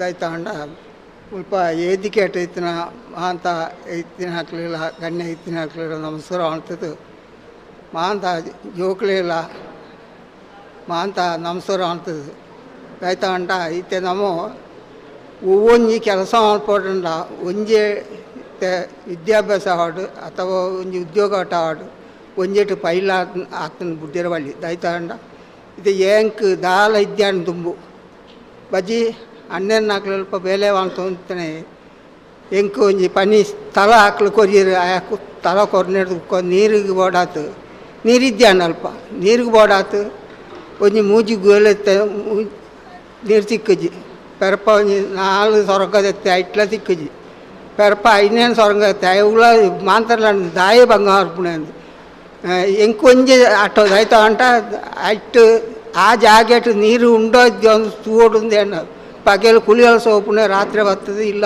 12 ಗಂಟೆ ಊಟ ಕೆಲಸ ಅಂತಂತೆ 5 ಬುಕ್ಕ ಏಲೇನೆ ಸೊರಂಗೊಟ್ಟು ನೀರು ಸಿಕ್ಕನೇಡ್ದು ಬುಕ್ಕೋ ಪನಿಯನಿತೆ ಕೃಷಿ ಮಲ್ಪೇರು ಶುರು ಮಾಡ್ತೆ ಐಟು 5,500 ಅಡ್ಡೆ ಬುಕ್ಕ ಕಂಗನ ಅಡ್ಡೆ ಸುರುಟು ಕೇಯಿ ಸಮೇತ ಮಾಡ್ತದೆ ಸಜತ್ತದೆ ಒಂದು ಹೆಣ್ಮ ಹುಡಿ ಬಾರು ಮುಟ್ಟದಿರ್ತದೆ ಅಕೇರಿಗೆ ನಾನು ನೀರು ಸಿಕ್ಕನೇಡ್ದು ಬುಕ್ಕೋ ಮಾಂದ ಕೃಷಿ ಮಾಡ್ತದೆ ಐಟು ಎಡ್ಡೆ ಉಂಚಿ ಕೊಕ್ಕೋ ಕಂಗು ಬಾರೆ ಮಾಂದ ಮಿಶ್ರ ಬುಳ್ಳೆ ಮಾಡ್ತೆ ಮಿಶ್ರ ಬುಳ್ಳೆ ಮಾಡ್ತಾರೆ 2004 ವಾರ್ನಸ್ ಅಣ್ಣೇರು ಫಸ್ಟಿಗೆ ಗುರ್ತಿಸಾಯಿನಾರು ಸೀಪಟ್ಟಾರ ಅಣ್ಣೆರೆಲ್ಲ ಬತ್ತಿತ್ತೇರು ಆಕಳು ಫಸ್ಟಿಗೆ ಗುರ್ತಿಸಾಯಿನಾರು 5 ಕೊಂಜೆ ಇಂಚೆನೆ ಲೆತ್ತದೆ ನಾನು ಫಸ್ಟಿಗೆ ಲೆತ್ತೇರು ಆಕೆರೆ ಅಲ್ಲಿದ್ದು ಡಿಲ್ಲಿ ಮುಟ್ಟ ಹೋರ ಕಾರಣ ಆಯ್ತವಂಟ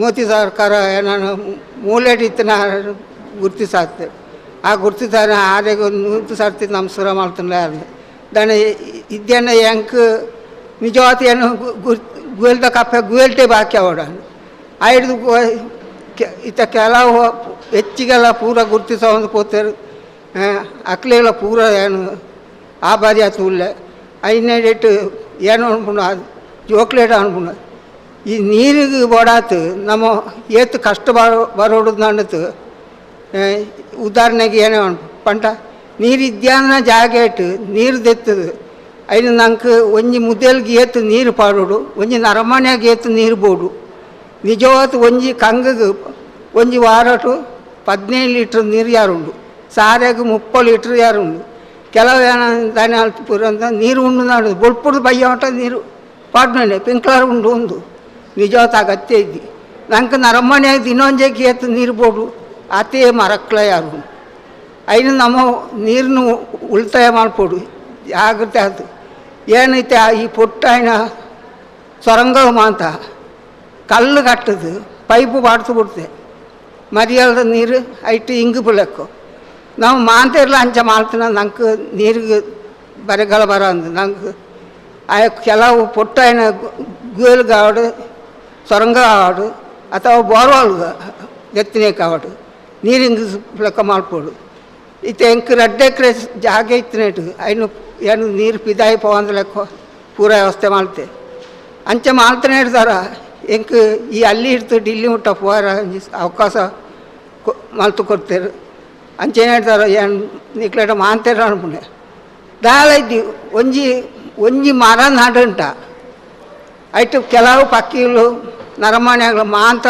ಒಂಜಿ ಬೆಳತ ಮರದ ಅಂಟ ಒಂಜಿ ಕುಕ್ಕುದ ಮರದ ಅಂಟ ಅವು ಮಾಂತ ನಂಗೆ ಬಾಗುಂದ ನಮ್ಮ ಭೂಮಿ ಇಟ್ಟು ಓವು ಮಾಂತ ಜೀವುలుండు ఆయన ಮಾಂತ ಐಕ್ಲ ಆಸರೆ ಕೊರೋಡು ಅಪ್ಪಂಡು ಅವಳ ಬದುಕಿರ ಸಾತಿ ಕೊರೋಡು ಇತ ಒಂಜಿ ಸಾರೆ ನಾಡು ಮಂಗೇರು ವರ್ಪ ನಿಜವಾದ ಮಂಗೇರಿಲ್ಲ ಅವು ಬಟಾಣ ತಿನ್ಪುಣೆ ఆయన ಉಪದ್ರ ಮಾಡ್ಪಿರ ಅಲ್ಲಿ ಉಪದ್ರ ಮಾಡ್ತಿಜಾಂಡ ಒಂಜಿ 2 ಪಾರ್ತು ಪೋಪು ಉಪದ್ರ ಅಂತ ನಾವು ಬೋಡ್ ಚಾಂಡ್ಲ ಪೂರ ಹೋಯ್ತು ಸಿತ್ತು ಅಡ್ಪ ಅಂಚೆ ಏನು ಹೇಳ್ತಾರ ನಂಗೆ ನಮ್ಮ ದೇಶಟು ಪ್ರತಿಯೊಂದು ಜಾಗ ಇಟ್ಲ ಕ್ರಿಮಿನ ಪಾಡಂತ ಲೆಕ್ಕ ಐನ್ಲ ಒರಿಪೋಡು ನಂಗೆ ಉಲ್ಲ ಬೋಡ ಹಾಕೊಂಡು ಅಗತ್ಯ ಐನು ಮಾಂತಿರಲ್ಲ ಜಾಗದ ನಮ್ಮ ಕೃಷಿ ಮಾಂತಿರ ಆಯ್ತು ಇತ ಏನೇ ಇತ ಒಂಜಿ ಸಾವಿರ ಚಕ್ಕರ್ ರೂಪಾಯಿ ಅಂತ ಒಂಜಿ 10 ಮುದ್ದೆ ಇಟ್ಟು 3,000 ರೂಪಾಯಿ ಆಯ್ತಾ ಮಾಂತಿರ ಹಾಕ್ಲೆ ಮುಗ್ಲ ಕೋರುತು ಎಂಕ ಕೋರುತಾತುಂಡು దాన్ని ఈ అల్లిటి తయారైనావు నాకు పట్టణం వరపునే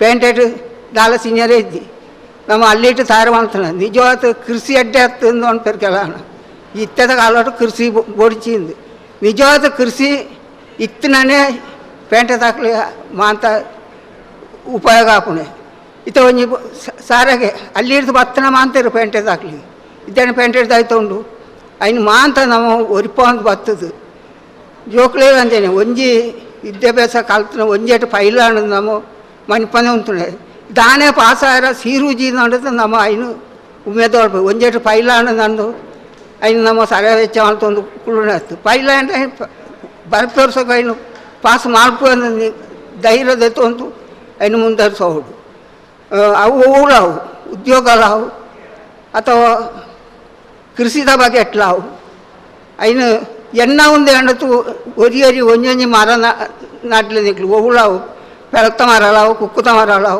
सारेलाव अವು ಎಣ್ಣಾವು ಅವು ದಿನೋಳ ನೆಂಪುಳಾರ್ಪುಂಡು ತಾನೆ ಪನಿ ಬೇಕಲ್ಲ ಹಾಕಿದ್ರೆ ಅದಕ್ಕೆ ಒಂಜಿ ಗ್ಲಾಸ್ ನೀರು ಐನ ಮುದ್ದೆಲು ಮೈಪ್ಲಿ ನಂಕ ಅವು ಆಧಾರ ಕೊರಪುಂಡು ನಿಜವಾದ ಮಾಂತೇರ ಇಟ್ಲ ಏನು ಅನ್ಪುಣೆ ಐನು ನೀರು ಮಿತಾತು ಬಳಸಿದ್ದು ಇತ ನಳಿ ನೀರು ಬರ್ಪುಂಡು ಬತ್ತಂಡ ಐನು ಏತ್ತು ನಂಗೆ ಅಗತ್ಯ ಉಂಡು ಆತೆ ಉಪಯೋಗ ನಮ್ಮ ಒಣಂಜಿ ಒಣಸು ಅನ್ಪುಣ ನಂಗೆ ಏತ್ತು ಬೋಡು ಆತೇನೆ ಉಪಯೋಗ ಅನ್ಪುಡು ಐನ ಅಡಕ್ಕುನ ಎತ್ತು ನಂಗೆ ಅಡಕ್ಕಂಡ ನನೊಂಜಿನ ನಂಗೆ ಐನು ಪೆಜಿಪ್ಪುನ ಕಾಲ ಬರ್ಪುಣ ಸಂದರ್ಭ ಉಂಡು ಅಂಚ ಆಲಾರ ಬಳ್ಳಿ ಐನು ನಂಗೆ ಏತು ಸಾಧ್ಯ ಉಂಡು ಆತ ಆ ಲೆಕ್ಕದ ತೊಂದು ಒರಿಪೋಡು ನಿಕ್ಲೇಟ ಮಾಂತೆಟ್ಲ ಅನ್ಪುಣ ಏನು ನೀರು ನಾವು ಒಂಜಿ ಕಾಲಗು ನಂಗೆ ನೀರು ಇತ್ತೇನೆ ಗ್ಲಾಸು ಪರ್ಪಲೆಕ್ಕ ಆಗ್ತದೆ ನಾನು ಕೊಂಡೆಟ್ಟು ಪರ್ಪಲೆಕ್ಕೋ ಆಪುನ ಸಂದರ್ಭ ಉಂಡು ಈ ಲೆಕ್ಕ ಉಂಡು ಇತ್ತೆ ನಂಗೆ ಚೂನ ದಿಂಜ ತೋಜುಂಡು ನೀರು ಉಂಡು ಒಂದು ಅರೆಗಳೊಟ್ಟು ನೀರಿದ್ದಿ ಅಂಚೇನು ಹೇಳ್ತಾರ ನಿಕ್ಲೇಟ ಮಾಂತಿಲ್ಲ ఆయన ಜಾಗ್ರತೆ ಇಪ್ಪತ್ತು ನಮ್ಮ ದೇಶನು ದುಂಬುಕೊಂಡು ಪುನಃ ನನ್ನತ್ತ ಜೋಕ್ಲು ಈಗ ಇತ್ತೆ ಎಂಕ್ಲೇಡ್ಸ್ ಹೆಚ್ಚಿಗೆ ನನ್ನತ್ತ ಜೋಕ್ಲು ಏನು ದುಂಬು ನಡಪ ಒಂದು ಪೋಡು ಒಂದು ನಿಕ್ಲೇಟ ಮಾಂತೇಟ್ಲ ಏನು ಕೇಳಿಸು ನಿಕ್ಲೆ ಮಾಂತೇರ ನಿಕ್ಲೆ ಆಶ್ರಯ ಹೊರತು ಏನೋ ಪಾತೆರ ನಿಕ್ಲೆ ಮಾಂತೇರ್ಲ ಐನು ನಡಪಾತು ಕೊರೋಡು ಒಂದು ಅಂಡತ್ತೆ ನಿಕ್ಲೇಟ ಕೇಂದ್ರದು ಈಟೆ ಹತ್ತನೇ ಅಧ್ಯಕ್ಷರನ್ನ ಹಾಕಲು ಮಾಂತೇರ್ಲ ಎಮ್ ಎಲ್ ಹಾಕ್ಲೆ ಪೂರ ಏನು ನಮಸ್ಕಾರ ಮಾಡ್ತದೆ ಎಣ್ಣ ಪಾತೆರ ಅಂತ ಜೈ ಜೈ ಕರ್ನಾಟಕ. ತಮ್ಮ ಆಶೀರ್ವಾದದ ಮಾತುಗಳಿಗೆ ಶಿರಭಾಗಿ ನಮಿಸುತ್ತಾ ಮುಂದಕ್ಕೆ ಕಾರ್ಯಕ್ರಮದಲ್ಲಿ ಮುಖ್ಯ ಅತಿಥಿಗಳಾಗಿ ಆಗಮಿಸಿರುವಂತಹ ಶ್ರೀ ಅರುಣ್ ಕುಮಾರ್ ಪುತ್ತಿಲ ಖ್ಯಾತ ಮುಖಂಡರು ಪುತ್ತೂರು ಸರ್ ತಮ್ಮ ಒಂದೆರಡು ಹಿತನುಡಿಗಳಿಗಾಗಿ ಈ ವೇದಿಕೆ. ಆರಾಧ್ಯ ಪುತ್ತೂರು ಮಹಾಲಿಂಗೇಶ್ವರ ದೇವರಿಗೆ ಸಾಷ್ಟಾಂಗ ಪ್ರಣಾಮಗಳನ್ನು ಸಲ್ಲಿಸ್ತಾ ತುಳು ಟೈಮ್ಸಿನ ಲೋಕಾರ್ಪಣಾ ಸಮಾರಂಭದ ವೇದಿಕೆಯಲ್ಲಿ ಉಪಸ್ಥಿತರಿರ್ತಕ್ಕಂಥ ಲೋಕಾರ್ಪಣೆ ಮಾಡಿರ್ತಕ್ಕಂಥ ಪದ್ಮಶ್ರೀ ಪುರಸ್ಕೃತ ಮಾಲಿಂಗ ನಾಯಕರೇ, ಈ ಸಂಸ್ಥೆಯ ಅಧ್ಯಕ್ಷರಾಗಿರುವಂಥ ಜಯಂತ್ ನಾಡಬೈಲವರೇ, ವೈದ್ಯರಾಗಿ ಸಮಾಜದ ಕೆಲಸವನ್ನು ನಿರ್ವಹಿಸಿ ಸಮಾಜದ ಪ್ರೀತಿಗೆ ಪಾತ್ರರಾಗಿರ್ತಕ್ಕಂಥ ಡಾಕ್ಟರ್ ಸುರೇಶ್ ಪುತ್ರವರೇ, ನಿರಂಜನ್ ಅವರೇ, ಡಾಕ್ಟರ್ ರಾಜಾರಾಮ್ ಅವರೇ ಹಾಗೂ ಈ ಸಮಾರಂಭದಲ್ಲಿ ಉಪಸ್ಥಿತರಿರ್ತಕ್ಕಂಥ ಎಲ್ಲ ಬಂಧುಗಳೇ, ಸುವರ್ಣ ಚಾನೆಲ್ನಲ್ಲಿ ಕೆಲಸ ಮಾಡಿ ದೊಡ್ಡದಾಗಿರ್ತಕ್ಕಂಥ ಅನುಭವವನ್ನು ಪಡೆದಿರ್ತಕ್ಕಂಥ ಗಣೇಶ್ ಅವರ ಸಾರಥ್ಯದಲ್ಲಿ ಹೊಸ ಮಾಧ್ಯಮದ ಲೋಕಾರ್ಪಣೆ ಆಗಿದೆ. ಇವತ್ತು ಸಮಾಜದ ಬದಲಾವಣೆ ಮತ್ತು ಆರೋಗ್ಯಪೂರ್ಣ ಸಮಾಜದ ನಿರ್ವಹಣೆಗೆ ಮಾಧ್ಯಮದವರ ಕೊಡುಗೆ ಬಹಳಷ್ಟು ಇದೆ ಅನ್ನುವಂಥದ್ದನ್ನು ನಾವೆಲ್ಲ ತಿಳ್ಕೊಂಡಿದ್ದೇವೆ. ಇವತ್ತು ಸುಳ್ಳನ್ನು ಸತ್ಯ ಮಾಡತಕ್ಕಂಥ ಪ್ರಯತ್ನ, ಸತ್ಯವನ್ನು ಅಡಗಿಸಿರತಕ್ಕಂತಹ ಪ್ರಯತ್ನ, ಈ ರೀತಿಯ ಬೇರೆ ಬೇರೆ ಪ್ರಯತ್ನಗಳ ದಿಸೆಯಲ್ಲಿ ಇಡೀ ಸಮಾಜದ ಸ್ವಾಸ್ಥ್ಯ ಹಾಳಾಗತಕ್ಕಂಥ ನೂರಾರು ಸಂಗತಿಗಳನ್ನು ನಾವೆಲ್ಲ ಕಾಣ್ತಾ ಇದ್ದೇವೆ. ಇವತ್ತು ಈ ಪತ್ರಿಕೆಯ ಲೋಕಾರ್ಪಣೆಯನ್ನು ಮಾಡಿದರು ಮಾಲಿಂಗನಾಯ್ಕ ಅವರು. ಇವತ್ತು ಮಾಧ್ಯಮದವರ ಪಾರದರ್ಶಕವಾಗಿರ್ತಕ್ಕಂಥ ವರದಿ ಮತ್ತು ಅವರು ಜೀವನದಲ್ಲಿ ಮಾಡಿರ್ತಕ್ಕಂಥ ದೊಡ್ಡದಾಗಿರ್ತಕ್ಕಂಥ ಆ ಕೆಲಸ ಕಾರ್ಯವನ್ನು ಮಾಧ್ಯಮದ ಮುಖಾಂತರ ಬಿಂಬಿಸಿರ್ತಕ್ಕಂಥ ಕಾರಣಕ್ಕೋಸ್ಕರ ಕೇಂದ್ರ ಸರ್ಕಾರ ಅವರನ್ನು ಪದ್ಮಶ್ರೀ ಪ್ರಶಸ್ತಿಯನ್ನು ನೀಡಿ ಅವರನ್ನು ಗೌರವಿಸ್ತಕ್ಕಂಥ ಕೆಲಸ ಕಾರ್ಯ ಮಾಡಿದೆ. ಇವತ್ತು ಈ ದೇಶದ ಬದಲಾವಣೆ ಆಗಬೇಕಾಗಿದ್ರೆ, ಸಮಾಜದ ಪರಿಣಾಮಕಾರಿಯಾಗಿರ್ತಕ್ಕಂಥ ಬದಲಾವಣೆ ಆಗಬೇಕಾಗಿದ್ರೆ ಸತ್ಯತೆಗಳನ್ನು ಇವತ್ತು ಮಾಧ್ಯಮದ ಮುಖಾಂತರ ತೆರೆದಿಟ್ಟಾಗ ಮಾತ್ರ ಆ ಮಾಧ್ಯಮದಲ್ಲಿಯೂ ಕೂಡ ನಾವೆಲ್ಲ ಯಶಸ್ಸು ಗಳಿಸಲಿಕ್ಕೆ ಸಾಧ್ಯ ಮತ್ತು ಈ ಸಮಾಜದ ಆರೋಗ್ಯ ಸುಧಾರಣೆ ಆಗೋದಕ್ಕೆ ಸಾಧ್ಯ ಅನ್ನತಕ್ಕಂಥ ವಿಚಾರವನ್ನು ಈ ಸಂದರ್ಭದಲ್ಲಿ ಉಲ್ಲೇಖ ಮಾಡ್ತಾ ಆ ಮಾಧ್ಯಮದ ವಿದ್ಯಾರ್ಥಿಗಳಿಗೆ ಸುಮಾರು 2 ಗಂಟೆಗಳ ಕಾಲ ಕಾರ್ಯಾಗಾರವನ್ನು ಮಾಡಿದರು. ಇವತ್ತು ETVಯ ಸಂಪಾದಕರಾಗಿರ್ತಕ್ಕಂಥ ಅಪಾರ ಅನುಭವದ ಮುಖಾಂತರ ಜನರ ವಿಶ್ವಾಸವನ್ನು ಗಳಿಸಿರ್ತಕ್ಕಂಥ ಹರಿಪ್ರಸಾದ್ ಅವರ ಮುಖಾಂತರ 1 ಗಂಟೆಯ ಕಾಲ ಬೇರೆ ಬೇರೆ ಚರ್ಚೆಗಳು ನಡೆದವು.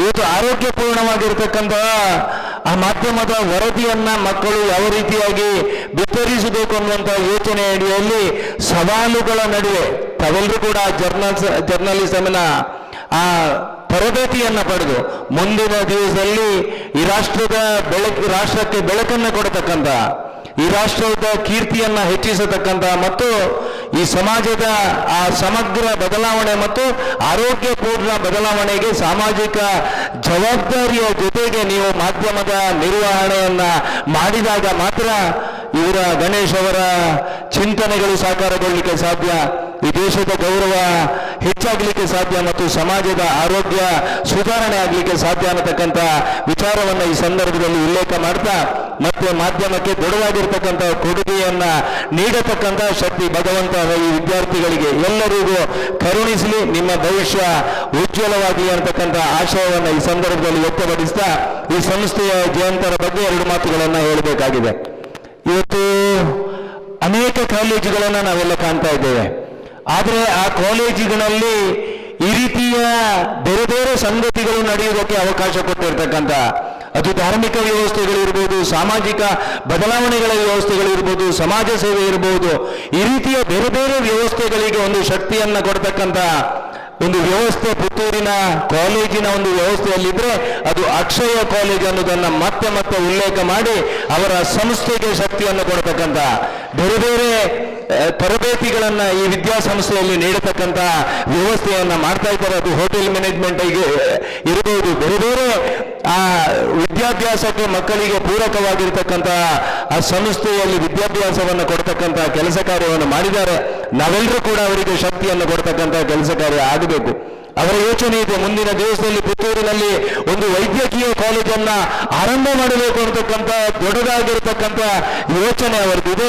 ಅವರು ಮಾಡಿದ್ರೆ ಅದು ನಾವೆಲ್ಲರೂ ಆ ಕಾಲೇಜನ್ನು ಮಾಡಿದಂತೆ ಅನ್ನತಕ್ಕಂಥ ವಿಚಾರವನ್ನ ಉಲ್ಲೇಖ ಮಾಡ್ತಾ, ಬಡತನದಿಂದ ಬೆಳೆದು ಬಂದು ಈ ಸಮಾಜದಲ್ಲಿ ಸಂಪತ್ತು ದೊರೆತಾಗ ಆ ಸಂಪತ್ತನ್ನ ಸಮಾಜಕ್ಕೆ ವಿನಿಯೋಗ ಮಾಡಬೇಕು ಅಂತಕ್ಕಂಥ ಮನೋಭೂಮಿಕೆ ಬರ್ತದಲ್ವಾ, ಅದು ವಿಶೇಷವಾಗಿರ್ತಕ್ಕಂಥ ಗುಣ ಜಯಂತರಲ್ಲಿದೆ ಅನ್ನತಕ್ಕಂಥ ವಿಚಾರವನ್ನ ಉಲ್ಲೇಖ ಮಾಡ್ತಾ ತುಳು ಟೈಮ್ಸ್ಗೆ ಉಜ್ವಲ ಭವಿಷ್ಯ ಇದೆ.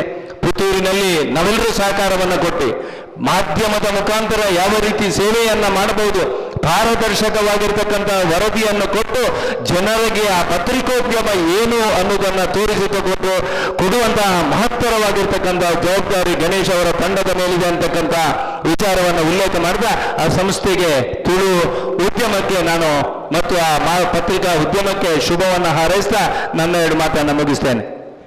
ಧನ್ಯವಾದಗಳು ಸರ್. ಮುಂದಕ್ಕೆ ಶ್ರೀ ಸುರೇಶ್ ಪುತ್ತೂರಾಯ, ಖ್ಯಾತ ವೈದ್ಯರು, ಮಹಾವೀರ ಆಸ್ಪತ್ರೆ, ಕಾರ್ಯಕ್ರಮನ ಉದ್ದೇಶಿಸಿ 1-2 ಮಾತುಗಳು ಸರ್. ಹರಿ ಓಂ. ತುಳು ಟೈಮ್ಸ್ ಎಂಬ ಈ ಒಂದು ಮಾಧ್ಯಮದ ಉದ್ಘಾಟನಾ ಸಮಾರಂಭದ ವೇದಿಕೆಯಲ್ಲಿರುವ ಎಲ್ಲ ಗಣ್ಯರುಗಳೇ ಹಾಗೂ ನೆರೆದಿರುವ ವಿದ್ಯಾರ್ಥಿಗಳೇ, ಬಂಧುಗಳೇ, ಪತ್ರಿಕಾ ಮಾಧ್ಯಮ ಎಂಬುದು ಸಮಾಜದ ಒಂದು ಅವಿಭಾಜ್ಯ ಅಂಗ. ಪತ್ರಿಕಾ ಮಾಧ್ಯಮದ ಮುಖಾಂತರ ಅಥವಾ ಮೀಡಿಯಾದ ಮುಖಾಂತರ ನಾವು ಅನೇಕ ವಿಷಯಗಳನ್ನು ತಿಳಿದುಕೊಳ್ತೇವೆ. ಆದರೆ ಇತ್ತೀಚಿನ ದಿನಗಳಲ್ಲಿ ಕೆಲವೊಂದು ಸಲ ಸುಳ್ಳು ಸುದ್ದಿಗಳು ಸಹ ಹರಡಿ ಸಮಾಜಕ್ಕೆ ಅಪಾಯವನ್ನೇ ತಂದಿಡ್ತಾ ಇವೆ. ಇತ್ತೀಚೆಗೆ ಹೇಳೋದಾದರೆ 2-3 ದಿವಸ ಮುಂದೆ ನಮ್ಮ ಅರುಣ್ ಕುಮಾರ್ ಪುತ್ತಿಲ್ ಅವರೊಂದು ಇನ್ವಾಲ್ವ್ ಆದ ಒಂದು ಘಟನೆ, ಅದರ ಬಗ್ಗೆ ಬೇರೆ ಬೇರೆ ಸುದ್ದಿಗಳು ವೆಬ್ಸೈಟಲ್ಲಿ ಬರ್ತಾ ಇತ್ತು. ಅವರ ಕೈಯಲ್ಲಿ ಒಂದು ಆಯುಧ ಇತ್ತು, ತಲವಾರು ಇತ್ತು ಅಂತ. ಅದರ ನೈಜ ಘಟನೆ, ನೈಜ ವಿಷಯ ಏನು ಅಂತ ಮತ್ತೆ ನಮಗೆ ಮರುದಿವಸ ಗೊತ್ತಾಗ್ತದೆ. ಆದರೆ ಅಷ್ಟು ತನಕ ಆ ಒಂದು ಸುಳ್ಳು ವಿಷಯ ಬಹಳ ವೇಗವಾಗಿ ಹರಡಿ ಅದು ವ್ಯಕ್ತಿ ಇರ್ಬೋದು ಅಥವಾ ಒಂದು ಸಂಸ್ಥೆ ಇರ್ಬೋದು ಅಥವಾ ಒಂದು ಸಮಾಜದ ಬಗ್ಗೆ ಒಂದು ತಪ್ಪು ತಿಳುವಳಿಕೆಯನ್ನು ಉಂಟು ಮಾಡ್ತದೆ. ಇಂತಹ ಒಂದು ಸುದ್ದಿಗಳು ಆಗದ ಹಾಗೆ ನಮ್ಮ ಈ ಒಂದು ಇವತ್ತು ಪ್ರಾರಂಭವಾಗುವಂಥ ಈ ತುಳು ಟೈಮ್ಸ್ ಅವರು ನೈಜವಾದ ವರದಿಗಳನ್ನು ಪ್ರಕಟಿಸಿ ಸಮಾಜದ ಸ್ವಾಸ್ಥ್ಯವನ್ನು ಕಾಪಾಡಬೇಕೆಂದು ಕೇಳಿಕೊಳ್ತಾ ಇದ್ದೇನೆ.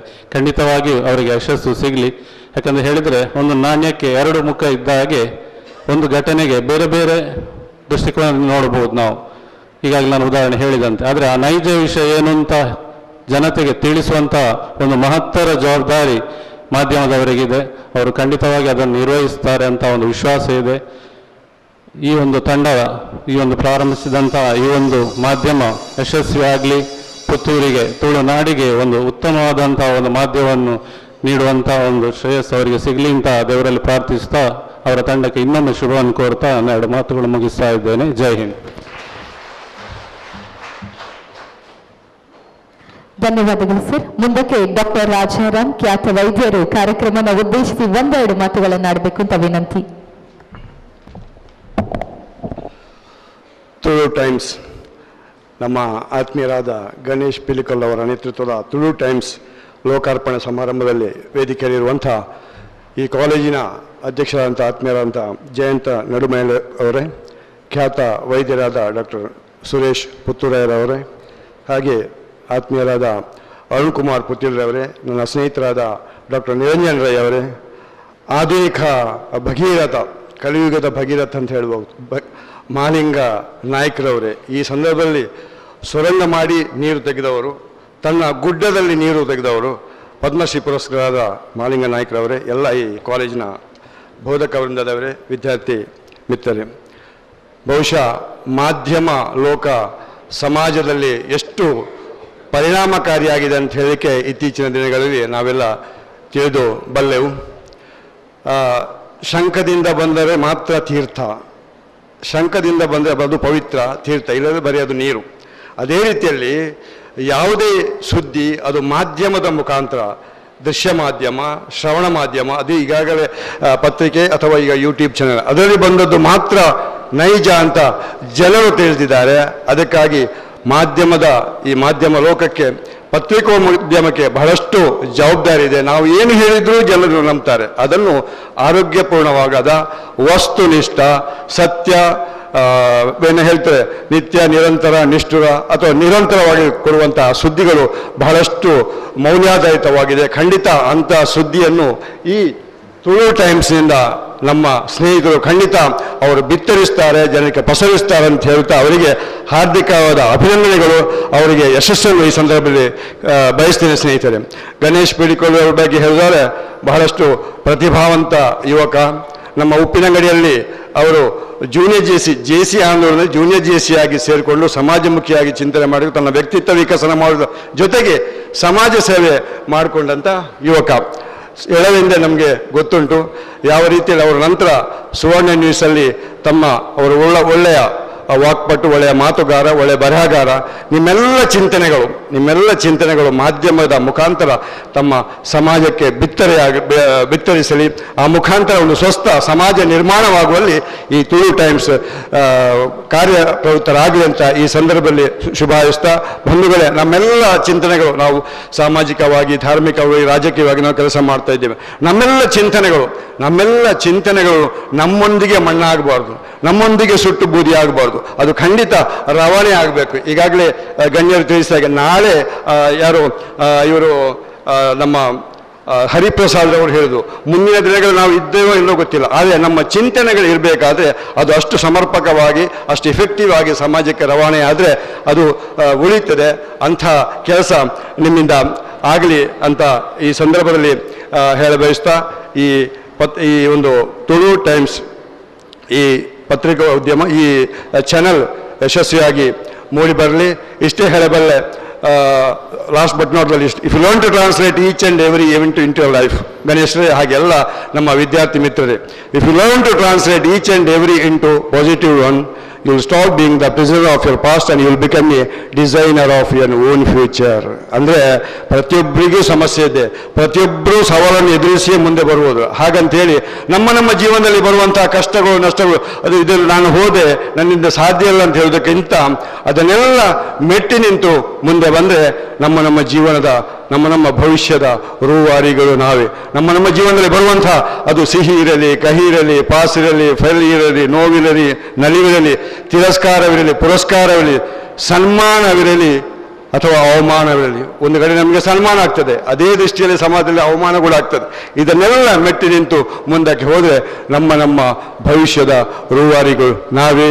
Wish you all the success. Thank you. ಧನ್ಯವಾದಗಳು ಸರ್. ವೇದಿಕೆಯಲ್ಲಿರುವ ಮತ್ತೋರ್ವ ಅತಿಥಿಗಳು ಡಾಕ್ಟರ್ ನಿರಂಜನ್ ರೈ ಸರ್, ತಮ್ಮ 1-2 ಮಾತುಗಳಿಗಾಗಿ ಈ ವೇದಿಕೆ.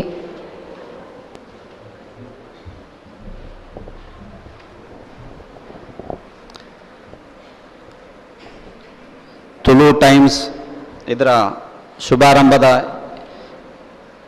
ಈ ಒಂದು ಗಳಿಗೆಯಲ್ಲಿ ವೇದಿಕೆಯಲ್ಲಿ ಆಸೀನರಾಗಿದ್ದ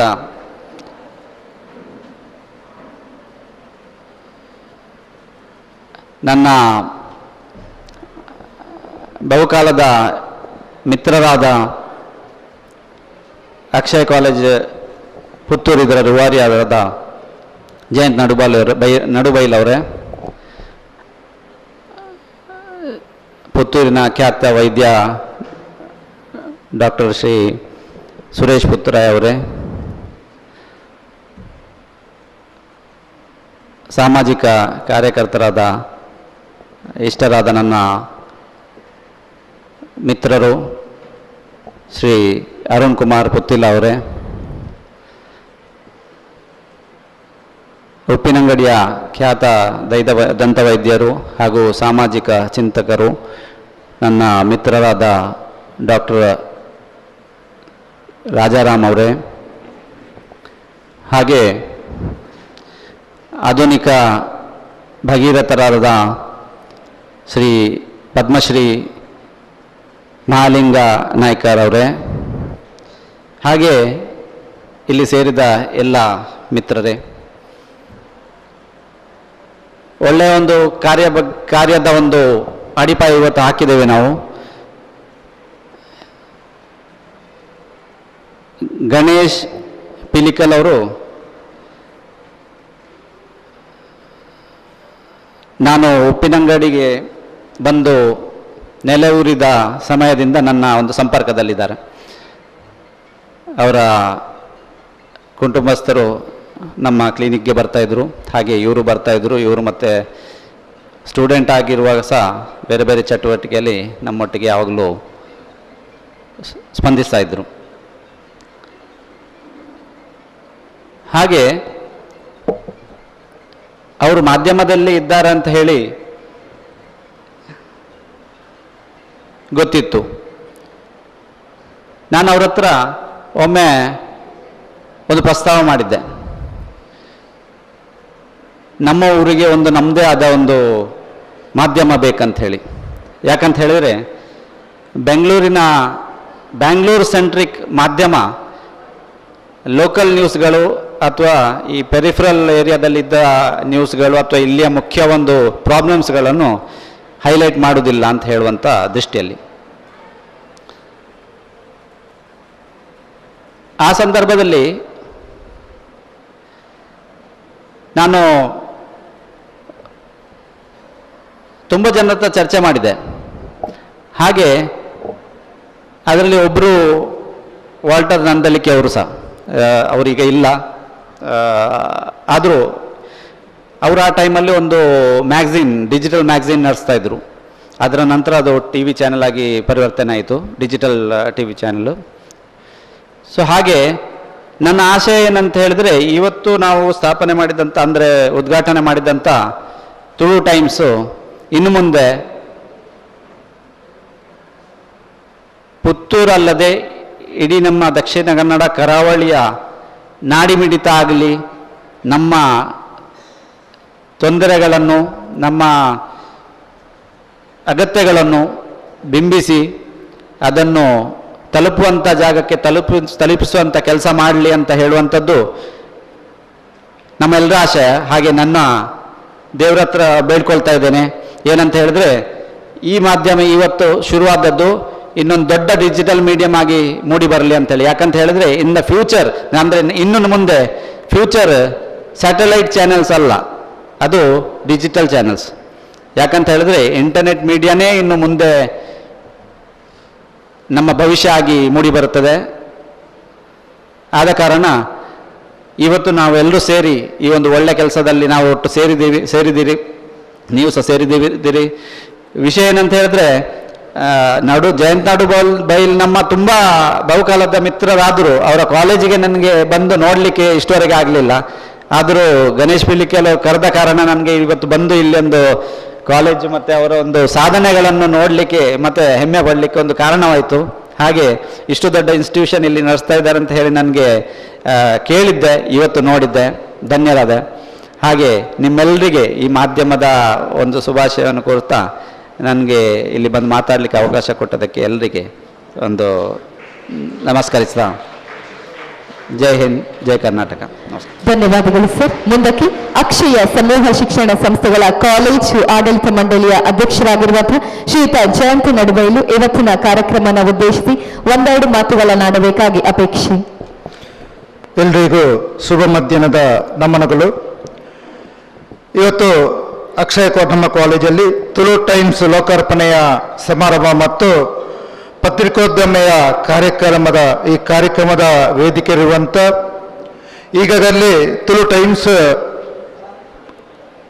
ಲೋಕಾರ್ಪಣೆ ಮಾಡಿರುವಂಥ ಪದ್ಮಶ್ರೀ ಪುರಸ್ಕೃತರಾಗಿರುವಂಥ ಮಾಳಿಂಗ ನಾಯ್ಕ ಇವರೇ, ಅದೇ ರೀತಿ ನನ್ನ ಬಾಲ್ಯದಿಂದ ಆತ್ಮೀಯ ಸ್ನೇಹಿತ ಆಗಿರುವಂಥ ಅರುಣ್ ಕುಮಾರ್ ಪುತಿಲ ಇವರೇ, ಈಗಾಗಲೇ ವೇದಿಕೆಯಲ್ಲಿ ಮಾತಾಡಿದಂಥ ನನ್ನ ಆತ್ಮೀಯ ಗೆಳೆಯರು ಮತ್ತು ಡಾಕ್ಟರ್ ಆಗಿರುವಂಥ ಡಾಕ್ಟರ್ ರಾಜರಾಮ್ ಅವರೇ, ನನ್ನ ಹತ್ತಿರದ ಡಾಕ್ಟರ್ ಆಗಿರುವಂಥ ಸುರೇಶ್ ಪುತ್ರರೇ, ಅದೇ ರೀತಿ ನಾವು ಒಟ್ಟಿಗೆ ದೈವಾರಾಧಕರ ಅವರು ನಾನು ಅಧ್ಯಕ್ಷನಾಗಿದ್ದೆ, ಅವರು ಕಾರ್ಯಾಧ್ಯಕ್ಷ ಆಗಿದ್ದರು ಡಾಕ್ಟರ್ ನಿರಂಜನ್ ರೈ ಅವರೇ, ಹಾಗೆ ಎಲ್ಲ ಇವತ್ತಿನ ಕಾರ್ಯಕ್ರಮದ ಅನುಭವಿಯಾಗಿರುವಂಥ ಗಣೇಶ್ ಪಿಲಿಕುಲ ಮತ್ತು ಅವರ ತಂಡದವರೇ, ಎಲ್ಲ ನನ್ನ ಪ್ರೀತಿಯ ಮಕ್ಕಳೇ.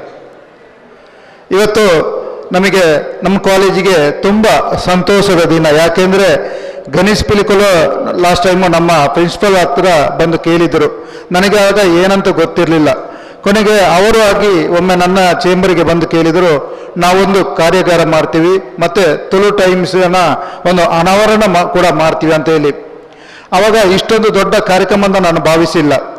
ಇವತ್ತು ದೊಡ್ಡ ದೊಡ್ಡ ಗಣ್ಯರ ಒಂದು ಉಪಸ್ಥಿತಿಯಲ್ಲಿ ಬೆಳಿಗ್ಗೆ ವಾಲ್ಟರ್ ನಂದಲಿಕೆ ಅವರ ಒಂದು ಡೈಜ್ವಲ್ನ ಸಂಶೋಧಕರಂತ ವಾಲ್ಟರ್ ನಂದಲಿಕೆ ಅವರ ನಾನು ಕಾರ್ಯಕ್ರಮದಲ್ಲಿ ನಾನು ಅವ ಕೂಡ ಇದ್ದೆ. ಅವರ ಒಂದು ಭಾಷಣ ಕೂಡ ಒಂದು 10 ನಿಮಿಷ ಕೇಳಿದೆ. ನಂತರ ನ್ಯೂಸ್ 8ನ ಹರಿಪ್ರಸಾದ್ ಕೂಡ ಈ ಒಂದು ವೇದಿಕೆಯಲ್ಲಿ ಇದ್ದರು. ದೊಡ್ಡದಂಥ ಗಣ್ಯರನ್ನು ಈ ಕಾಲೇಜಿಗೆ ಕರೆದಿದ್ರು. ಈಗಾಗಲೇ ನೀವು ನೋಡಿರುವ ಮಕ್ಕಳೇ, ಇಲ್ಲಿ 3 ಡಾಕ್ಟರ್ಸ್ ಇದ್ದಾರೆ, ಒಬ್ಬರು ಹಿಂದೂ ಮುಖಂಡರು ಇದ್ದಾರೆ, ಒಬ್ಬರು ಪದ್ಮಶ್ರೀ ಪುರಸ್ಕೃತ ಅಂತ ಒಬ್ಬರು ಮೇಧಾವಿಯವರು ಇದ್ದಾರೆ, ಮತ್ತು ಎಲ್ಲ ಒಂದು ದೊಡ್ಡ ಅವರ ಕ್ಷೇತ್ರದಲ್ಲಿ ಇಂಥ ವ್ಯಕ್ತಿಗಳಿದ್ದಾರೆ. ಇವತ್ತು ನಮ್ಮ ಅರುಣಣ್ಣ ಆಗಲಿ ಬೇರೆಯವರು ಎಲ್ಲ ಒಂದೇ ಮಾತಲ್ಲಿ, ಇವತ್ತು ಮಾಧ್ಯಮ ಎಲ್ಲಿ ಹೋಗಿದೆ ಅಂದರೆ ನಮ್ಮನ್ನು ಎಷ್ಟು ಕೆಟ್ಟವಾಗಿ ಮಾಡ್ತದೆ, ಎಷ್ಟು ಒಳ್ಳೆಯವರನ್ನು ಕೂಡ ಮಾಡ್ತದೆ. ಆದರೆ ನಾವು ಅದರ ಒಳಗಡೆ ಹೇಗೆ ತುಂಬಿಕೊಂಡು ಅದರ ಬಗ್ಗೆ ಅರಿವನ್ನು ನಾವು ಮೂಡ್ತೇವ, ಅದರ ಬಗ್ಗೆ ನಾವು ಜ್ಞಾನವನ್ನು ಬೆಳೆಸ್ತೇವ, ಅದರ ಬಗ್ಗೆ ನಾವು ಇಡೀ ಜಗತ್ತಿನ ಒಂದು ಜ್ಞಾನವನ್ನು ಹೆಚ್ಚಿಸ್ತೇವ, ಆವಾಗ ನಮಗೆ ಅದರ ಅರಿವು ಗೊತ್ತಾಗುವುದು. ಇವತ್ತು 2 ಗಂಟೆಯ ಕಾರ್ಯಾಗಾರ ಇತ್ತು, ತುಂಬ ಒಳ್ಳೆಯ ಮಾತುಗಳು ಇತ್ತು. ಆವಾಗ ನಾನು ನಮ್ಮ ಟೀಚರ್ಸ್ ಹತ್ರ ಹೇಳಿದೆ, ಇವತ್ತು ಎಲ್ಲ ಮಕ್ಕಳನ್ನು ಇಲ್ಲಿ ಸೇರಿಸಬೇಕಿತ್ತು. ಖಾಲಿ ನಮ್ಮ ಒಂದು ಡಿಪಾರ್ಟ್ಮೆಂಟ್ನ ಮಕ್ಕಳು ಮಾತ್ರ ಬಂದಿದ್ದರು, ಮತ್ತು ಬೇರೆ ಕಾಲೇಜಿನ ಸ್ವಲ್ಪ ಮಕ್ಕಳು ಬಂದಿದ್ದರು. ನಾನು ಎಲ್ಲ ಮಕ್ಕಳಿಗೆ ಇದು ಸೆಕ್ಷನ್ ಬೇಕಿತ್ತು. ಆ ಸೆಕ್ಷನ್ ಆವಾಗ ಎಲ್ಲರಿಗೊಂದು ಅದರ ಅರಿವು ಆಗ್ತದೆ ಅಂತ ಹೇಳಿ ಇವತ್ತೊಂದು ಅಷ್ಟೊಂದು ಒಳ್ಳೆಯ ಕಾರ್ಯಕ್ರಮ. ಗಣೇಶ್ ಪಿಲಿಕುಲ ಅವರ ಪರಿಚಯ ನನಗೆ ಈಗಾಗಲೇ ನಾನು ಕೇಳಿ ತಿಳಿಪಟ್ಟಿದೆ. ಸುವರ್ಣ ನ್ಯೂಸಲ್ಲಿ ದುಡಿದು ಈಗ ಅವರದೇ ಒಂದು ಸ್ವಂತ ಒಂದು ಮಾಧ್ಯಮ ಕ್ಷೇತ್ರಕ್ಕೆ ಕಾಲಿಟ್ಟು ತುಳು ಟೈಮ್ಸನ್ನು ನಾವು ಕಾಲೇಜಲ್ಲಿ ಅನಾವರಣ ಮಾಡಿದರು.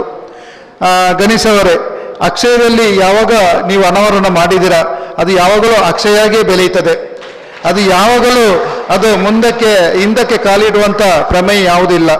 ಯಾಕೆಂದರೆ ಈಗಾಗಲೇ ಇಲ್ಲಿ ಎಷ್ಟೋ ಮಕ್ಕಳಿಗೆ ವಿದ್ಯಾರ್ಥಿಗಳಿಗೆ ವಿಜ್ಞಾನ ಆಗುತ್ತಾ ಅವರ ಕುಟುಂಬವನ್ನು ಸಲ್ಲುವಂಥ ಎಷ್ಟೋ ಉದ್ಯೋಗಗಳು ಈ ಕಾಲೇಜಲ್ಲಿ ಈಗಾಗಲೇ 2 ವರ್ಷದಲ್ಲಿ ಸಿಗ್ತಾ ಉಂಟು. ಈಗಾಗಲೇ ಬೇರೆ ಬೇರೆ ದೇಶಗಳಿಗೆ ನಮ್ಮ ಮಕ್ಕಳು ಹೋಗುವವರು ಕೂಡ ಹೋಗಿದ್ದಾರೆ. ಹೋಗುವವರು ಕೂಡ ಈ ಒಂದು ತಿಂಗಳಲ್ಲಿ ಸಾಧಾರಣ ಒಂದು 15 ಮಕ್ಕಳು ಬೇರೆ ಬೇರೆ ದೇಶಕ್ಕೆ ಹೋಗ್ತಾರೆ ಉದ್ಯೋಗಕ್ಕೆ. ಅಂಥ ಒಂದು ಅಕ್ಷಯ ಅದು ಯಾವಾಗಲೂ ನಿಮ್ಮೊಟ್ಟಿಗೆ ಇರ್ತದೆ. ನಿಮ್ಮ ಈ ಮಾಧ್ಯಮ ಒಟ್ಟಿಗೆ ಜನ ಸೇವೆ ಮಾಡುವಂಥ ಅವಕಾಶಗಳು ಸಿಗಲಿ. ಯಾಕೆಂದರೆ ನನಗೆ ತುಂಬ ಸಂತೋಷ ಅಂದರೆ ನಾನು ಆವಾಗಲೇ ಹೇಳಿದಾಗೆ 3 ಡಾಕ್ಟರ್ಸ್ ಇದ್ದಾರೆ. ಡಾಕ್ಟರ್ ಸುರೇಶ್ ಪುತ್ರರು ಅವರು ಯಾವಾಗಲೂ ಒಂದು ಸರ್ಜನ್, ಯಾವಾಗಲೂ ನಮಗೆ ಬೇಕಾದವರು, ಏನೇ ಇದ್ದರೂ ಕೂಡ ಅವರಿಗೆ ಪ್ರಥಮವಾಗಿ ಅವರಿಗೆ ಫೋನ್ ಮಾಡುವಂಥದ್ದು. ಮತ್ತೊಬ್ಬರು ನನ್ನ ಆತ್ಮೀಯ ಗೆಳೆಯರು ಕೂಡ ನನ್ನ ಯಾವಾಗಲೂ ನಾವು ಒಂದೇ ಸಂಸ್ಥೆಯಲ್ಲಿ ದುಡಿಯುವವರು ಡಾಕ್ಟರ್ ರಾಜರಾಮ್ ಅವರು ಕೂಡ ಈಗ ಮಧ್ಯಾಹ್ನ ಒಂದು ಕಡೆಯಲ್ಲಿ ನಮಗೆ ಇಬ್ಬರಿಗೂ ಸಹ ಇನ್ನೊಂದು ಪ್ರೋಗ್ರಾಮ್ ಇದೆ, ಹೋಗ್ಲಿಕ್ಕಿದೆ, ಅಂತ ಸಮಯ ಇಲ್ಲ. ಮತ್ತೊಬ್ಬರು ಡಾಕ್ಟರ್ ನಿರಂಜನ್ ಅವರು, ನಾನು ಯಾವಾಗಲೂ ಒಮ್ಮೆ ಕಳೆದ ವರ್ಷ ನಾನು ಆಲೋಚನೆ ಮಾಡ್ತಿದ್ದೆ, ಅವರೊಂದು ಹಾಸ್ಪಿಟಲ್ನ ಒಂದು ಯಜಮಾನರು ಕೂಡ ಕರಿಬೇಕಂತ ಇತ್ತು, ಇನ್ನು ಸಂದರ್ಭ ಸಿಗ್ತದೆ ಅಂತ ಹೇಳಿ ನಾವು ಒಬ್ಬೊಬ್ಬರನ್ನೇ ಕರೀತಾ ಇದ್ದೇವೆ. ಅವಕಾಶ ಇವತ್ತು ಸಿಕ್ಕಿತ್ತು. ಅದೇ ರೀತಿ ಅರುಣಣ್ಣ ಮತ್ತು ರಾಜರಾಮು ಈಗ ಇದು 3ನೇ ಇದಕ್ಕೆ ನಮಗೆ ಹಾಜರು. ಮೊನ್ನೆ ಶಾರದಾ ಪೂಜೆ ಇತ್ತು, ದೊಡ್ಡ ಒಂದು ಕಾರ್ಯಕ್ರಮ. ಆನಂತರ ರೋಟರಿ ಝೋನಲ್ ಕಾರ್ಯಕ್ರಮ ಇತ್ತು, ಕಲ್ಚರ್ ಪ್ರೋಗ್ರಾಮ್. ಇವತ್ತು ಕೂಡ ಒಂದು ಅವಕಾಶ. ಹಾಗೇನೆ ಮಕ್ಕಳೇ, ನಿಮಗೂ ಕೂಡ ಇಂಥ ಅವಕಾಶಗಳು ಬೇಕಾದಷ್ಟು ಇದೆ. ನೀವು ಕೂಡ ಇದರಲ್ಲಿ ಒಳ್ಳೆಯ ಒಂದು ಇವರೊಟ್ಟಿಗೆ ಸಂಪರ್ಕದ ಒಟ್ಟಿಗೆ ಎಲ್ಲವನ್ನು ಜ್ಞಾನವನ್ನು ಬೆಳೆಸುವಂಥ ದೊಡ್ಡ ವ್ಯಕ್ತಿಗಳಾಗಿ, ಸಾಧನೆ ಮಾಡುವಂಥ ವ್ಯಕ್ತಿಗಳಾಗಿ, ಈಗಾಗಲೇ ಮಾಲಿಂಗ್ ನಾಯ್ಕ್ ನಿಮಗೆ ತುಳುವಲ್ಲಿ ಹೇಳಿದರು. ಅವರ ಜ್ಞಾನ, ಅವರ ಅನುಭವವನ್ನು ಹೇಳಿದರು. ಅವರ ಒಂದು ಸುರಂಗವನ್ನು ತೋಡಿ ಅವರ ಒಂದು ಬೆಲೆಯನ್ನು ರಕ್ಷಿಸಲು ಅವರ ಒಂದು ನೀರನ್ನು ಹೇಗೆ ಪಡೆದರು ಅಂತ ಹೇಳಿ ಅವರ ಒಂದು ಮಾರ್ಮಿಕವಾಗಿ ಅವರು ಹೇಳಿದರು. ಅಂಥ ಒಂದು ಸಾಧನೆ ಮಾಡಿದಂಥ ವ್ಯಕ್ತಿ, ಅದು ಕೂಡ ಭಾರತ ಸರ್ಕಾರದಿಂದ ಪದ್ಮಶ್ರೀ ಪುರಸ್ಕೃತ ಅಂದರೆ ಅದು ದೊಡ್ಡ ವಿಷಯ ಅಲ್ಲ. ಅದು ಸಿಗಬೇಕಿದ್ರೆ ಅದು ಅಂಥವರನ್ನು ಮಾತ್ರ ಹುಡುಕಿಕೊಂಡು ಬರ್ತದೆ. ಅಂಥ ವ್ಯಕ್ತಿಗಳು ಸಾಧನೆ ನಿಮ್ಮದು ಕೂಡ ಆಗಲಿದೆ ಹೇಳುತ್ತಾ, ಇನ್ನೊಮ್ಮೆ ನಾನು ಗಣೇಶ್ ಪಿಲಿಕುಲಗೆ ಆ ದೇವರ ಅನುಗ್ರಹ ನಿಮ್ಮ ಇರಲಿ ಅಂತ ಹೇಳುತ್ತಾ ಅವಕಾಶಕ್ಕಾಗಿ ವಂದನೆಗಳು. ತಮ್ಮ ಹಾರೈಕೆಯ ಮಾತುಗಳಿಗೆ ಧನ್ಯವಾದಗಳನ್ನು ಹೇಳುತ್ತಾ ವೇದಿಕೆಯಲ್ಲಿರುವಂತಹ ಎಲ್ಲ ಗೌರವಾನ್ವಿತರಿಗೆ ಶ್ರೀ ಅಶ್ವಿತ್ ಉಪ್ಪಳ ಟ್ರಸ್ಟಿ ಏಕತಾ ಟ್ರಸ್ಟ್ ಸ್ಮರಣಿಕೆಯನ್ನು ನೀಡಿ ಗೌರವಿಸಬೇಕಾಗಿ ವಿನಂತಿ.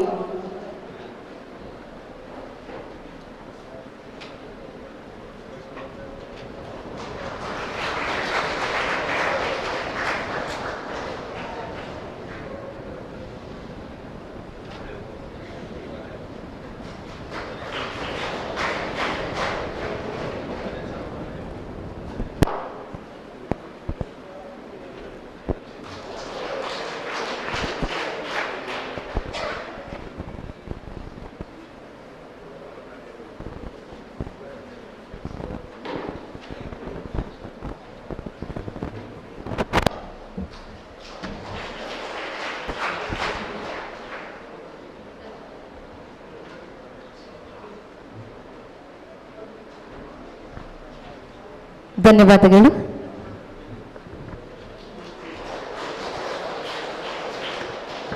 ವೇದಿಕೆಯಲ್ಲಿರುವಂತಹ ಎಲ್ಲ ಗಣ್ಯರಿಗೂ ಕಾಲೇಜಿನ ಪರವಾಗಿ ಒಂದು ಸಣ್ಣ ಕಿರುಗಾಣಿಕೆಯನ್ನ ನೀಡಬೇಕಾಗಿ ಕಾಲೇಜಿನ ಅಧ್ಯಕ್ಷರು ಆಗಿರುವಂತಹ ಶ್ವೇತಾ ಜಯಂತಿ ನಡುಬೈಲು ಇವರಲ್ಲಿ ಕೇಳಿಕೊಳ್ತಾ ಇದ್ದೇವೆ.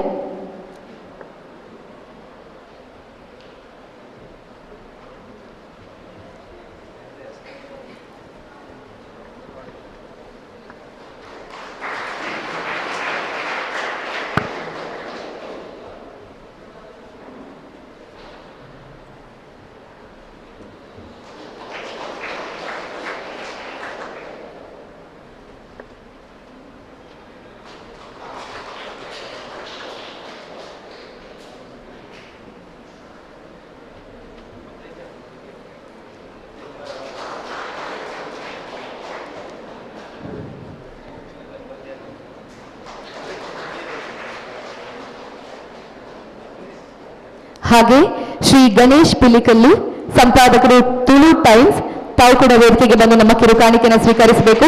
ಶ್ರೀ ಅರುಣ್ ಗುಮ್ಮಿ ಸಂಪಾದಕರು news next, Shri Ashwith Uppala trustee Ekata trust, Shri Anil news next, Shri Shreyas ಹಾಗೂ ಶ್ರೀ ನಿತಿನ್ ದಯಮಾಡಿ ವೇದಿಕೆಗೆ ಬಂದು ಕಾಲೇಜಿನ ಪರವಾಗಿ ಸಣ್ಣ ಕಿರುಕಾಣಿಕೆಯನ್ನ ಸ್ವೀಕರಿಸಬೇಕು ಅಂತ ಹೇಳಿ ಕೇಳಿಕೊಳ್ತಾ ಇದ್ದೇವೆ.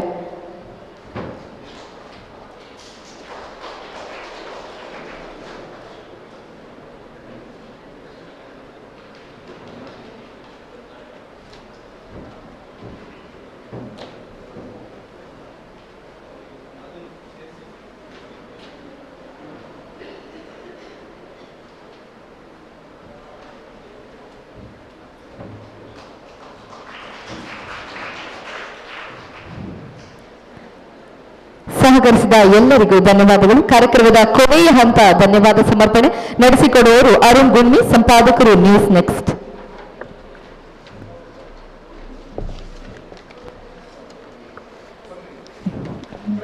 ವೇದಿಕೆಯ ಮುಂಭಾಗದಲ್ಲಿ ನಿಂತ ಎಲ್ಲ ಅತಿಥಿಗಳು ಬಂದು ಕಾಲೇಜಿನ ಪರವಾಗಿ ನೀಡಲಿರುವಂತಹ ಸಣ್ಣ ಕಿರು ಕಾಣಿಕೆಯನ್ನ ಸ್ವೀಕರಿಸಬೇಕು.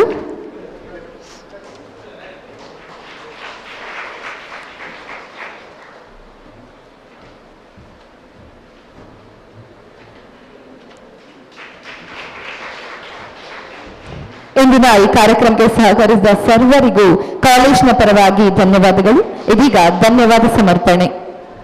ವೇದಿಕೆಯಲ್ಲಿ ಉಪಸ್ಥಿತರಿರುವಂತಹ ಗಣ್ಯರೇ, ಇವತ್ತು ತುಳು ಟೈಮ್ಸ್ ಲೋಕಾರ್ಪಣೆಯಾಗಿದೆ. ತುಳುನಾಡಿಗರು ಮಾತ್ರ ಅಲ್ಲ, ಇಡೀ ಕರ್ನಾಟಕ ಮತ್ತು ವಿಶ್ವದಾದ್ಯಂತ ತುಳುನಾಡಿನಲ್ಲಿರುವಂಥ ಸುದ್ದಿಯನ್ನು ನಾವು ಬಿತ್ತರ ಮಾಡಬೇಕು ಅನ್ನೋ ಕಾರಣಕ್ಕೆ ಗಣೇಶ್ ಅವರ ಸಂಪಾದಕತ್ವದಲ್ಲಿ ಒಂದು ತುಳು ಟೈಮ್ಸು ಇವತ್ತು ಲೋಕಾರ್ಪಣೆಯಾಗಿದೆ. ಕಾರ್ಯಾರಂಭ ಆಗಿ ಸುಮಾರು 1 ತಿಂಗಳು ಕಳೀತಾ ಬಂದಿದೆ. ಹೊಸ ರೀತಿಯಲ್ಲಿ ಹೊಸ ಯೋಚನೆಗಳನ್ನು ಇಟ್ಟುಕೊಂಡು ತುಳು ಟೈಮ್ಸು ನಿಮ್ಮ ಮುಂದೆ ಬರ್ತಿದೆ. ಜೊತೆಗೆ ಇನ್ನೊಂದು ಸಂತೋಷದ ವಿಚಾರ ಏನು ಅಂತ ಹೇಳಿದ್ರೆ, 5 ವರ್ಷಗಳಿಂದಲೂ ಕೂಡ ನ್ಯೂಸ್ ನೆಕ್ಸ್ಟ್ ಕಾರ್ಯವನ್ನು ನಿರ್ವಹಿಸ್ತಾ ಇದೆ. ಡಿಜಿಟಲ್ ಸುದ್ದಿಯ ಮಾಧ್ಯಮವಾಗಿ 5 ವರ್ಷಗಳಿಂದಲೂ ಕೂಡ ನಾವು ವಿಭಿನ್ನವಾಗಿರುವಂಥ ಸುದ್ದಿಯನ್ನು, ಅದರಲ್ಲೂ ಕೂಡ ಸರ್ ಹೇಳಿದ ಹಾಗೆ ಸತ್ಯ ಸುದ್ದಿಯನ್ನು ನಾವು ಬಿತ್ತರ ಮಾಡ್ತಾ ಇದ್ದೇವೆ. ಯಾರ ವೈಯಕ್ತಿಕ ತೇಜೋವಧಿಯನ್ನು ನಾವು ಇದುವರೆಗೂ ಕೂಡ ಮಾಡಿಲ್ಲ, ಮುಂದೆ ಕೂಡ ಮಾಡೋದಿಲ್ಲ. ಏನಿದೆ ವಸ್ತುನಿಷ್ಠವಾಗಿರುವಂಥ ವರದಿಯನ್ನು ನಾವು ಪ್ರಸಾರ ಮಾಡೋದಕ್ಕೆ, ಪ್ರಕಟ ಮಾಡೋದಕ್ಕೆ ನಾವು ತಯಾರಾಗಿದ್ದೇವೆ. ಸುಮಾರು ಗಣೇಶ್ ಮತ್ತು ನಾನು ಇಬ್ಬರು ಕೂಡ ಬೇರೆ ಬೇರೆ ಮಾಧ್ಯಮಗಳಲ್ಲಿ ಕೂಡ ಕೆಲಸವನ್ನು ಮಾಡಿದ್ದೀವಿ. ನಮಗಿರುವಂಥ ಅನುಭವಗಳನ್ನು ಇಲ್ಲಿನ ಯುವ ಜನರಿಗೆ ಅದನ್ನು ರೀಚ್ ಮಾಡಬೇಕು ಅನ್ನೋ ಕಾರಣಕ್ಕೋಸ್ಕರ ನಾವು ಎರಡೂ ಸಂಸ್ಥೆಗಳು ಡಿಜಿಟಲ್ ಕೊಲಾಬರೇಷನ್ ಆಗಿ ಸುದ್ದಿಗಳನ್ನು ಇನ್ನು ಮುಂದೆ ನಾವು ಬಿತ್ತರವನ್ನು ಮಾಡ್ತೇವೆ. ಆರಂಭದಲ್ಲಿ ತುಳು ಟೈಮ್ಸ್ ಏನು ಈಗ ಲೋಕಾರ್ಪಣೆಯಾಗಿದೆ, ಜೊತೆಗೆ ನ್ಯೂಸ್ ನೆಕ್ಸ್ಟ್ ಏನಿದೆ, ಇದರಲ್ಲಿ ಯಾರಾದರೂ ನೀವೀಗ ಬಂದವರು ಯಾರೇ ಇರ್ಬೋದು, ಉದ್ಯೋಗ ಮಾಡಲಿಕ್ಕೆ ಬೇರೆ ಬೇರೆ ರೀತಿಯ ಅವಕಾಶಗಳಿದೆ. ಅದರಲ್ಲಿ ನೀವೇನಾದರೂ ಆಸಕ್ತರಾಗಿದ್ದರೆ ನಮ್ಮ ಸಂಸ್ಥೆಯನ್ನು ನೀವು ಸಂಪರ್ಕ ಮಾಡಬಹುದು. ನಿಮಗೆ ತರಬೇತಿಯನ್ನು ಕೊಟ್ಟು ನಾವು ಉದ್ಯೋಗವನ್ನು ಕೊಡೋದಕ್ಕೆ ನಾವು ಸಿದ್ಧರಾಗಿದ್ದೇವೆ ಅನ್ನೋದನ್ನು ನಾವು ಹೇಳಲಿಕ್ಕೆ ಬಯಸ್ತೇವೆ. ಮೊದಲನೇದಾಗಿ ತುಳು ಟೈಮ್ಸನ್ನು ನಾವು ಲೋಕಾರ್ಪಣೆ ಮಾಡಬೇಕು ಅಂತ ಬಯಸಿದಾಗ ಸುಮಾರು ವ್ಯಕ್ತಿಗಳು ನಮ್ಮ ಮುಂದೆ ಹೆಸರುಗಳು ಕೂಡ ಬಂದಿತ್ತು. ಅಂಥದ್ರಲ್ಲಿ ನಮಗೆ ಮೊದಲ ಪ್ರಾಶಸ್ತ್ಯದಲ್ಲಿ ತೋರಿದ್ದು ಪದ್ಮಶ್ರೀ ಪ್ರಶಸ್ತಿಯನ್ನು ಪಡೆದಂಥವರು ಆಧುನಿಕ ಭಗೀರಥರು. ಅವರನ್ನು ಕರೆಸಬೇಕು, ಅವರ ಕೈಯಲ್ಲೇ ನಮ್ಮ ಒಂದು ಸಂಸ್ಥೆ ಲೋಕಾರ್ಪಣೆ ಆಗಬೇಕು ಅನ್ನುವ ಉದ್ದೇಶವನ್ನು ಇಟ್ಕೊಂಡು ಇವತ್ತು ಅವರ ಅಮೃತ ಹಸ್ತದಿಂದ ನಮ್ಮ ತುಳು ಟೈಮ್ಸ್ ಲೋಕಾರ್ಪಣೆ ಆಗಿದೆ. ಈ ಒಂದು ಕಾರ್ಯಕ್ರಮಕ್ಕೆ ಆಗಮಿಸಿದ ಅವರಿಗೆ ನಮ್ಮ ಎರಡೂ ಸಂಸ್ಥೆಯ ಪರವಾಗಿ, ಜೊತೆಗೆ ಏಕತಾ ಟ್ರಸ್ಟ್ನ ಪರವಾಗಿ ಅನಂತ ಧನ್ಯವಾದಗಳನ್ನು ಸಮರ್ಪಿಸ್ತಾ ಇದ್ದೇವೆ. ಎರಡನೇದಾಗಿ ನಾವು ಕಾರ್ಯಕ್ರಮವನ್ನು ಆಯೋಜನೆ ಮಾಡಬೇಕು, ಎಲ್ಲಿ ಮಾಡಬೇಕು ಅಂತ ನೋಡಿದಾಗ ಸಾಕಷ್ಟು ವೆನ್ಯೂಗಳು ಸಿಕ್ಕಿತ್ತು, ಕೆಲವು ಕಡೆ ಸಾಕಷ್ಟು ಅಡಚಣೆಗಳು ಕೂಡ ಆಗಿದೆ. ಅಂತಿಮವಾಗಿ ನಾವು ಯಾವುದಾದ್ರೂ ಒಂದು ಕಾಲೇಜಲ್ಲೇ ಮಾಡಬೇಕು ಅಂತ ಹೇಳಿ ನಾವು ಹಠಕ್ಕೆ ಬಿದ್ದು, ಆದರೆ ಹಿಂದಿನ ಉದ್ದೇಶ ಏನು ಅಂತ ಹೇಳಿದ್ರೆ, ನಾವು ಪಬ್ಲಿಕ್ ಆಗಿ ಕಾರ್ಯಕ್ರಮವನ್ನು ಮಾಡಬಹುದು, ಆದರೆ ತುಳು ಟೈಮ್ಸ್ ಪಬ್ಲಿಕ್ ಆಗಿ ರೀಚ್ ಆಗುತ್ತೆ. ಆದರೆ ಇವತ್ತಿನ ವಿದ್ಯಾರ್ಥಿಗಳ ಎದುರಲ್ಲಿ ಈ ಒಂದು ಕಾರ್ಯಕ್ರಮವನ್ನು ನಾವು ನಮ್ಮ ಚಾನಲನ್ನು ಲೋಕಾರ್ಪಣೆ ಮಾಡಬೇಕು ಅನ್ನೋ ಒಂದು ಉದ್ದೇಶ ಇಟ್ಕೊಂಡು, ಅದರಲ್ಲೂ ಭವಿಷ್ಯದಲ್ಲಿ ಪತ್ರಕರ್ತರಾಗುವಂಥ ಸಾಕಷ್ಟು ಪತ್ರಿಕೋದ್ಯಮದ ವಿದ್ಯಾರ್ಥಿಗಳನ್ನು ಕೂರಿಸಿಕೊಂಡು ಅವರ ಸಮ್ಮುಖದಲ್ಲಿ ಕಾರ್ಯಕ್ರಮ ಮಾಡಬೇಕು ಅನ್ನೋ ಉದ್ದೇಶದಿಂದಲೇ ಇವತ್ತು ನಾವು ಪತ್ರಿಕೋದ್ಯಮ ಕಾರ್ಯಾಗಾರವನ್ನು ಮಾಡಿದ್ದೇವೆ.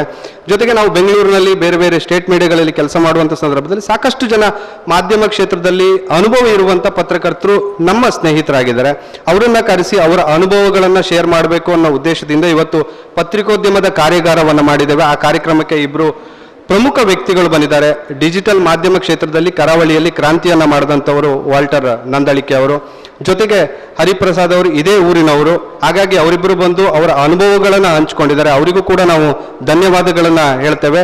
ಮತ್ತೆ ನಾವು ವೆನ್ಯೂವನ್ನು ಹುಡುಕ್ತಾ ಹೋದಂಥ ಸಂದರ್ಭದಲ್ಲಿ ಅಂತಿಮವಾಗಿ ನಮಗೆ ಅಕ್ಷಯ ಕಾಲೇಜಲ್ಲಿ ಮಾಡಬೇಕು ಅನ್ನುವಂಥ ಡಿಸೈಡನ್ನು ಮಾಡ್ಕೊಂಡ್ವಿ. ಆನಂತರದಲ್ಲಿ ಅದರ ಮುಖ್ಯಸ್ಥರ ಬಳಿ ಹೋಗಿ ಕೇಳಿದಾಗ ಅವರು ಸಂತೋಷದಿಂದ ಒಪ್ಪಿ ಈ ಒಂದು ಅವಕಾಶವನ್ನು ಮಾಡಿಕೊಟ್ಟಿದ್ದಾರೆ.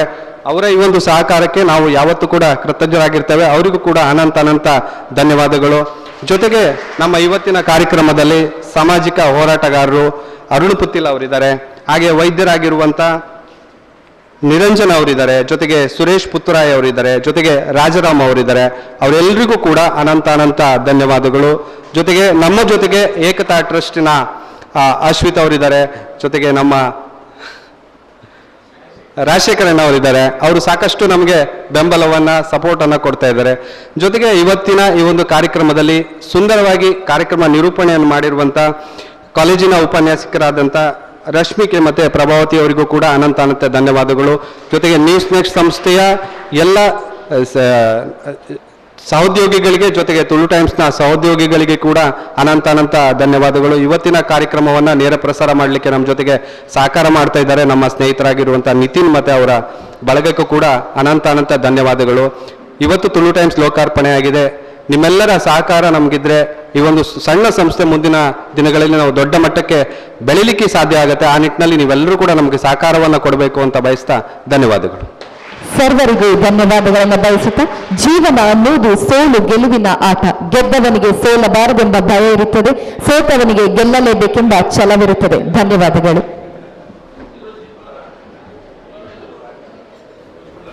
ಎಲ್ಲ ಯುವಕರು ಮಂಗಳೂರಿನಲ್ಲಿ ಸೇರಿ ಒಂದು ಹೊಸ ಚಾನಲನ್ನು ಮಾಡ್ತಾ ಇದ್ದಾರೆ. ತುಳುನಾಡಿನ ಪ್ರತಿಯೊಂದು ಕ್ಷೇತ್ರಗಳಲ್ಲಿ ಆರ್ಥಿಕವಾಗಿ, ಸಾಮಾಜಿಕವಾಗಿ, ಸಾಂಸ್ಕೃತಿಕವಾಗಿ, ಶೈಕ್ಷಣಿಕವಾಗಿ ಎಲ್ಲ ಕ್ಷೇತ್ರ ನ್ಯೂಸನ್ನು ಕೊಡಬೇಕನ್ನುವಂಥ ಮಹತ್ವಾಕಾಂಕ್ಷೆ ಇಟ್ಕೊಂಡು ಏನು ತುಳು ನ್ಯೂಸನ್ನು ನಮ್ಮ ಯುವಕರು ಪ್ರಾರಂಭ ಮಾಡ್ತಾ ಇದ್ದಾರೆ. ಅದಕ್ಕೆ ನಾನು ಶುಭಾಶಯಗಳನ್ನು ಕೋರ್ತೀನಿ. ಬರುವಂಥ ದಿನಗಳಲ್ಲಿ ಇದು ಆ ಭಾಗದಲ್ಲಿ ನಂಬರ್ 1 ಚಾನಲ್ ಆಗಲಿ ಮತ್ತು ಬಹುಸಂಖ್ಯಾತ ಕರಾವಳಿಯಲ್ಲಿ ಅದನ್ನು ನೋಡುವಂಥ ಎಲ್ಲ ಸಂಖ್ಯೆ ಹೆಚ್ಚಾಗಲಿ. ಅಷ್ಟೇ ಅಲ್ಲ, ಇಡೀ ಕರ್ನಾಟಕದಲ್ಲಿ ಕೂಡ ಅದು ಪ್ರಸಿದ್ಧಿ ಆಗಲಿ ಮತ್ತು ಜನಪರವಾಗಿರುವಂಥ ಜನರ ಧ್ವನಿಯಾಗಿ ಜನರ ಸಮಸ್ಯೆಗಳಿಗೆ ಸ್ಪಂದಿಸಿ ಒಂದು ರೀತಿಯಲ್ಲಿ ಪ್ರಜಾಪ್ರಭುತ್ವವನ್ನು ಗಟ್ಟಿಗೊಳಿಸೋದಕ್ಕೆ ಒಂದು ಅಸ್ತ್ರವಾಗಿ ತುಳುನಾಡು ಬರುವಂಥ ದಿನಗಳಲ್ಲಿ ಬೆಳೀಲಿ ಅಂತ ಹಾರೈಸ್ತಾ ಇದ್ದೀನಿ. ಎಲ್ಲರಿಗೂ ನಮಸ್ಕಾರ. ನಮ್ಮ ಸುದ್ದಿ ಮಾಧ್ಯಮದಲ್ಲಿ ಇನ್ನೊಂದು ಹೊಸ ಅಧ್ಯಾಯ, ಒಂದು ಹೊಸ ಪ್ರಾರಂಭ. ನನ್ನ ಯುವ ಸ್ನೇಹಿತರು ಸುದ್ದಿ ಮಾಧ್ಯಮದಲ್ಲಿ ಸಾಕಷ್ಟು ಅನುಭವವನ್ನು ಪಡೆದು ಅವ್ರದ್ದೇ ಆದಂಥ ಒಂದು ಸಂಸ್ಥೆ ತುಳು ಟೈಮ್ಸ್. ತುಳು ಟೈಮ್ಸಿನ ಮೂಲಕ ವೆಬ್ ಮತ್ತು ಡಿಜಿಟಲ್ನಲ್ಲಿ ತಮ್ಮ ಸುದ್ದಿ ಮಾಧ್ಯಮದ ಕನ್ನಡ ಮತ್ತು ಇಂಗ್ಲೀಷಲ್ಲಿ ಈ ಮಾಧ್ಯಮವನ್ನು ಪ್ರಾರಂಭವನ್ನು ಮಾಡ್ತಿದ್ದಾರೆ. ಬಹಳಷ್ಟು ಉತ್ಸಾಹದಲ್ಲಿ ಮಾಡ್ತಿದ್ದಾರೆ. ಅವರಿಗೆ ನಾನು ಹೃದಯಪೂರ್ವಕವಾಗಿ ಶುಭಾಶಯ ಮತ್ತು ಅಭಿನಂದನೆಯನ್ನು ಸಲ್ಲಿಸ್ತೇನೆ. ಯಶಸ್ವಿಯಾಗಲಿ. ನಿಜಕ್ಕೂ ಜನ ಎದುರು ನೋಡುವಂಥ ಒಂದು ಸುದ್ದಿ ವಾಹಿನಿಯಾಗಿ, ಒಂದು ಮಾಧ್ಯಮವಾಗಿ ಪ್ರಬಲವಾಗಿ ಜನ ಎದುರು ನೋಡುವಂಥ ಒಂದು ಸತ್ಯತೆಯನ್ನು ಹೇಳಿ ಜನರಿಗೆ ಒಂದು ಆಶಾದಾಯಕವಾಗಿ, ಒಂದು ಭರವಸೆದಾಯಕವಾಗಿ ಈ ಸಂಸ್ಥೆ ಬೆಳೀಲಿ, ತುಳು ಟೈಮ್ಸ್ ಅಂತ ನಾನು ಹೃದಯಪೂರ್ವಕವಾಗಿ ಒಬ್ಬ ಚುನಾಯಿತ ಪ್ರತಿನಿಧಿಯಾಗಿ ನಾನು ಇವರಿಗೆ ಹೃದಯಪೂರ್ವಕವಾಗಿ ಅಭಿನಂದನೆಯನ್ನು ಸಲ್ಲಿಸ್ತೇನೆ. ಮಂಗಳೂರು, ಉಡುಪಿಯನ್ನು ಕೇಂದ್ರವಾಗಿಟ್ಟುಕೊಂಡು 2 ಜಿಲ್ಲೆಗಳಲ್ಲಿ ಮತ್ತು ಇಡೀ ರಾಜ್ಯದಲ್ಲಿ ಸುದ್ದಿವಾಹಿನಿಯಲ್ಲಿ ಒಂದು ಹೊಸ ಸಂಚಲನವನ್ನು ನಿರ್ಮಾಣ ಮಾಡಲಿಕ್ಕೋಸ್ಕರ ಆರಂಭ ಆಗ್ತಾ ಇರುವಂಥ ತುಳು ಟೈಮ್ಸ್ ಅನ್ನುವಂಥ ಒಂದು ಹೊಸ ಯೂಟ್ಯೂಬ್ ಚಾನಲ್ಗೆ ನಾನು ಶುಭವನ್ನು ಕೋರ್ತೇನೆ. ಕುತೂಹಲವನ್ನು ಹುಟ್ಟಿಸುವಂಥ ಒಂದು ಒಳ್ಳೊಳ್ಳೆಯ ಸುದ್ದಿಗಳು ತುಳು ಟೈಮ್ಸ್ನ ಮುಖಾಂತರ ಆಗಲಿ. ರಾಜ್ಯದ 10 ಪ್ರಸಕ್ತವಾದಂಥ ಸಮಸ್ಯೆಗಳಿಗೆ ಧ್ವನಿಯಾಗುವಂಥ ವಿಷಯಗಳನ್ನು ಕೂಡ ತುಳು ಟೈಮ್ಸಿನ ಮುಖಾಂತರ ನಾವು ನೋಡುವಂತಾಗಲಿ ಅಂತೇಳಿ ಈ ಹೊಸ ಚಾನಲ್ಗೆ ನಾನು ಶುಭವನ್ನು ಕೋರ್ತೇನೆ. ಅದು ಇನ್ನಷ್ಟು ಯಶಸ್ಸನ್ನು ಕಾಣಲಿ. ಪುತ್ತೂರು, ಉಡುಪಿ, ಮಂಗಳೂರು ಮಾತ್ರ ಅಲ್ಲ, ಈ ರಾಜ್ಯಾದ್ಯಂತ ವಿಸ್ತಾರಗೊಳ್ಳಲಿ ಅಂತೇಳಿ ನಾನು ಹೊಸ ಚಾನಲ್ನ ಇಡೀ ಬರೋದಕ್ಕೆ ಶುಭವನ್ನು ಕೋರ್ತೇನೆ. ನಾನು 5 ವರ್ಷದ ಹಿಂದೆ ಅನುಭವಿ ಪತ್ರಕರ್ತರೆಲ್ಲ ಸೇರಿಕೊಂಡು ನ್ಯೂಸ್ ನೆಕ್ಸ್ಟ್ ಎಂಬ ಒಂದು ಡಿಜಿಟಲ್ ಚಾನಲನ್ನು ನಮ್ಮ ರಾಜ್ಯದಲ್ಲಿ ಪ್ರಾರಂಭ ಮಾಡಿ ಅದರ ಮುಖಾಂತರ ಬಹಳಷ್ಟು ಯಶಸ್ವಿಯಾಗಿ ಈಗ ತುಳು ಭಾಷೆಯಲ್ಲಿ ಭಾಳ ಸಂಪರ್ಕದ, ಭಾಳ ಪ್ರೀತಿಯ ತುಳು ಭಾಷೆ, ಇದನ್ನು ದಕ್ಷಿಣ ಕನ್ನಡ ಉಡುಪಿ ಜಿಲ್ಲೆಯನ್ನು ಭಾಳ ಪ್ರಮುಖವಾಗಿ ಇಟ್ಟುಕೊಂಡು ಒಂದು ತುಳು ಟೈಮ್ಸ್ ಎಂಬ ಹೆಸರಿನಲ್ಲಿ ಇವತ್ತು ಇದರ ಒಂದು ಸಿಸ್ಟರ್ ಕನ್ಸರ್ನ್ ಆಗಿ ಹೊರಬರೋದು ನಮಗೆ ಭಾಳ ಸಂತೋಷದ ವಿಚಾರ. ತುಳು ಭಾಷೆ ಎಂಬುದು ಭಾಳ ಬಾಂಧವ್ಯವನ್ನು ಬೆಸೆಯುವಂಥ ಒಂದು ಭಾಷೆ. ಸುಮಾರು ತುಳುವರಿಗೆ ಮಾತೃಭಾಷೆಗೆ ಸಂಬಂಧಪಟ್ಟ ಒಂದು 40 ಸಮುದಾಯದವರ ಜೊತೆ ಬೇರೆ ಹಲವಾರು ಸಮುದಾಯಗಳು ಸೇರಿಕೊಂಡು 1 ಕೋಟಿಗೂ ಬಿಕ್ಕಿ ಜನರು ಇವತ್ತು ತುಳುವನ್ನು ಒಂದು ಮಾತನಾಡುವುದನ್ನು ನಾವು ಗಮನಿಸಿದ್ದೇವೆ. ಈ ಭಾಷೆಯ ಚಾನೆಲ್ ಇದನ್ನು ಭಾಳ ಸುಂದರವಾಗಿ ಇದು ಮೂಡಿಬಂದು ಇನ್ನೂ ಈ ತುಳುವಿನ ಒಂದು ಆ ಬಾಂಧವ್ಯದ ಭಾಷೆ, ಪ್ರೀತಿಯ ಭಾಷೆ ಇನ್ನಷ್ಟು ಪ್ರಸಾರವಾಗಲಿ ಅಂತ ಶುಭ ಕೋರ್ತಾ ಇದ್ದೇನೆ. ಎಲ್ಲ ಆತ್ಮೀಯ ಮಿತ್ರರೇ ನಮಸ್ತೆ. ಸದ್ಯದಲ್ಲಿ ನಮ್ಮ ತುಳುನಾಡಲ್ಲಿ ತುಳು ಟೈಮ್ಸ್ ಅಂತೇಳುವ ಒಂದು ಚಾನಲ್ ಲಾಂಚ್ ಆಗಲಿಕ್ಕಿದೆ. ಎಲ್ಲ ಪಾರದರ್ಶಕ ನ್ಯೂಸ್ಗಳನ್ನು ಮಾಡುವಲ್ಲಿ ಈ ತಂಡವು ಯಶಸ್ವಿಯಾಗಲಿ.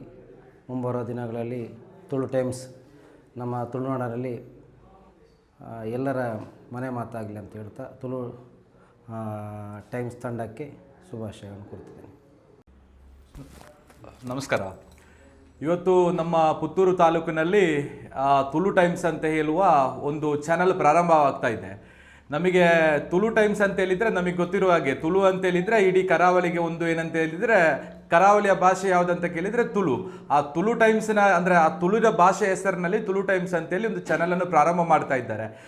ಸಾಮಾನ್ಯ ಯಾವುದೇ ಒಂದು ಏನಂತೇಳಿ ಸಂವಿಧಾನದಲ್ಲಿ 4 ಸ್ತಂಭಗಳಲ್ಲಿ ಒಂದು ಸ್ತಂಭ ಏನಂತೇಳಿದರೆ ಮಾಧ್ಯಮವಾಗಿರ್ತದೆ. ಈ ಒಂದು ಟೈಮ್ಸ್ ಚಾನಲನ್ನು ಪ್ರಾರಂಭ ಮಾಡೋದು ಯಾರಂತ ಕೇಳಿದರೆ ಒಳ್ಳೆ ಏನಂತೇಳಿದರೆ ಮಾಧ್ಯಮದ ಒಂದು ಫೀಲ್ಡಲ್ಲಿ ಒಳ್ಳೆ ಅನುಭವ ಇರುವಂಥ ಪತ್ರಕರ್ತ ಬಂಧುಗಳೆಲ್ಲರೂ ಸೇರಿಕೊಂಡು ಇದನ್ನು ಪ್ರಾರಂಭ ಮಾಡ್ತಾ ಇದ್ದಾರೆ. ಆದರೆ ಇವರಿಗೆ ಮಾಲಿಂಗೇಶ್ವರ ದೇವರ ಆಶೀರ್ವಾದ ಇರಲಿ. ಹಾಗೆ ಇದು ಇವತ್ತು ಪುತ್ತೂರು ತಾಲೂಕಿನಲ್ಲಿ ಪ್ರಾರಂಭವಾಗ್ತಾ ಇರುವ ಈ ತುಳು ಟೈಮ್ಸ್ ಇಡೀ ಕರ್ನಾಟಕದಲ್ಲಿ ನಾಳೆ ಒಂದು ಏನಂತೇಳಿದರೆ ಖ್ಯಾತಿಯನ್ನು ಪಡೀಲಿ ಅಂತೇಳಿ ನಾನು ಅದರ ಅವರಿಗೆ ಒಂದು ಶುಭ ಹಾರೈಕೆಯನ್ನು ನೀಡ್ತಾ ಇದ್ದೇನೆ.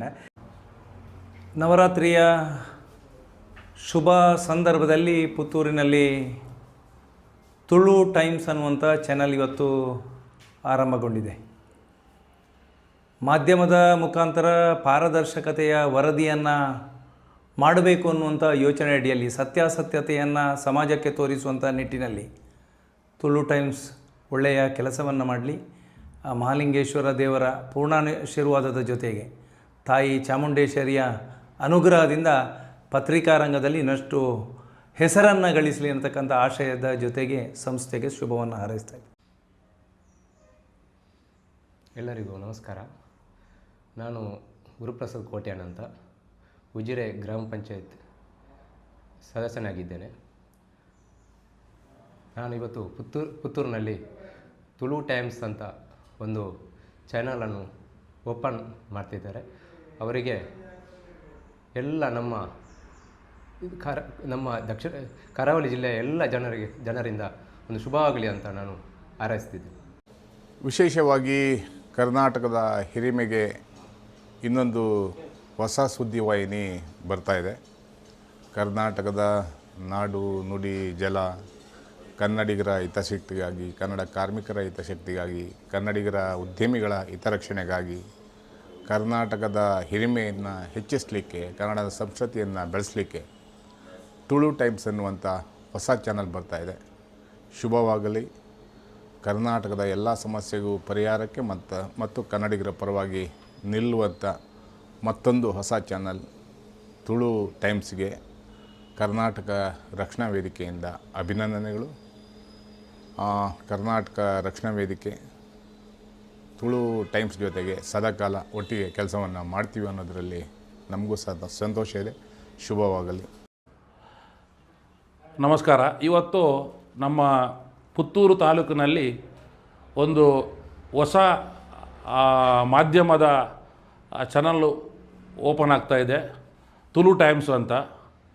ಈ ತುಳು ಟೈಮ್ಸಲ್ಲಿ ಭಾಳ ಒಳ್ಳೆಯ ನುರಿತವಾದ ಮಾಧ್ಯಮದಲ್ಲಿ ಅನುಭವ ಇರುವವರು ಮತ್ತು ಮಾಧ್ಯಮದ ಬಗ್ಗೆ ತುಂಬ ತಿಳುವಳಿಕೆ ಇರುವವರು ಇವತ್ತು ಎಲ್ಲರೂ ಸೇರಿ ಈ ನಮ್ಮ ಪುತ್ತೂರಲ್ಲಿ ತುಳು ಟೈಮ್ಸ್ ಅಂತ ಒಂದು ನ್ಯೂಸ್ ಚಾನಲ್ನ ಮಾಡಿದ್ದಾರೆ. ಈ ನ್ಯೂಸ್ ಚಾನಲ್ಗೆ ಈ ನಮ್ಮ ಪುತ್ತೂರಿನಲ್ಲಿರುವಂಥ ಎಲ್ಲರೂ ಸಹಕರಿಸಿ ಈ ನ್ಯೂಸ್ ಚಾನಲ್ನ ಪುತ್ತೂರಲ್ಲದೆ ನಮ್ಮ ದಕ್ಷಿಣ ಕನ್ನಡ ಜಿಲ್ಲೆಯಲ್ಲಿ ಒಂದು ಒಳ್ಳೆಯ ರೀತಿಯಲ್ಲಿ ಬೆಳೆಯುವ ರೀತಿಯಲ್ಲಿ ಎಲ್ಲರೂ ಸಹಕಾರ ಮಾಡಿ ಅಂತ ಹೇಳ್ತಾ ನಾನು ಇವರಿಗೆ ಶುಭಾಶಯವನ್ನು ಕೋರ್ತಾ ಇದ್ದೇನೆ.